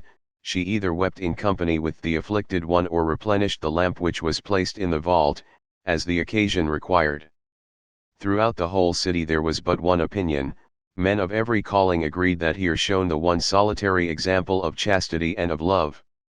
In the meantime the governor of the province had ordered some robbers crucified near the little vault in which the lady was bewailing her recent loss. On the following night, a soldier who was standing guard over the crosses for fear someone might drag down one of the bodies for burial, saw a light shining brightly among the tombs, and heard the sobs of someone grieving.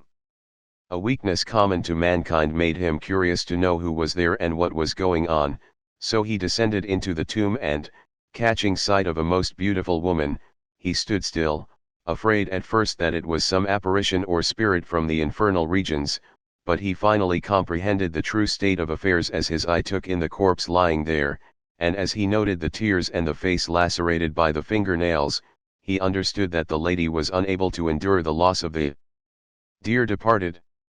He then brought his own scanty ration into the vault and exhorted the sobbing mourner not to persevere in useless grief, or rend her bosom with unavailing sobs. The same end awaited us all, the same last resting place, and other platitudes by which anguished minds are recalled to sanity. But oblivious to sympathy, she beat and lacerated her bosom more vehemently than before and, tearing out her hair, she strewed it upon the breast of the corpse. Notwithstanding this, the soldier would not leave off, but persisted in exhorting the unfortunate lady to eat, until the maid, seduced by the smell of the wine, I suppose, was herself overcome and stretched out her hand to receive the bounty of their host. Refreshed by food and drink, she then began to attack the obstinacy of her mistress. "What good will it do you to die of hunger," she asked, "or to bury yourself alive? Or to surrender an uncondemned spirit before the fates demand it? Think you the ashes or sepultured dead can feel aught of thy woe? Would you recall the dead from the reluctant fates? Why not shake off this womanish weakness and enjoy the blessings of light while you can? The very corpse lying there ought to convince you that your duty is to live. When pressed to eat or to live, no one listens unwillingly, and the lady, thirsty after an abstinence of several days, finally permitted her obstinacy to be overcome, nor did she take her fill of nourishment with less avidity than had the maid who had surrendered first. Chapter the 112th. But to make a long story short, you know the temptations that beset a full stomach. The soldier laid siege to her virtue with the self-same blandishments by which he had persuaded her that she ought to live. Nor, to her modest eye, did the young man seem uncouth or wanting in address. The maid pled in his behalf and kept repeating, "Why will you fight with a passion that to you is pleasure? Remembering not in whose lands you are taking your leisure? But why should I keep you longer in suspense?" The lady observed the same abstinence when it came to this part of her body, and the victorious soldier won both of his objectives, so they lay together, not only that night, in which they pledged their vows, but also the next, and even the third, shutting the doors of the vault, of course, so that anyone, acquaintance or stranger, coming to the tomb, would be convinced that this most virtuous of wives had expired upon the body of her husband. As for the soldier, so delighted was he with the beauty of his mistress and the secrecy of the intrigue, that he purchased all the delicacies his pay permitted and smuggled them into the vault as soon as darkness fell. Meanwhile, the parents of one of the crucified criminals, observing the laxness of the watch, dragged the hanging corpse down at night and performed the last rite. The soldier was hoodwinked while absent from his post of duty, and when on the following day he caught sight of one of the crosses without its corpse, he was in terror of punishment and explained to the lady what had taken place. He would await no sentence of court-martial, but would punish his neglect of duty with his own sword. Let her prepare a place for one about to die, let that fatal vault serve both the lover and the husband. Not that, cried out the lady, no less merciful than chaste, the gods forbid that I should look at the same time upon the corpses of the two men dearest to me, I would rather hang the dead than slay the living. So saying, she gave orders for the body of her husband to be lifted out of the coffin and fastened upon the vacant cross. The soldier availed himself of the expedient suggested by this very ingenious lady, and next day everyone wondered how a dead man had found his way to the cross. Chapter the 113th. The sailors received this tale with roars of laughter, and Tryphena blushed not a little and laid her face amorously upon Giton's neck.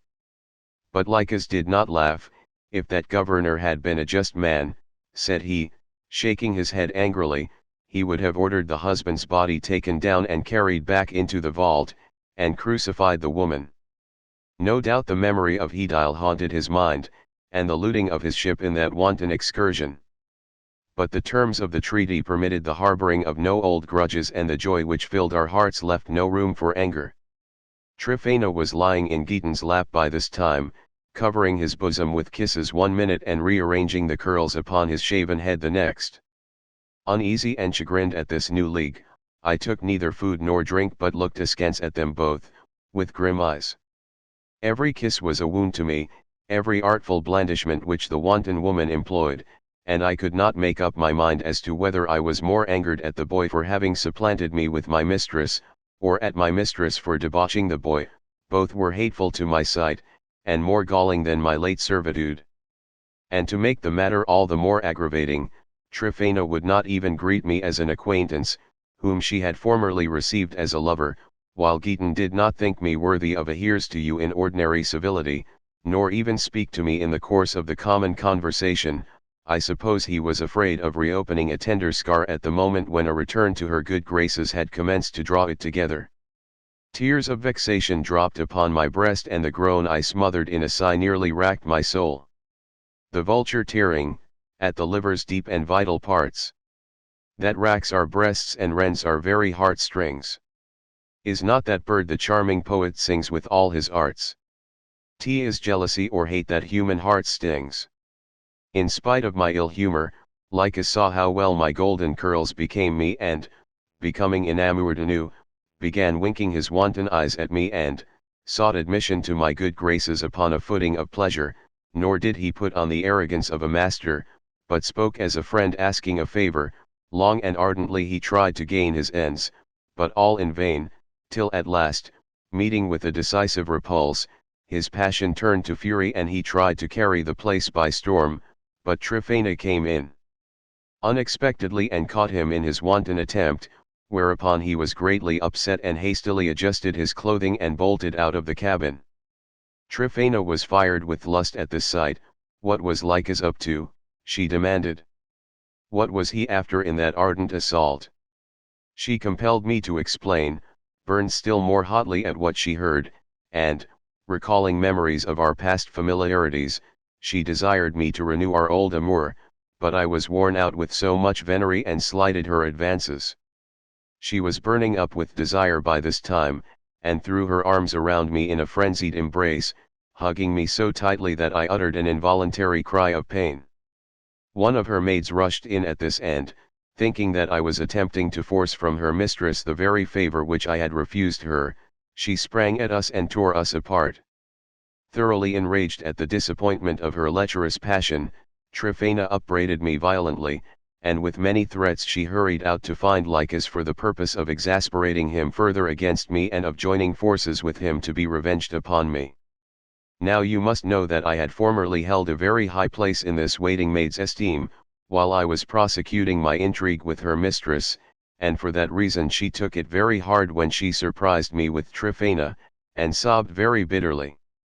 I pressed her earnestly to tell me the reason for her sobs, and after pretending to be reluctant she broke out, "You will think no more of her than of a common prostitute if you have a drop of decent blood in your veins. You will not resort to that female catamite, if you are a man." This disturbed my mind, but what exercised me most was the fear that Eumolpus would find out what was going on and, being a very sarcastic individual, might revenge my supposed injury in some poetic lampoon, in which event his ardent zeal would without doubt expose me to ridicule, and I greatly dreaded that. But while I was debating with myself as to the best means of preventing him from getting at the facts, who should suddenly come in but the man himself, and he was not uninformed as to what had taken place, for Tryphena had related all the particulars to Giton and had tried to indemnify herself for my repulse, at the expense of my little friend. Eumolpus was furiously angry because of all this, and all the more so as lascivious advances were in open violation of the treaty which had been signed. The minute the old fellow laid eyes upon me, he began bewailing my lot and ordered me to tell him exactly what had happened. As he was already well informed, I told him frankly of Lycus' lecherous attempt and of Tryphena's wanton assault. When he had heard all the facts, Eumolpus swore roundly, that he would certainly avenge us, as the gods were just and would not suffer so many villainies to go unpunished. Chapter the 114th. We were still discussing this and other matters when the sea grew rough, and clouds, gathering from every quarter, obscured with darkness the light of day. The panic-stricken sailors ran to their stations and took in sail before the squall was upon them, but the gale did not drive the waves in any one direction, and the helmsman lost his bearings and did not know what course to steer.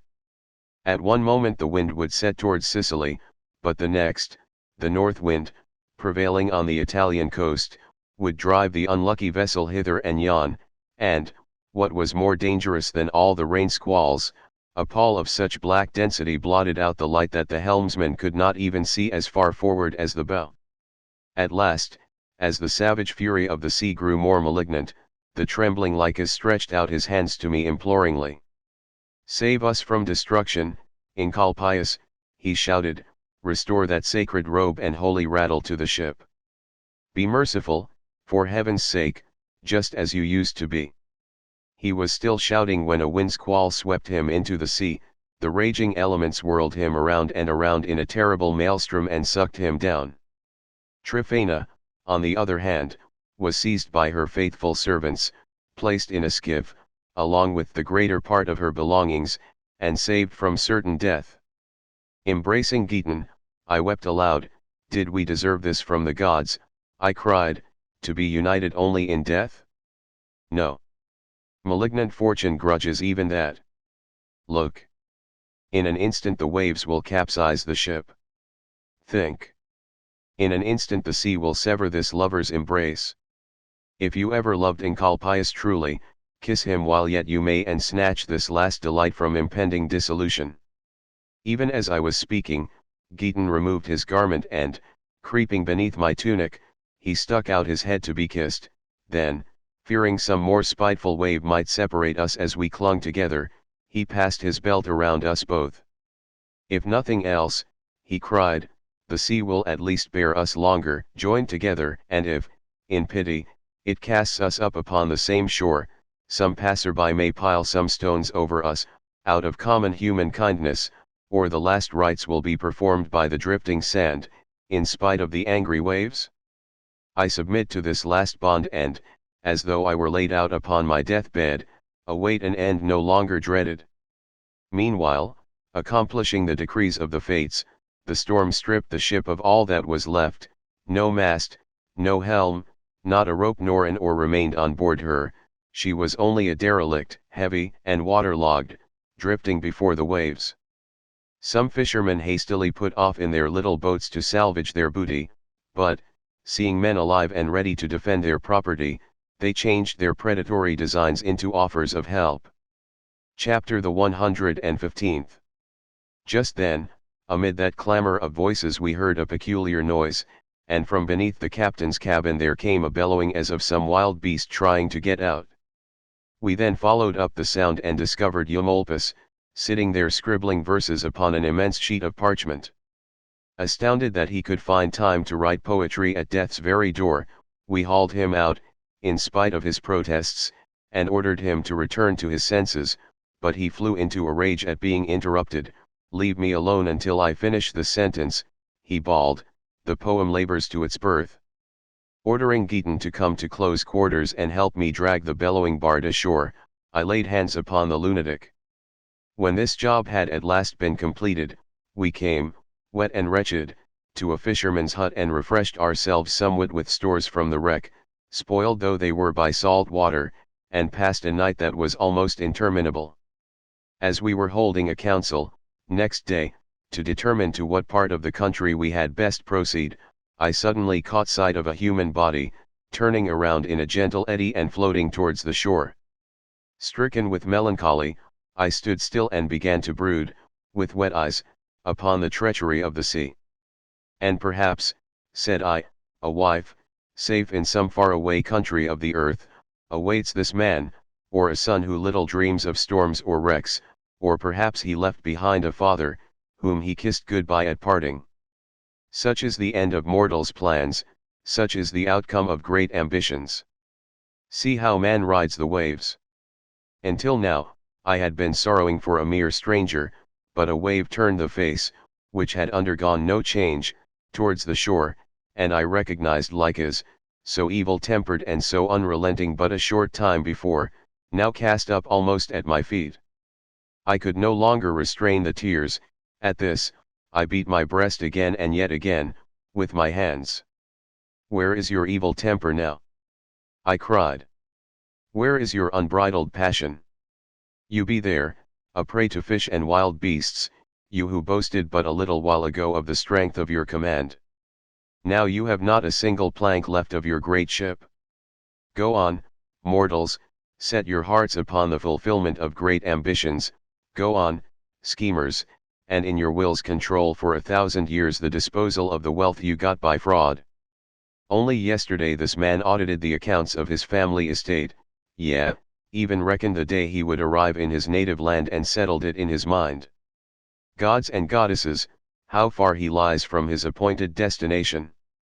But the waves of the sea are not alone in thus keeping faith with mortal men, the warrior's weapons fail him, the citizen is buried beneath the ruins of his own Penates, when engaged in paying his vows to the gods, another falls from his chariot and dashes out his ardent spirit, the glutton chokes at dinner, the niggard starves from abstinence. Give the dice a fair throw and you will find shipwreck everywhere. But one overwhelmed by the waves obtains no burial. As though it matters in what manner the body, once it is dead, is consumed, by fire, by flood, by time. Do what you will, these all achieve the same end. But the beasts will mangle the body. As though fire would deal with it any more gently, when we are angry with our slaves, that is the punishment which we consider the most severe. What folly it is, then, to do everything we can to prevent the grave from leaving any part of us behind when the fates will look out for us, event against our wills. After these reflections we made ready to pay the last rites to the corpse, and Lycas was burned upon a funeral pyre raised by the hands of enemies, while Eumolpus, fixing his eyes upon the far distance to gain inspiration, composed an epitaph for the dead man. His fate was unavoidable. No rock-hewn tomb nor sculptured marble his noble corpse 5 feet of earth received. He rests in peace beneath this humble mound. Chapter the 116th. We set out upon our intended journey, after this last office had been wholeheartedly performed, and, in a little while, arrived, sweating, at the top of a mountain, from which we made out, at no great distance, a town, perched upon the summit of a lofty eminence. Wanderers as we were, we had no idea what town it could be, until we learned from a caretaker that it was Crotona, a very ancient city, and once the first in Italy. When we earnestly inquired, upon learning this, what men inhabited such historic ground, and the nature of the business in which they were principally engaged, now that their wealth had been dissipated by the oft-recurring wars, my friends, replied he, if you are men of business, change your plans and seek out some other conservative road to a livelihood, but if you can play the part of men of great culture, always ready with a lie, you are on the straight road to riches. The study of literature is held in no estimation in that city, eloquence has no niche there, economy and decent standards of morality come into no reward of honor there. You must know that every man whom you will meet in that city belongs to one of two factions, they either take in, or else they are taken in. No one brings up children in that city, for the reason that no one who has heirs is invited to dinner or admitted to the games, such an one is deprived of all enjoyments and must lurk with the rabble. On the other hand, those who have never married a wife, or those who have no near relatives, attain to the very highest honors, in other words, they are the only ones who are considered soldierly, or the bravest of the brave, or even good. You will see a town which resembles the fields in time of pestilence, he continued, in which there is nothing but carcasses to be torn at and carrion crows tearing at them. Chapter the 117th. Eumolpus, who had a deeper insight, turned this state of affairs over in his mind and declared that he was not displeased with a prospect of that kind. I thought the old fellow was joking in the carefree way of poets, until he complained, if I could only put up a better front. I mean that I wish my clothing was in better taste, that my jewelry was more expensive, all this would lend color to my deception. I would not carry this scrip, by Hercules, I would lead you all to great riches. For my part, I undertook to supply whatever my companion in robbery had need of, provided he would be satisfied with the garment, and with whatever spoils the villa of Lycurgus had yielded when we robbed it. As for money against present needs, the mother of the gods would see to that, out of regard to her own good name. Well, what's to prevent our putting on an extravaganza? Demanded Eumolpus. Make me the master if the business appeals to you. No one ventured to condemn a scheme by which he could lose nothing, and so, that the lie would be kept safe among us all, we swore a solemn oath, the words of which were dictated by Eumolpus, to endure fire, chains, flogging, death by the sword, and whatever else Eumolpus might demand of us, just like regular gladiators.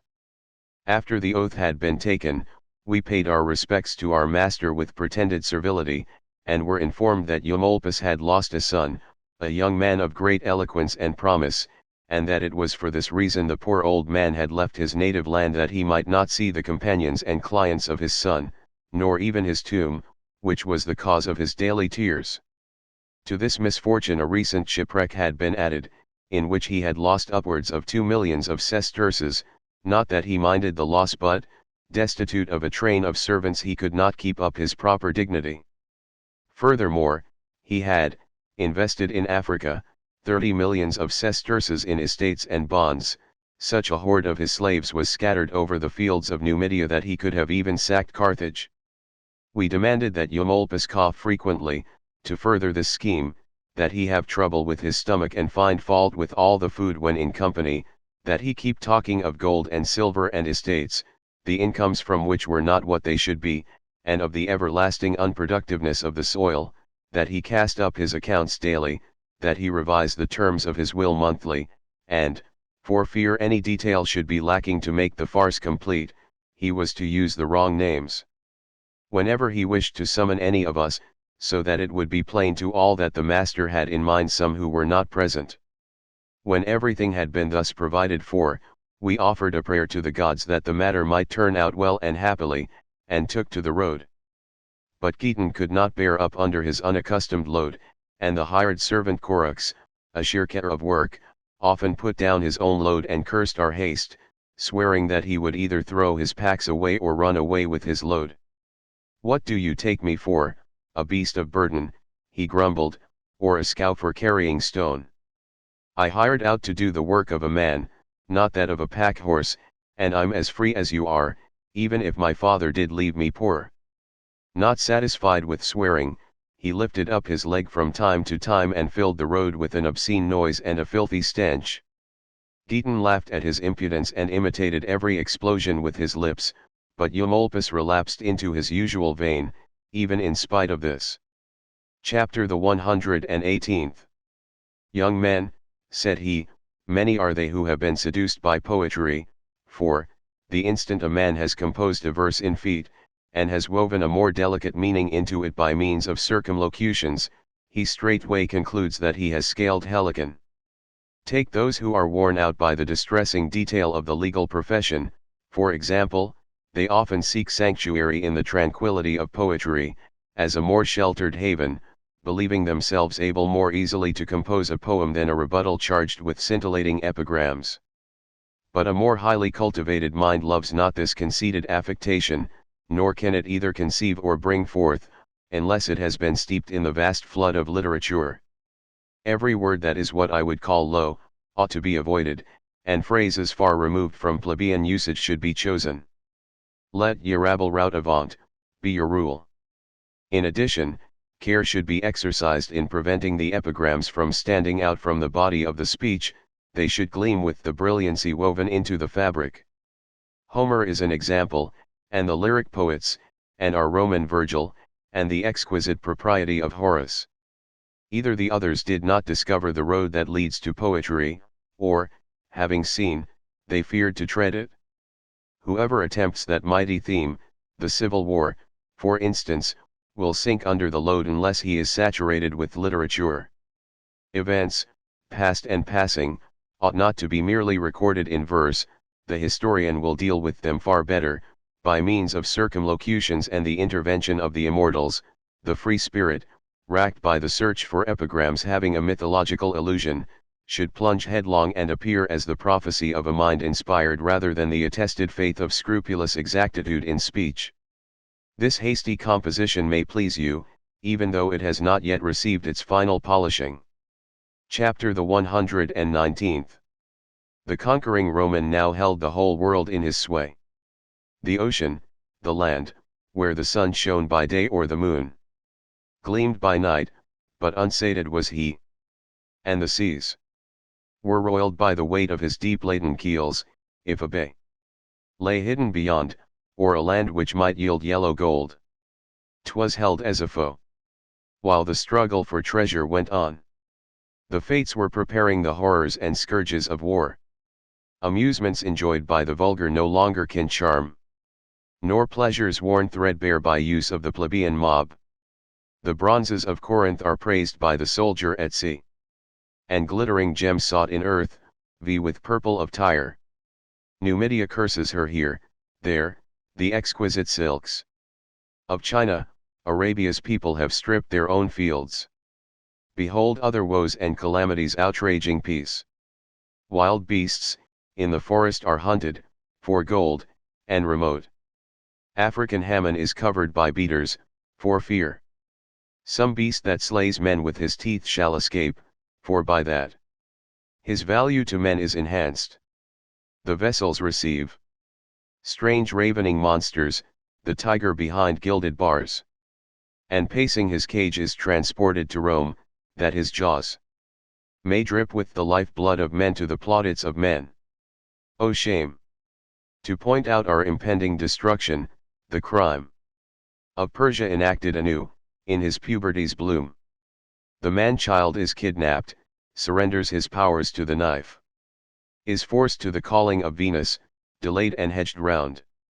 The hurrying passage of life's finest years is held back. And nature seeks nature but finds herself not. Everywhere these frail-limbed and mincing effeminates, flowing of locks, bedecked with an infinite number of garments of silk, whose names ever change, the wantons and lechers to snare, are eagerly welcomed. From African soil now behold the citron wood tables, their well-burnished surface reflects Artyrian purples and slaves by the hoard, and whose spots resemble the gold that is cheaper than they and ensnare. Extravagance.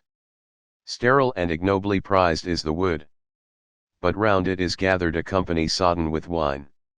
And soldiers of fortune whose weapons have rusted, devour the spoils of the world. Art caters to appetite. Ras. From Sicily brought to their table, alive in his own sea water. The oysters from Lucrin's shore torn, at the feast, are served to make famous the host, and the appetite, cloyed, to tempt by extravagance. Phasis has now been despoiled. Of birds, it's literal silent, no sound there is heard. Save only the wind as it rustles among the last leaves. Corruption no less vile is seen in the campus of Mars. Our quirites are bribed, and for plunder and promise of gain. Their votes they will alter. The people is venal, corrupt. The Senate, support has its price. And the freedom and worth of ages decayed, scattered largesse now governs their power. Corrupted by gold, even dignity lies in the dust. Cato defeated and hooted by mobs, but the victor is Satyr, ashamed to have taken the rods from a Cato. In this lay the shame of the nation and character's downfall. 'Twas not the defeat of a man. No. The power and the glory of Rome were brought low, represented in him was the honor of sturdy republican Rome. So, abandoned and wretched, the city has purchased dishonor, has purchased herself. Despoiled by herself, no avenger to wipe out the stigma. Twin maelstroms of debt and of usury suck down the commons. No home with clear title, no citizen free from a mortgage. But as some slow wasting disease all unheralded fastens its hold on the vitals, destroying the vigor of manhood. So, fear of the evils impending, impels them to madness. Despair turns to violence, luxury's ravages needs must repaired be by bloodshed, for indigence safely can venture. Can art or sane reason rouse wallowing Rome from the awful, and break the voluptuous slumber in which she is sunken? Or must it be fury and war and the bloodlust of daggers? Chapter the 120th. 3 chieftains did fortune bring forth, whom the fury of battles destroyed, and interred, each one under a mountain of weapons. The Parthian has Crassus, Pompeius the Great by the waters of Egypt lies. Julius, ungrateful Rome stained with his life blood. And earth has divided their ashes, unable to suffer the weight of so many tombs. These are the wages of glory. There lies between Naples and great Puteoli, a chasm deep cloven, and Cocytus churns there his current, the vapor in fury escapes from the gorge with that lethal spray laden. No green in the autoton is there, no grass gladdens the meadow. The supple twigs never resound with the twittering singing of birds in the springtime. But chaos, volcanic black boulders of pumice lie happy within their drear setting of cypress. Amidst these infernal surroundings the ruler of Hades uplifted his head by the funeral flames silhouetted, and sprinkled with white from the ashes of corpses, and challenged winged fortune in words such as these: O thou fickle controller of things upon earth and in heaven, security's foeman. O chance! O thou lover eternally faithful to change, and possession's betrayer, dost own thyself crushed by the power of Rome? Canst not raise up the tottering mass to its downfall? Its strength the young manhood of Rome now despises, and staggers in bearing the booty heaped up by its efforts. Behold how they lavish their spoils. Wealth run mad now brings down their destruction. They build out of gold and their palaces reach to the heavens. The sea is expelled by their moles and their pastures are oceans. They war against nature in changing the state of creation. They threaten my kingdom. Earth yawns with their tunnels deep driven, to furnish the stone for their madmen's foundations. Already the mountains are hollowed and now but re-echoing caverns, while man quarries marble to serve his vainglorious purpose. The spirits infernal confess that they hope to win heaven. Arise, then, O chance, change thy countenance peaceful to warlike, and harry the Romans, consign to my kingdom the fallen. Ah, long is it now since my lips were with blood cooled and moistened. Nor has my Tisiphone bathed her blood-lusting body, since Sulla's sword drank to repletion and earth's bristling harvest grew ripe upon blood and thrust up to the light of the sunshine. Chapter the 121st. He spake, and attempted to clasp the right hand of Fortuna, but ruptured the crust of the earth, deeply cloven, asunder. Then from her capricious heart Fortune made answer, O Father, whom Cocytus deepest abysses obey, if to forecast the future I may, without fear, thy petition shall prosper. For no less consuming the anger that wars in this bosom, the flame no less poignant, that burns to my marrow all favors I gave to the bulwarks of Rome, now, I hate them. My gifts I repent. The same God who built up their dominion shall bring down destruction upon it. In burning their manhood, my heart shall delight and its bloodlust shall slake with their slaughter. Now Philippi's field I can see strewn with dead of 2 battles, and Thessaly's funeral pyres and Iberia mourning. Already the clangor of arms thrills my ears, and rings loudly. Thou, Libyan Nile, I can see now thy barriers groaning, and Actium's gulf and Apollo's darts quailing the warriors. Then, open thy thirsty dominions and summon fresh spirits. For scarce will the ferryman's strength be sufficient to carry the souls of the dead in his skiff, 'tis a fleet that is needed. Thou, pallid Tisiphone, slake with wide ruin, thy thirsting, and to your ghastly wounds, mangled earth sinks to hell and the spirits. Chapter the 122nd. But scarce had she finished, when trembled the clouds, and a gleaming bright flash of Jove's lightning transfixed them with flame and was gone. The Lord of the Shades blanched with fear, at this bolt of his brothers, sank back, and drew closely together the gorge in earth's bosom. By auspices straightway the slaughter of men and the evils impending are shown by the gods. Here, the Titan unsightly, blood red, veils his face with a twilight, on strife fratricidal. Already he gazed, thou hadst thought.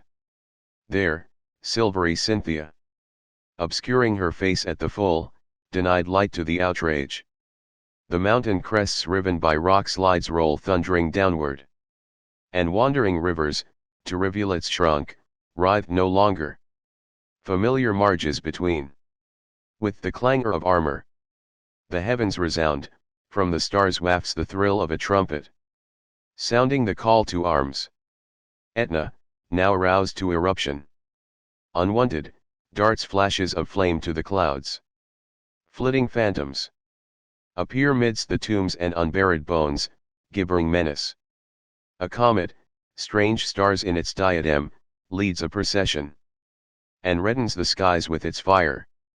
Showers of blood fall from heaven. These portents the deity shortly fulfilled. For now Caesar forsook vacillation and, spurred by the love of revenge, sheathed the Gallic sword, brandished the brand that proclaimed civil warfare. There, high in the Alps, where the crags, by a Greek god once trodden, slope down and permit of approach, is a spot ever sacred. To Hercules' altar, the winter with frozen snow seals it, and rears to the heavens a summit eternally hoary. As though the sky there had slipped down, no warmth from the sunbeams, no breath from the springtime can soften the pile's wintry rigor, nor slacken the frost chains that bind, and its menacing shoulders the weight of the world could sustain. With victorious legions, these crests Caesar trod and selected a camp. Gazing downwards on Italy's plains rolling far, from the top of the mountain, he lifted both hands to the heavens, his voice rose in prayer.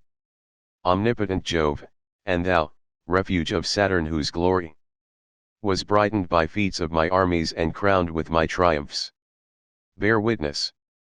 Unwillingly summon I Mars to these armies. Unwillingly draw I the sword. But injustice compels me. While enemy blood dyes the Rhine and the Alps are held firmly, repulsing a second assault of the Gauls on our city. She dubs me an outcast. And victory makes me an exile.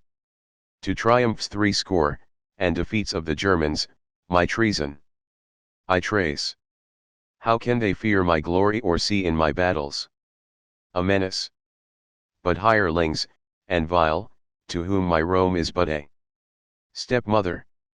Methinks that no craven this sword arm shall hamper, and take not a stroke in riposte. On to victory, comrades! While anger seethes hot, with the sword we will seek a decision. The doom lowering down is a peril to all, and the treason. My gratitude owe I to you, not alone have I conquered. Since punishment waits by our trophies and victory merits disgrace, then let chance cast the lots. Raise the standard of battle. Again take your swords. Well I know that my cause is accomplished. Amidst such armed warriors I know that I cannot be beaten. While yet the words echoed, from heaven the bird of Apollo vouchsafed a good omen and beat with his pinions the ether. From out of the left of a gloomy grove strange voices sounded, and flame flashed thereafter. The sun gleamed with brighter refulgence. Unwonted, his face in a halo of golden flame shining. Chapter the 123rd. By omens emboldened, to follow, the battle flags, Caesar commanded, and boldly led on down the perilous pathway. The footing, firm fettered by frost chains and ice, did not hinder at first, but lay silent, the kindly cold masking its grimness. But, after the squadrons of cavalry shattered the clouds, bound by ice, and the trembling steeds crushed in the mail of the rivers, then, melted the snows.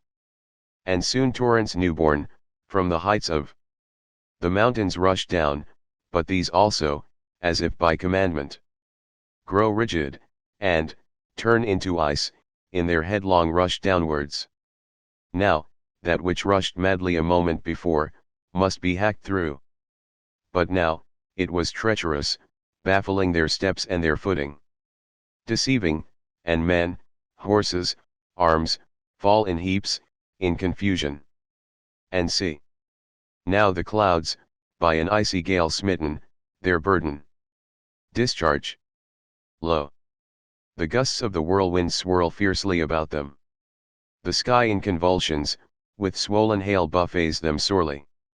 Already the clouds themselves rupture and smother their weapons. An avalanche icy roars down like a billow of ocean. Earth lay overwhelmed by the drifts of the snow, and the planets of heaven are blotted from sight, overwhelmed are the rivers that cling to their banks, but unconquered is Caesar. His javelin he leans on and scrunches with firm step a passage the bristling grim ice fields across, as, spurred on by the lust of adventure, Amphitrion's offspring came striding the Caucasus slopes down, or Jupiter's menacing mien as, from lofty Olympus, he leaped, the doomed giants to crush and to scatter their weapons.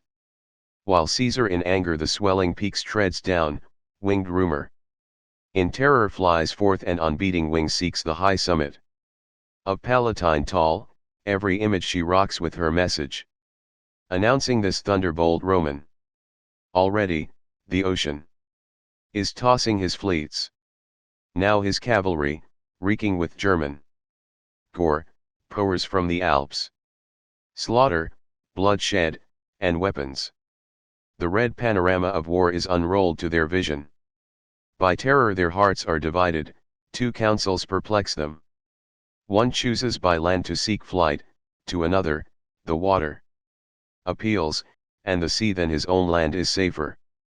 Another will stand to his arms and advantage extort from fate's mandate. The depth of their fear marks the length of their flight.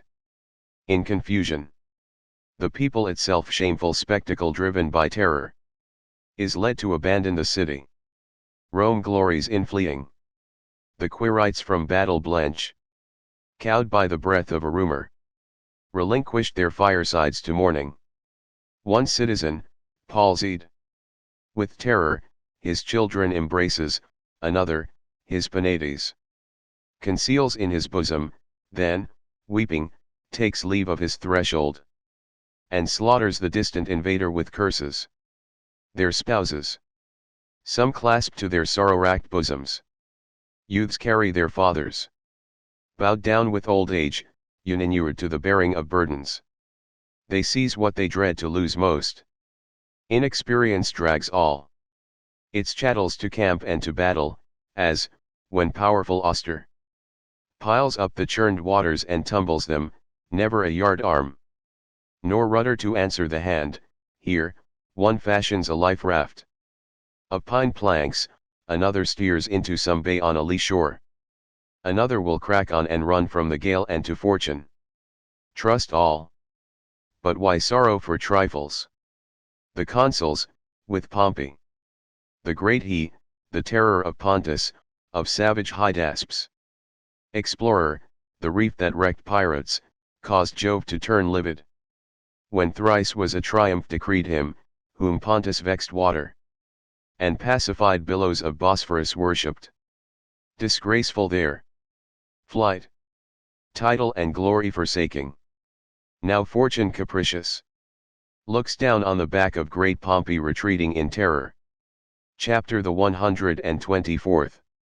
So great a misfortune disrupted the concord of heaven, and God swelled the rout in their panic. Behold, through creation, the gentle divinities flee from the ravening earth. In their loathing they turn from humanity, doomed to destruction. And first of all, peace, with her snowy white arms, hides her visage. Defeated, her helmet beneath and, abandoning earth, flees to seek out the realm of implacable Dis, as a refuge. Meek Faith her companion, and Justice with locks loosely flowing, and Concord, in tears, and her raiment in tatters, attend her. The minions of Pluto pour forth from the portals of darkness, that yawn, the serpent-haired Fury, Bellona the savage, Megaora with firebrands, destruction, and treachery, livid death's likeness. Among them is Frenzy, as, free, with her lashings snapped short, she now raises her gory head, shielding her features, deep scarred by innumerous wounds neath her helmet blood-clotted. Her left arm she guards with a battle-scarred shield scored by weapons, and numberless spear-heads protrude from its surface. Her right hand a flaming torch brandishes, kindling a flame that will burn up the world. Now the gods are on earth and the skies note their absence. The planets disordered their orbits attempt into factions. The heavens divide. First Dione espouses the cause of her Caesar. Minerva next steps to her side, and the great son of Ares, his mighty spear brandishing, Phoebus espouses the cause of great Pompey, his sister, and Mercury also. And Hercules like unto him in his travels and labors. The trumpets call. Discord her Stygian head lifts to heaven. Her tresses disheveled, her features with clotted blood covered. Tears pour from her bruised eyes, her iron fangs thick coated with rust. Her tongue distills poison, her features are haloed with serpents. Her hideous bosom is visible under her tatters. A torch with a blood-red flame waves from her tremulous right hand, emerging from Cocytus dark and from Tartarus murky. She strode to the crests of the Apennines noble, the prospect of earth to survey, spread before her the world panorama, its shores and the armies that march on its surface. These words then burst out of her bosom malignant: to arms, now, ye nations! While anger seethes hot, seize your arms, set the torch to the cities. Who skulks now is lost, neither woman nor child nor the aged, bowed down with their years, shall find quarter. The whole world will tremble, and roof trees themselves shall crash down and take part in the struggle. Marcellus, hold firm for the law. And thou, Curio, madden the rabble. Thou, Lentulus, strive not to check valiant Ares. Thou, Caesar divine, why delayest thou now thine invasion? Why smash not the gates, why not level the walls of the cities, their treasures to pillage? Thou, Magnus, dost not know the secret of holding the hills of Rome? Take thou the walls of Dyrrhachium. Let Thessaly's harbors be dyed with the blood of the Romans. On earth was obeyed every detail of discord's commandment. When Eumolpus had, with great volubility, poured out this flood of words, we came at last to Crotona. Here we refreshed ourselves at a mean inn, but on the following day we went in search of more imposing lodgings and fell in with a crowd of legacy hunters who were very curious as to the class of society to which we belonged and as to whence we had come. Thereupon, in accord with our mutual understanding, such ready answers did we make as to who we might be or whence we had come that we gave them no cause for doubt. They immediately fell to wrangling in their desire to heap their own riches upon Eumolpus, and every fortune hunter solicited his favor with presents. Volume V. Affairs at Crotona. Chapter the 125th. For a long time affairs at Crotona ran along in this manner, and Eumolpus, flushed with success, so far forgot the former state of his fortunes that he even bragged to his followers that no one could hold out against any wish of his, and that any member of his suite who committed a crime in that city would, through the influence of his friends, get off unpunished. But, although I daily crammed my bloated carcass to overflowing with good things, and began more and more to believe that fortune had turned away her face from keeping watch upon me, I frequently meditated, nevertheless, upon my present state and upon its cause. Suppose, thought I, some wily legacy hunter should dispatch an agent to Africa and catch us in our lie. Or even suppose the hireling servant, glutted with prosperity, should tip off his cronies or give the whole scheme away out of spite. There would be nothing for it but flight and, in a fresh state of destitution, a recalling of poverty which had been driven off. Gods and goddesses, how ill it fares with those living outside the law, they are always on the lookout for what is coming to them. Turning these possibilities over in my mind, I left the house, in a state of black melancholy, hoping to revive my spirits in the fresh air, but scarcely had I set foot upon the public promenade when a girl, by no means homely, met me, and, calling me Polyanos, the name I had assumed since my metamorphosis, informed me that her mistress desired leave to speak with me. "You must be mistaken," I answered, in confusion, "I am only a servant and a stranger, and am by no means worthy of such an honor." Chapter the 126th. "You yourself," she replied, "are the one to whom I was sent, but, because you are well aware of your good looks, you are proud and sell your favors instead of giving them. What else can those wavy well-combed locks mean, or that face, rouged and covered with cosmetics, or that languishing, wanton expression in your eyes? Why that gait, so precise that not a footstep deviates from its place, unless you wish to show off your figure in order to sell your favors? Look at me, I know nothing about omens and I don't study the heavens like the astrologers, but I can read men's intentions in their faces, and I know what a flirt is after when I see him out for a stroll, so if you'll sell us what I want there's a buyer ready, but if you will do the graceful thing and lend, let us be under obligations to you for the favor. And as for your confession that you are only a common servant, by that you only fan the passion of the lady who burns for you, for some women will only kindle for Canaile and cannot work up an appetite unless they see some slave or runner with his clothing girded up, a gladiator arouses one, or a mule driver all covered with dust, or some actor posturing in some exhibition on the stage. My mistress belongs to this class. She jumps the 14 rows from the stage to the gallery and looks for a lover among the gallery gods at the back." Puffed up with this delightful chatter, "Come now, confess, won't you?" I queried, "is this lady who loves me yourself?" The waiting maid smiled broadly at this blunt speech. "Don't have such a high opinion of yourself," said she, "I've never given in to any servant yet, the gods forbid that I should ever throw my arms around a gallows bird. Let the married women see to that and kiss the marks of the scourge if they like, I'll sit upon nothing below a night, even if I am only a servant." I could not help marveling, for my part, at such discordant passions, and I thought it nothing short of a miracle that this servant should possess the hauteur of the mistress and the mistress the low tastes of the wench.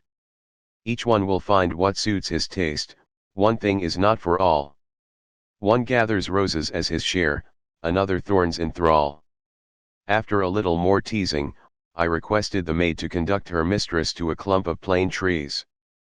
Pleased with this plan, the girl picked up the skirt of her garment and turned into a laurel grove that bordered the path.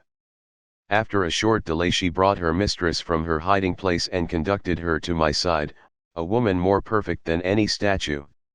There are no words with which to describe her form, and anything I could say would fall far short. Her hair, naturally wavy, flowed completely over her shoulders, her forehead was low and the roots of her hair were brushed back from it, her eyebrows, running from the very springs of her cheeks, almost met at the boundary line between a pair of eyes brighter than stars shining in a moonless night. Her nose was slightly aquiline and her mouth was such an one as Praxiteles dreamed Diana had. Her chin, her neck, her hands, the gleaming whiteness of her feet under a slender band of gold, she turned Parian marble dull. Then, for the first time, Doris tried lover thought lightly of Doris. O Jove, what's come to pass that thou, thine armor cast away? Art mute in heaven, and but an idle tale?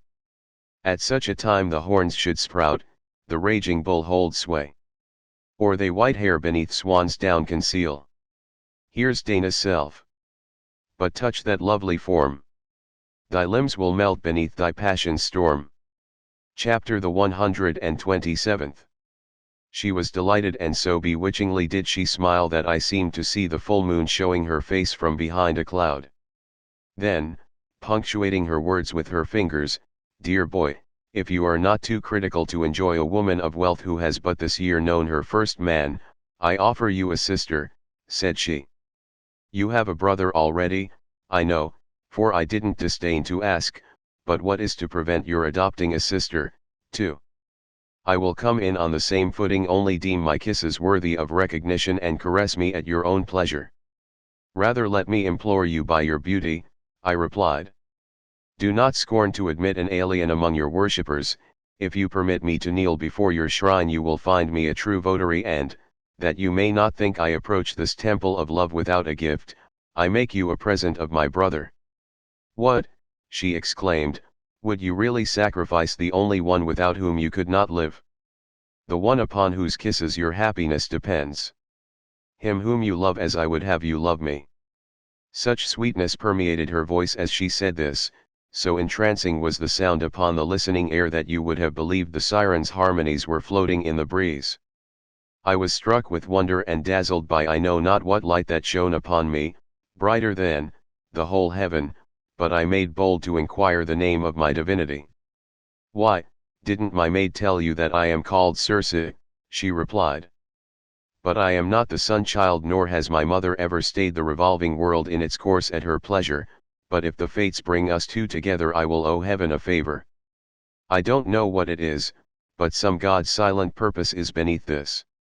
Circe loves not Polyaenos without some reason, a great torch is always flaming when these names meet.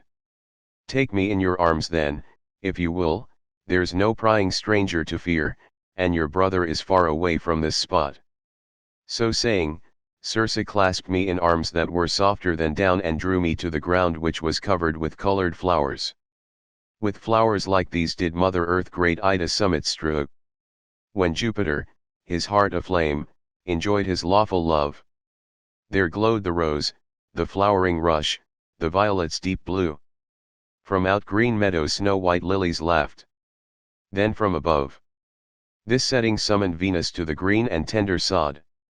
Bright day smiled kindly on the secret amour of the god. Side by side upon the grassy plot we lay, exchanging 1,000 kisses, the prelude to more poignant pleasure, but alas! My sudden loss of vigor disappointed Circe. Chapter the 128th. Infuriated at this affront, "What's the matter?" demanded she, "do my kisses offend you? Is my breath fetid from fasting? Is there any evil-smelling perspiration in my armpits? Or, if it's nothing of this kind, are you afraid of Geton?" Under her eyes, I flushed hotly, and, if I had any virility left, I lost it then. My whole body seemed to be inert. "My queen," I cried, Do not mock me in my humiliation. I am bewitched. Circe's anger was far from being appeased by such a trivial excuse. Turning her eyes contemptuously away from me, she looked at her maid. Tell me, Chrysis, and tell me truly, is there anything repulsive about me? Anything sluttish? Have I some natural blemish that disfigures my beauty? Don't deceive your mistress. I don't know what's the matter with us, but there must be something. Then she snatched a mirror from the silent maid, and after scrutinizing all the looks and smiles which pass between lovers, she shook out her wrinkled earth-stained robe and flounced off into the temple of Venus, nearby. And here was I, like a convicted criminal who had seen some horrible nightmare, asking myself whether the pleasure out of which I had been cheated was a reality or only a dream. As when, in the sleep-bringing night, dreams sport with the wandering eyes, and earth, spaded up, yields to light her gold that by day she denies. The stealthy hand snatches the spoils. The face with cold sweat is suffused, and fear grips him tight in her toils, lest robbers the secret have used, and shake out the gold from his breast. But, when they depart from his brain, these enchantments by which he's obsessed, and truth comes again with her train, restoring perspective and pain. The phantasm lives to the last. The mind dwells with shades of the past. The misfortune seemed to me a dream, but I imagined that I must surely be under a spell of enchantment, and, for a long time, I was so devoid of strength that I could not get to my feet. But finally my mental depression began to abate. Little by little my strength came back to me, and I returned home. Arrived there, I feigned illness and threw myself upon my couch. A little late, Giton, who had heard of my indisposition, entered the room in some concern. As I wished to relieve his mind, I informed him that I had merely sought my pallet to take a rest, telling him much other gossip but not a word about my mishap, as I stood in great fear of his jealousy, and, to lull any suspicion which he might entertain, I drew him to my side and endeavored to give him some proofs of my love, but all my panting and sweating were in vain. He jumped up in a rage and accused my lack of virility and change of heart, declaring that he had for a long time suspected that I had been expending my vigor and breath elsewhere. No. No. Darling, I replied, my love for you has always been the same, but reason prevails now over love and wantonness. And for the Socratic continence of your love, I thank you in his name, he replied sarcastically. Alcibiades was never more spotless when he left his master's bed. Chapter the 129th.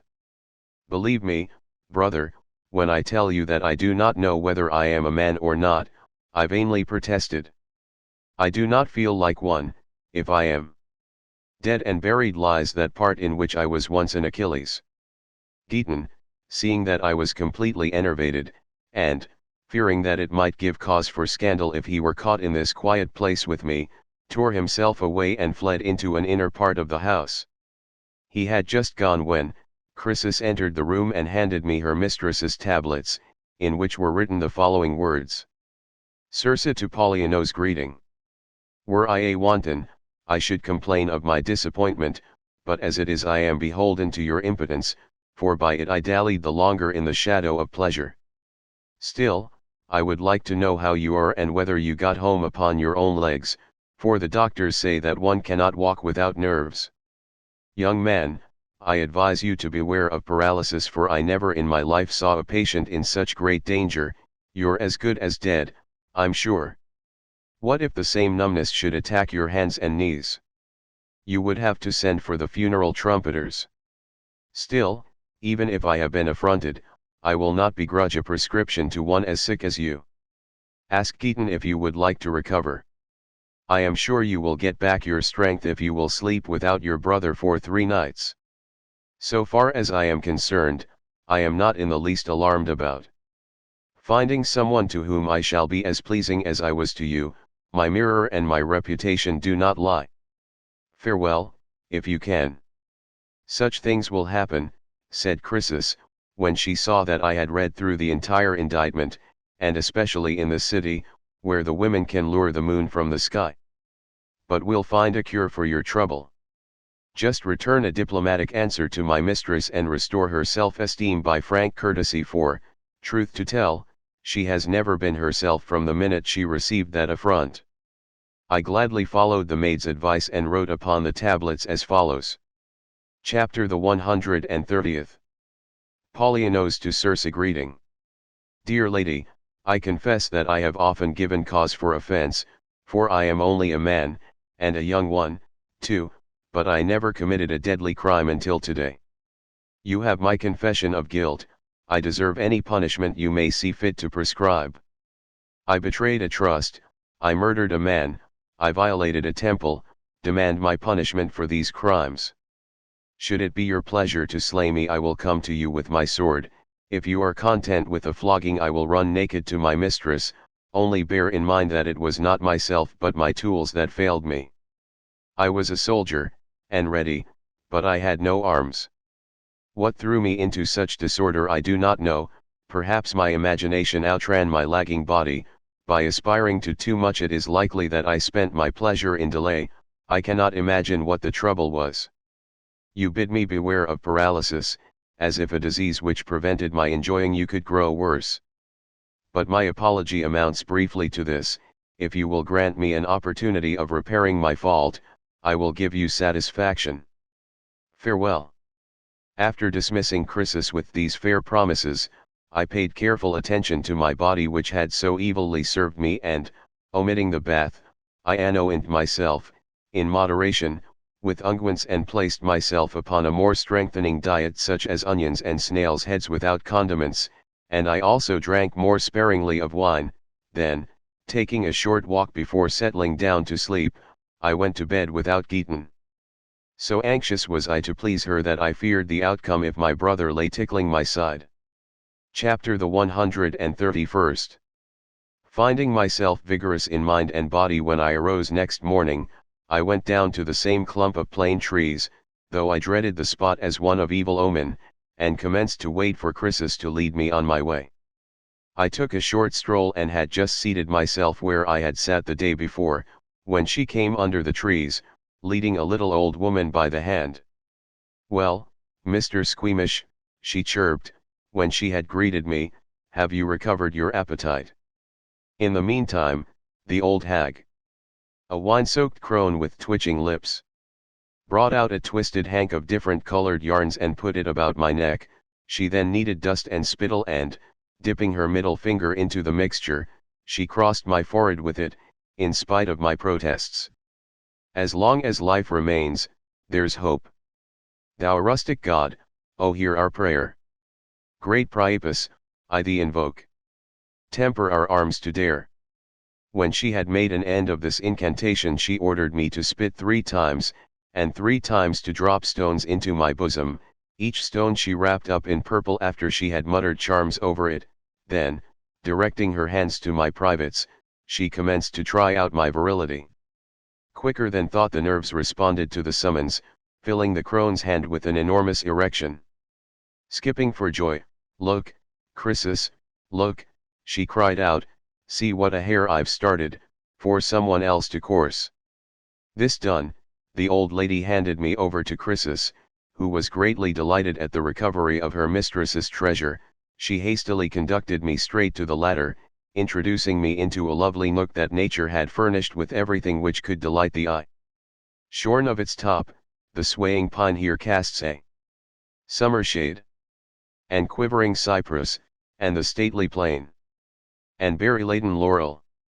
A brook's wimpling waters strayed, lashed into foam, but dancing on again, and rolling pebbles in their chattering flow. 'Twas love's own nook. As forest nightingale and urban Procne undertook to bear true witness, hovering, the gleaming grass above, and tender violets, wooing with song, their stolen love. Fanning herself with a branch of flowering myrtle, she lay, stretched out with her marble neck resting upon a golden cushion. When she caught sight of me she blushed faintly. She recalled yesterday's affront, I suppose. At her invitation, I sat down by her side. As soon as the others had gone, whereupon she put the branch of myrtle over my face and emboldened, as if a wall had been raised between us. "Well, Mr. Paralytic," she teased, "have you brought all of yourself along today?" "Why ask me?" I replied, "why not try me instead?" And throwing myself bodily into her arms, I revelled in her kisses with no witchcraft to stop me.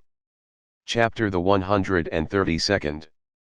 The loveliness of her form drew me to her and summoned me to love.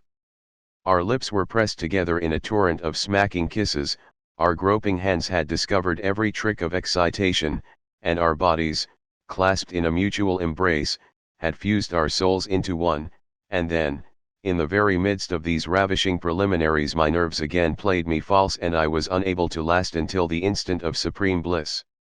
Lashed to fury by these inexcusable affronts, the lady at last ran to avenge herself and, calling her house servants, she gave orders for me to be hoisted upon their shoulders and flogged.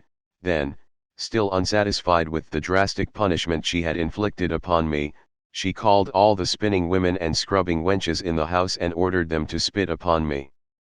I covered my face with my hands, but I uttered no complaint, as I well knew what I deserved, and, overwhelmed with blows and spittle, I was driven from the house. Proslenos was kicked out too, Chrysis was beaten, and all the slaves grumbled among themselves and wondered what had upset their mistress's good humor. I took heart after having given some thought to my misfortunes and, artfully concealing the marks of the blows for fear that Eumolpus would make merry over my mishaps, or, worse yet, that Keaton might be saddened by my disgrace, I did the only thing I could do to save my self-respect. I pretended that I was sick and went to bed. There, I turned the full fury of my resentment against that recreant which had been the sole cause of all the evil accidents which had befallen me. 3 times I grasped the two-edged blade. The recreant to cut away. 3 times by fear my hand was stayed. And palsied terror said me nay.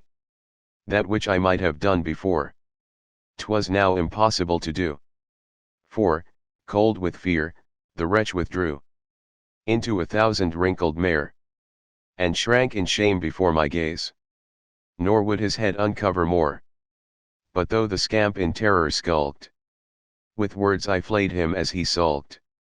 Raising myself upon my elbow, I rebuked the shirker in some such terms as these: "What have you to say for yourself, you disgrace to gods and men?" I demanded, "for your name must never be mentioned among refined people. Did I deserve to be lifted up to heaven and then dragged down to hell by you? Was it right for you to slander my flourishing and vigorous years and land me in the shadows and lassitude of decrepit old age? Give me some sign, however faint, I beg of you, that you have returned to life." I vented my anger in words such as these. His eyes were fixed, and with averted look. He stood, less moved by any word of mine than weeping willows bending o'er a brook, or drooping poppies as at noon they pine. When I had made an end of this invective, so out of keeping with good taste, I began to do penance for my soliloquy and blushed furtively because I had so far forgotten my modesty as to invoke in words that part of my body which men of dignity do not even recognize. Then, rubbing my forehead for a long time, "Why have I committed an indiscretion in relieving my resentment by natural abuse?" I mused.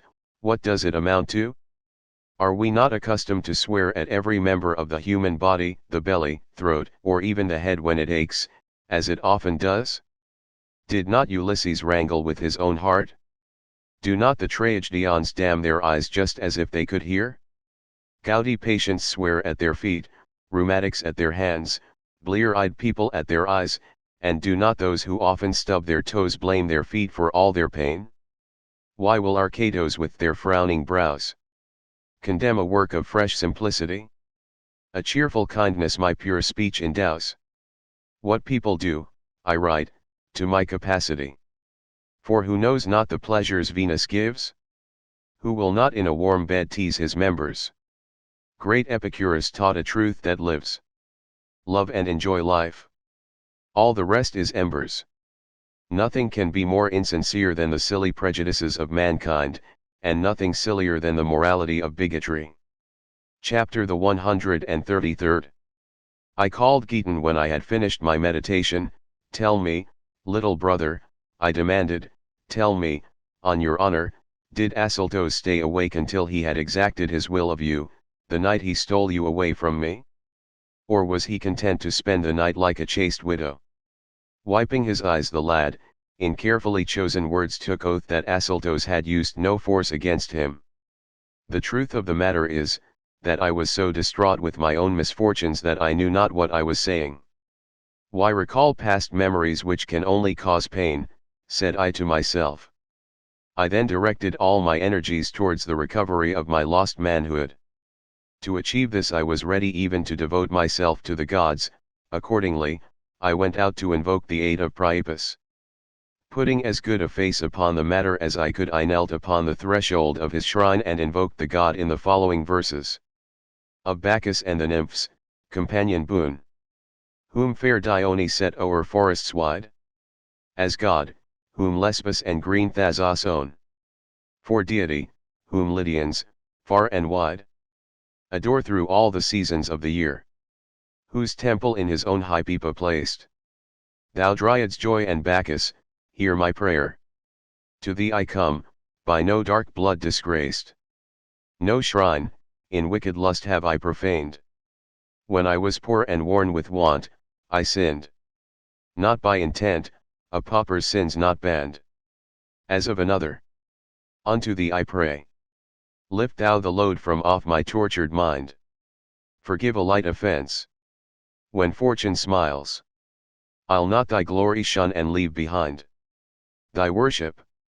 Unto thee, a goat that feels his primest vigor, father of the flocks, shall come. And suckling pigs, the tender young of some fine grunting sow, new wine, in crocks, shall foam. Thy grateful praises shall be sung by youths who thrice shall dance around thy shrine. Happy, in youth and full of this year's wine. While I was engaged in this diplomatic effort in behalf of the affected member, a hideous crone with disheveled hair, and clad in black garments which were in great disorder, entered the shrine and, laying hands upon me, led me thoroughly frightened out into the portico. Chapter the 134th. What witches, she cried, have devoured your manhood? What filth did you tread upon at some crossroads, in the dark? Not even by the boy could you do your duty, but, weak and effeminate, you are worn out like a cart horse at a hill, you have lost both labor and sweat. Not content with getting yourself into trouble, you have stirred up the wrath of the gods against me, and I will make you smart for it. She then led me, unresisting, back into the priestess's room, pushed me down upon the bed, snatched a cane that hung upon the door, and gave me another thrashing. I remained silent and, had the cane not splintered at the first stroke, thereby diminishing the force of the blow, she might easily have broken my arms or my head. I groaned dismally, and especially when she manipulated my member and, shedding a flood of tears, I covered my head with my right arm and huddled down upon the pillow. Nor did she weep less bitterly. The sailor, naked from his foundered bark. Some shipwrecked mariner seeks out to hear his woe.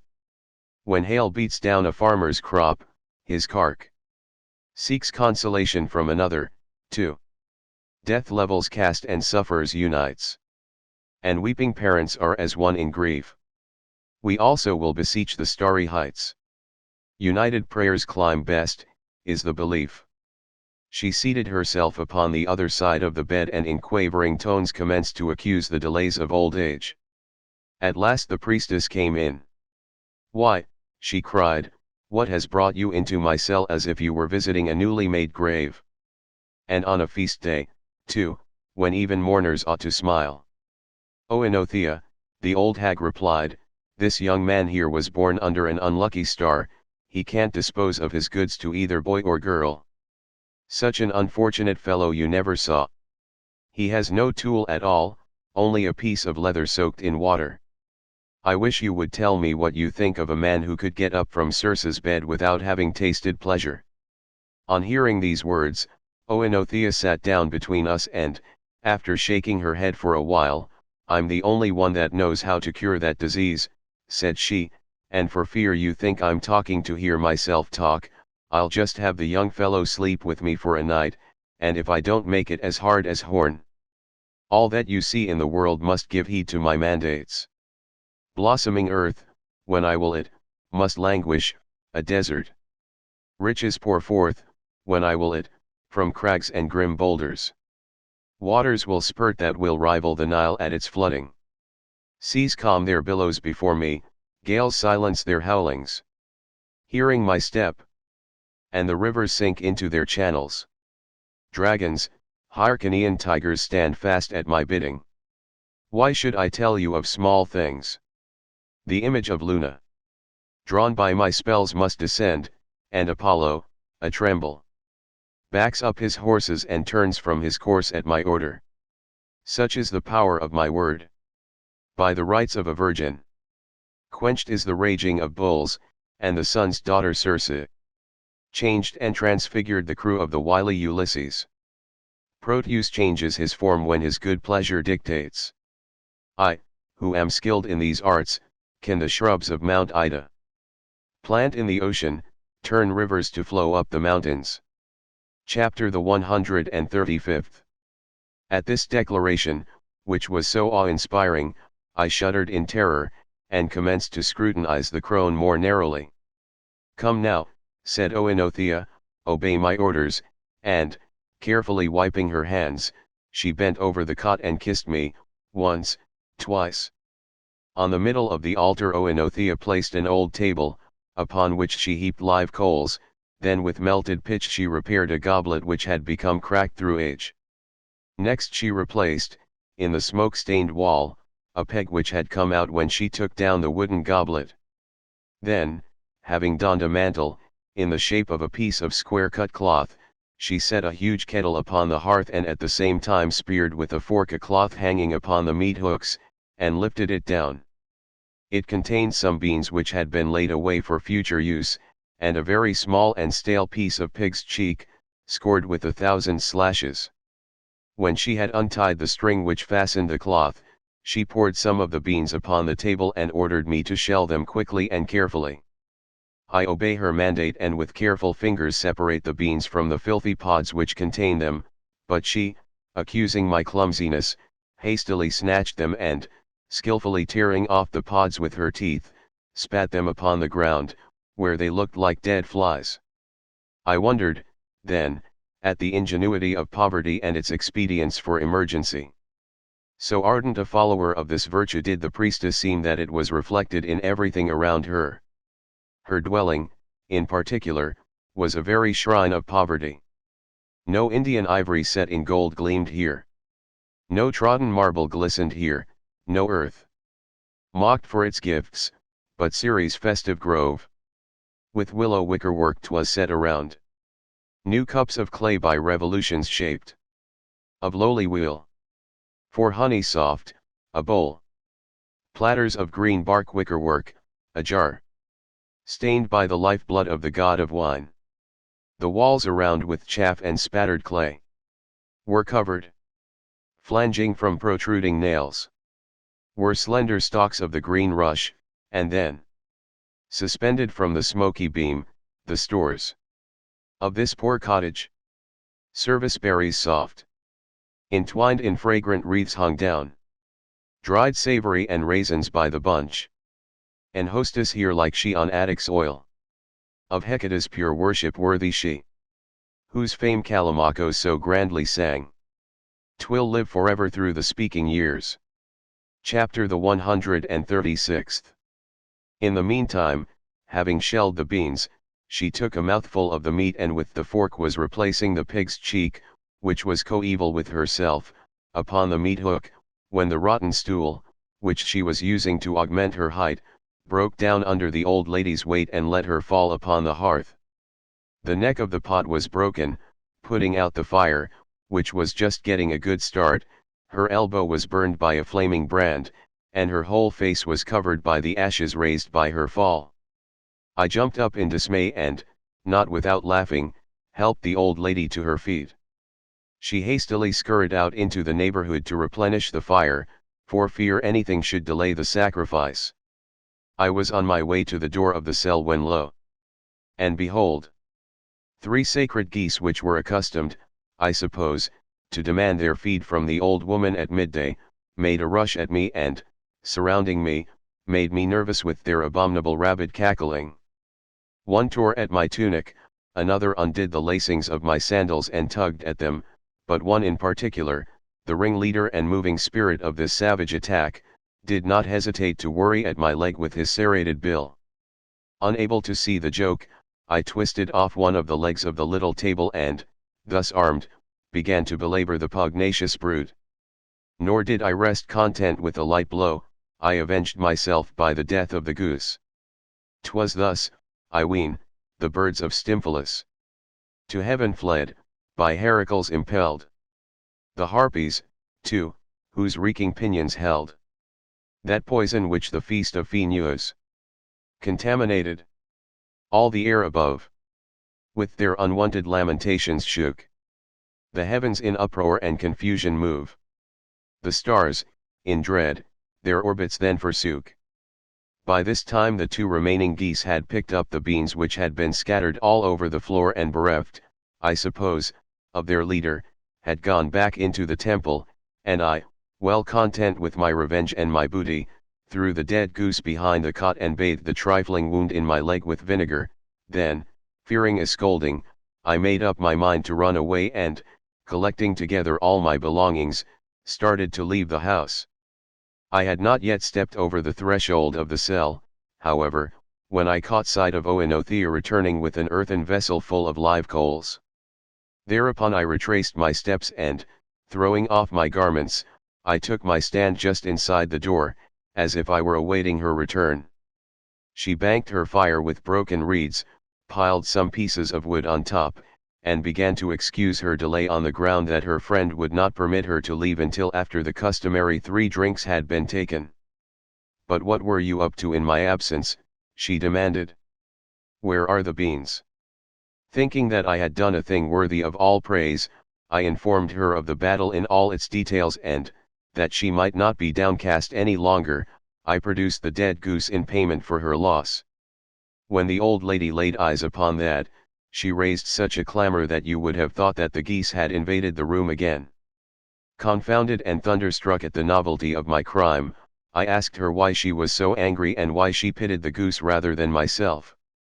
Chapter the 137th. "But," beating her palms together, "you villain, are you so brazen that you can speak?" she shrieked. "Don't you know what a serious crime you've committed?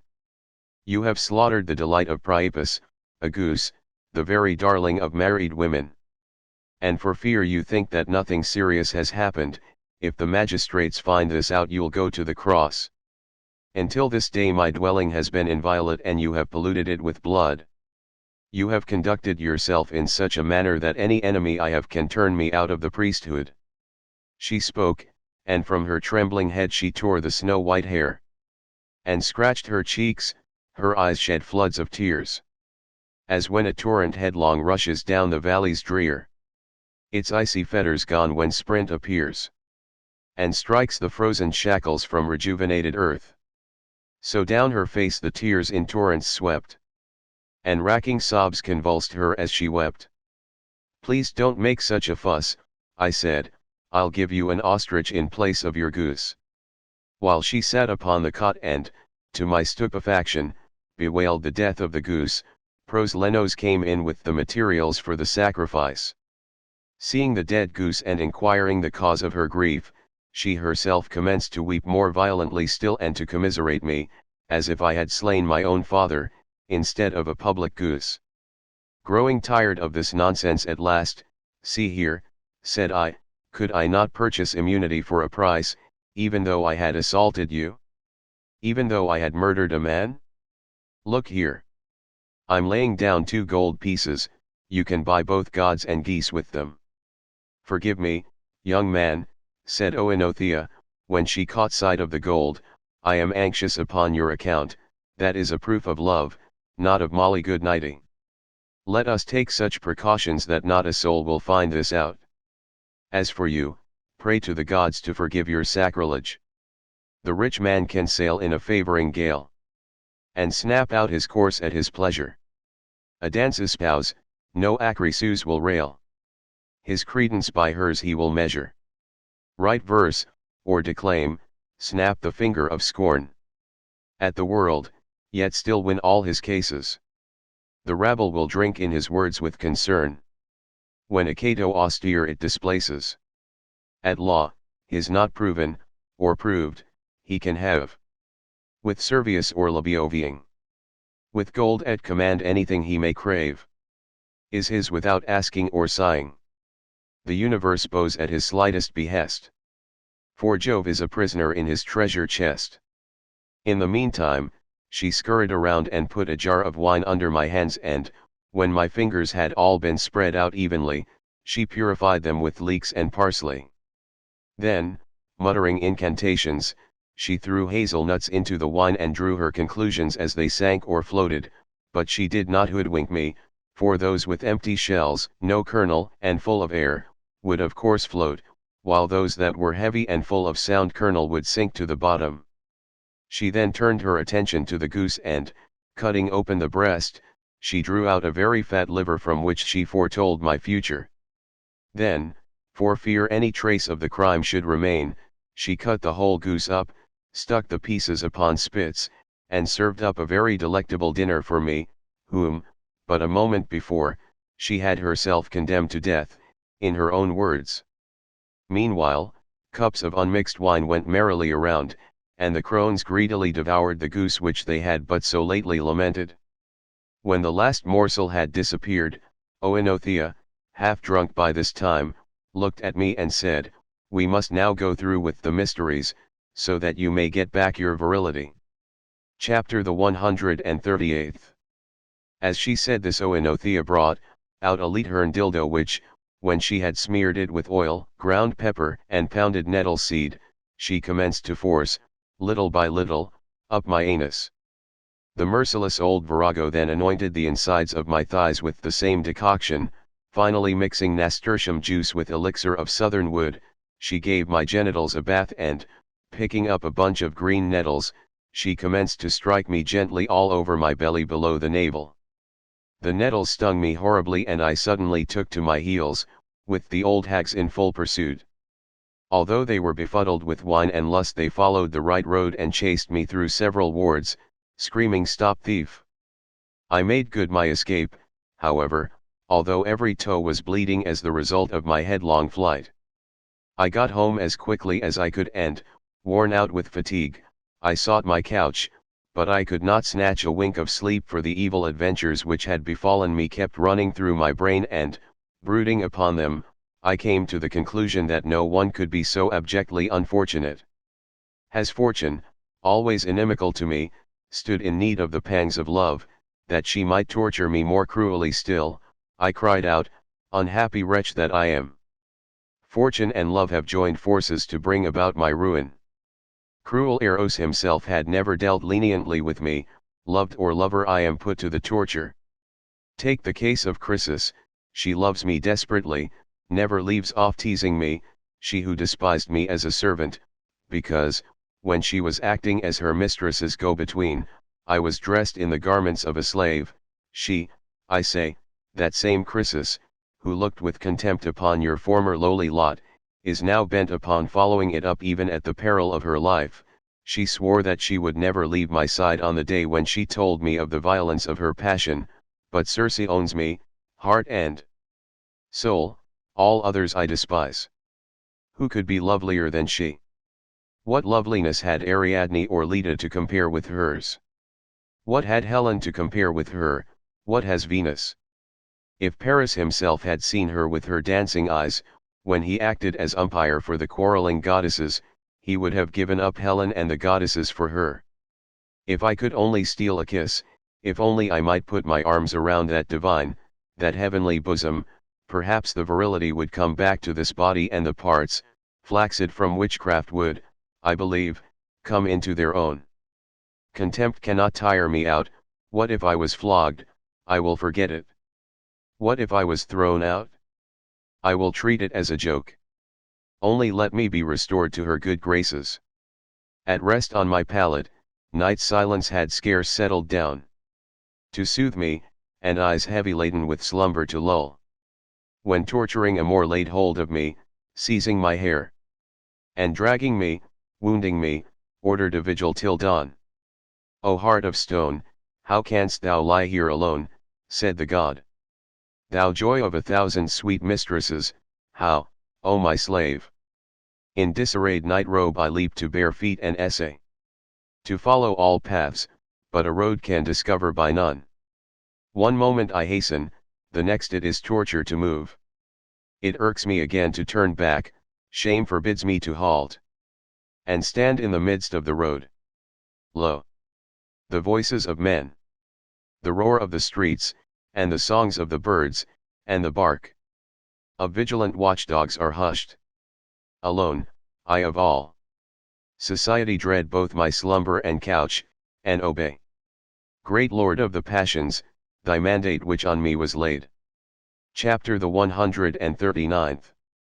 Such thoughts as these, of lovely Circe's charms so wrought upon my mind that, I disordered my bed by embracing the image, as it were, of my mistress, but my efforts were all wasted.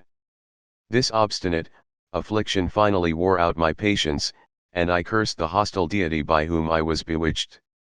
I soon recovered my composure, however, and, deriving some consolation from thinking of the heroes of old, who had been persecuted by the anger of the gods, I broke out in these lines.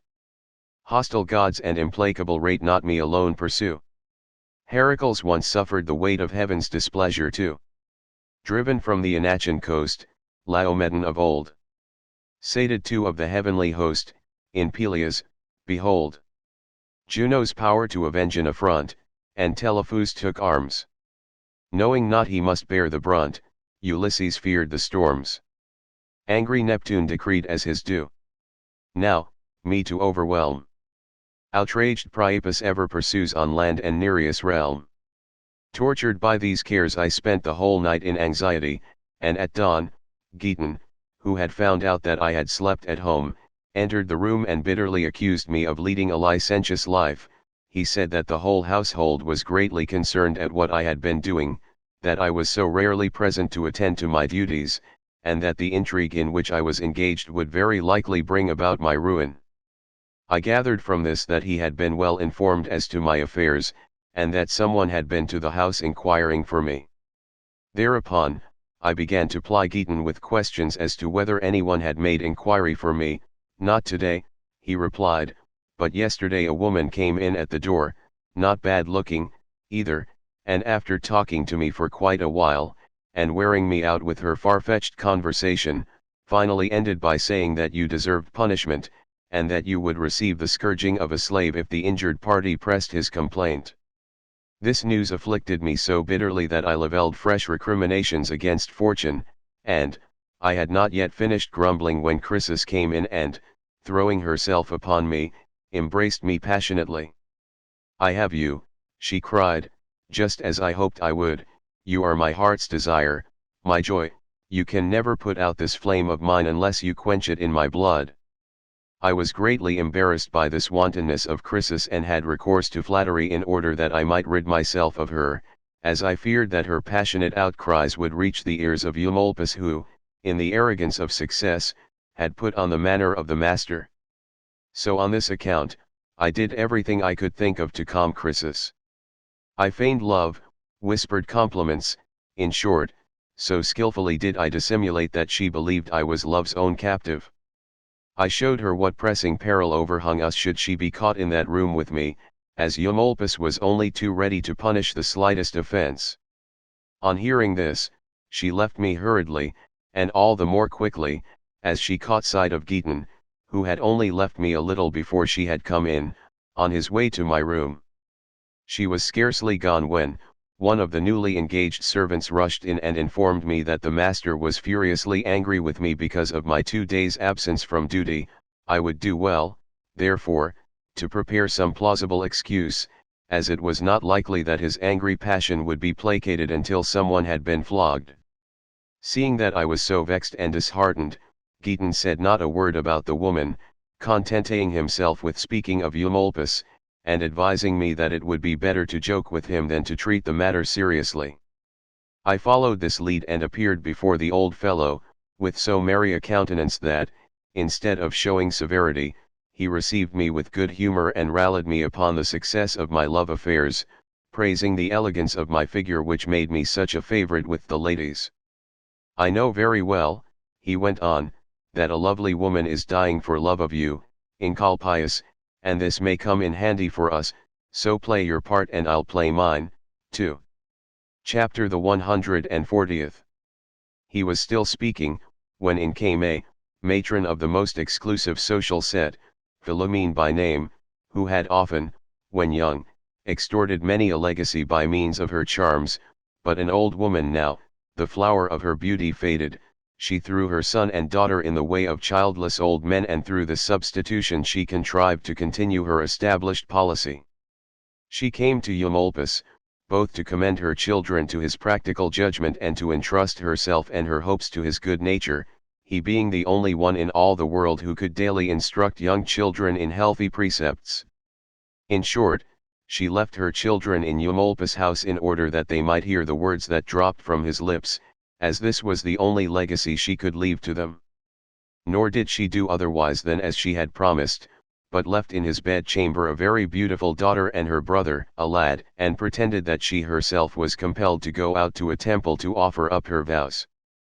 Eumolpus, who was so continent that even I was a boy in his eyes, lost no time in inviting the damsel to sacrifice to the averse of Venus, but, as he had told everyone that he was gouty and that his back was weak, and as he stood in danger of upsetting the whole farce if he did not carefully live up to the pretense, he therefore, that the imposture might be kept up, prevailed upon the young lady to seat herself upon that goodness which had been commended to her, and ordered Corax to crawl under the bed upon which he himself was lying, and after bracing himself by putting his hands upon the floor, to hoist his master up and down with his own back. Corax carried out the order in full and skillfully seconded the wriggling of the girl with a corresponding seesaw. Then, when the crisis was about due, Eumolpus, in a ringing voice, called out to Corax to increase the cadence.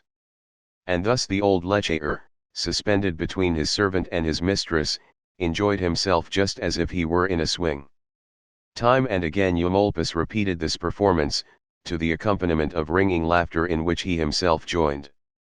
At last, fearing I might lose an opportunity through lack of application, I also made advances to the brother who was enjoying the gymnastics of his sister through the keyhole, to see if he would prove amenable to assault. Nor did this well-trained lad reject my advances, but alas! I discovered that the god was still my enemy. However, I was not so blue over this failure as I had been over those before, and my virility returned a little later, and, suddenly finding myself in better fettle, I cried out, "Great are the gods who have made me whole again." In his loving kindness, Mercury, who conducts and reconducts the souls, has restored to me that which a hostile hand had cut away. Look. You will find that I am more graciously endowed than was Protestilos or any other of the heroes of old. So saying, I lifted up my tunic and showed Eumolpus that I was whole. At first he was startled, then, that he might believe his own eyes, he handled this pledge of the goodwill of the gods with both hands. Our good humor was revived by this blessing, and we laughed at the diplomacy of Philomene and at the skill with which her children plied their calling, little likely to profit them much with us, however, as it was only in hopes of coming into a legacy that she had abandoned the boy and girl to us. Meditating upon this unscrupulous method of getting around childless old men, I began to take thought of the present state of our own affairs, and made use of the occasion to warn Eumolpus that he might be bitten in biting the biters.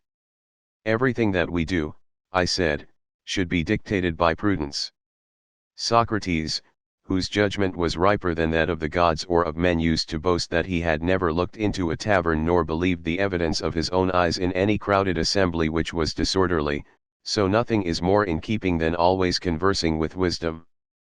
Live coals are more readily held in men's mouths than a secret. Whatever you talk of at home will fly forth in an instant. Become a swift rumor and beat at the walls of your city. Nor is it enough that your confidence thus has been broken. as rumor but grows in the telling and strives to embellish. The covetous servant who feared to make public his knowledge. A hole in the ground dug, and therein did whisper his secret. That told of a king's hidden ears, this the earth straightway echoed. And rustling reeds added that Midas was king in the story. Every word of this is true, I insisted, and no one deserves to get into trouble more quickly than he who covets the goods of others. How could cheats and swindlers live unless they threw purses or little bags clinking with money into the crowd for bait? Just as dumb brutes are enticed by food, human beings are not to be caught unless they have something in the way of hope at which to nibble. That was the reason that the Crotonians gave us such a satisfactory reception, but, the ship does not arrive, from Africa, with your money and your slaves, as you promised. The patience of the fortune hunters is worn out and they have already cut down their liberality so that, either I am mistaken, or else our usual luck is about to return to punish you. Chapter the 141st. I have thought up a scheme, replied Eumolpus, which will embarrass our fortune-hunting friends sorely, and as he said this, he drew his tablets from his wallet and read his last wishes aloud, as follows. All who are down for legacies under my will, my freedmen only excepted, shall come into what I bequeath them subject to this condition, that they do cut my body into pieces and devour said pieces in sight of the crowd, nor need they be inordinately shocked, for among some peoples, the law ordaining that the dead shall be devoured by their relatives is still in force, nay, even the sick are often abused because they render their own flesh worse. I admonish my friends, by these presents, lest they refuse what I command, that they devour my carcass with as great relish as they damned my soul. Eumolpus had just started reading the first clauses when several of his most intimate friends entered the room and catching sight of the tablets in his hand in which was contained his last will and testament, besought him earnestly to permit them to hear the contents. He consented immediately and read the entire instrument from first to last. But when they had heard that extraordinary stipulation by which they were under the necessity of devouring his carcass, they were greatly cast down, but, his reputation for enormous wealth dulled the eyes and brains of the wretches, and they were such cringing sycophants that they dared not complain of the outrage in his hearing.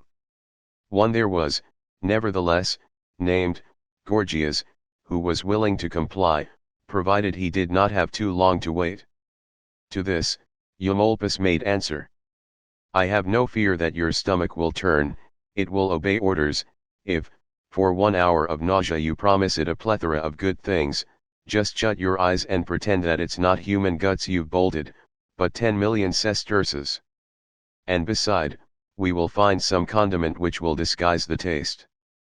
No flesh is palatable of itself, it must be seasoned by art and reconciled to the unwilling stomach. And, if you desire to fortify the plan by precedents, the Saguntines ate human flesh when besieged by Hannibal, and they had no legacy in prospect. In stress of famine, the inhabitants of Pedalia did the same and gained nothing from the diet except that they were not hungry. When Numantia was taken by Scipio, mothers, with the half-eaten bodies of their babes in their bosoms, were found. Therefore, since it is only the thought of eating human flesh that makes you squeamish, you must try to overcome your aversion, with all your heart, so that you may come into the immense legacies I have put you down for. So carelessly did Eumolpus reel off these extravagances that the fortune hunters began to lose faith in the validity of his promises and subjected our words and actions to a closer scrutiny immediately. Their suspicions grew with their experience and they came to the conclusion that we were out-and-out grafters, and thereupon those who had been put to the greatest expense for our entertainment resolved to seize us and take it out in just revenge, but Chrysis, who was privy to all their scheming, informed me of the designs which the Crotonians had hatched, and when I heard this news, I was so terrified that I fled instantly, with Giton, and left Eumolpus to his fate. I learned, a few days later, that the Crotonians, furious because the old fox had lived so long and so sumptuously at the public expense, had put him to death in the Massilian manner. That you may comprehend what this means, know that, whenever the Massilians were ravaged by the plague, one of the poor would offer himself to be fed for a whole year upon choice food at public charge, after which, Decked out with olive branches and sacred vestments, he was led out through the entire city, loaded with imprecations so that he might take to himself the evils from which the city suffered, and then thrown headlong, from the cliff.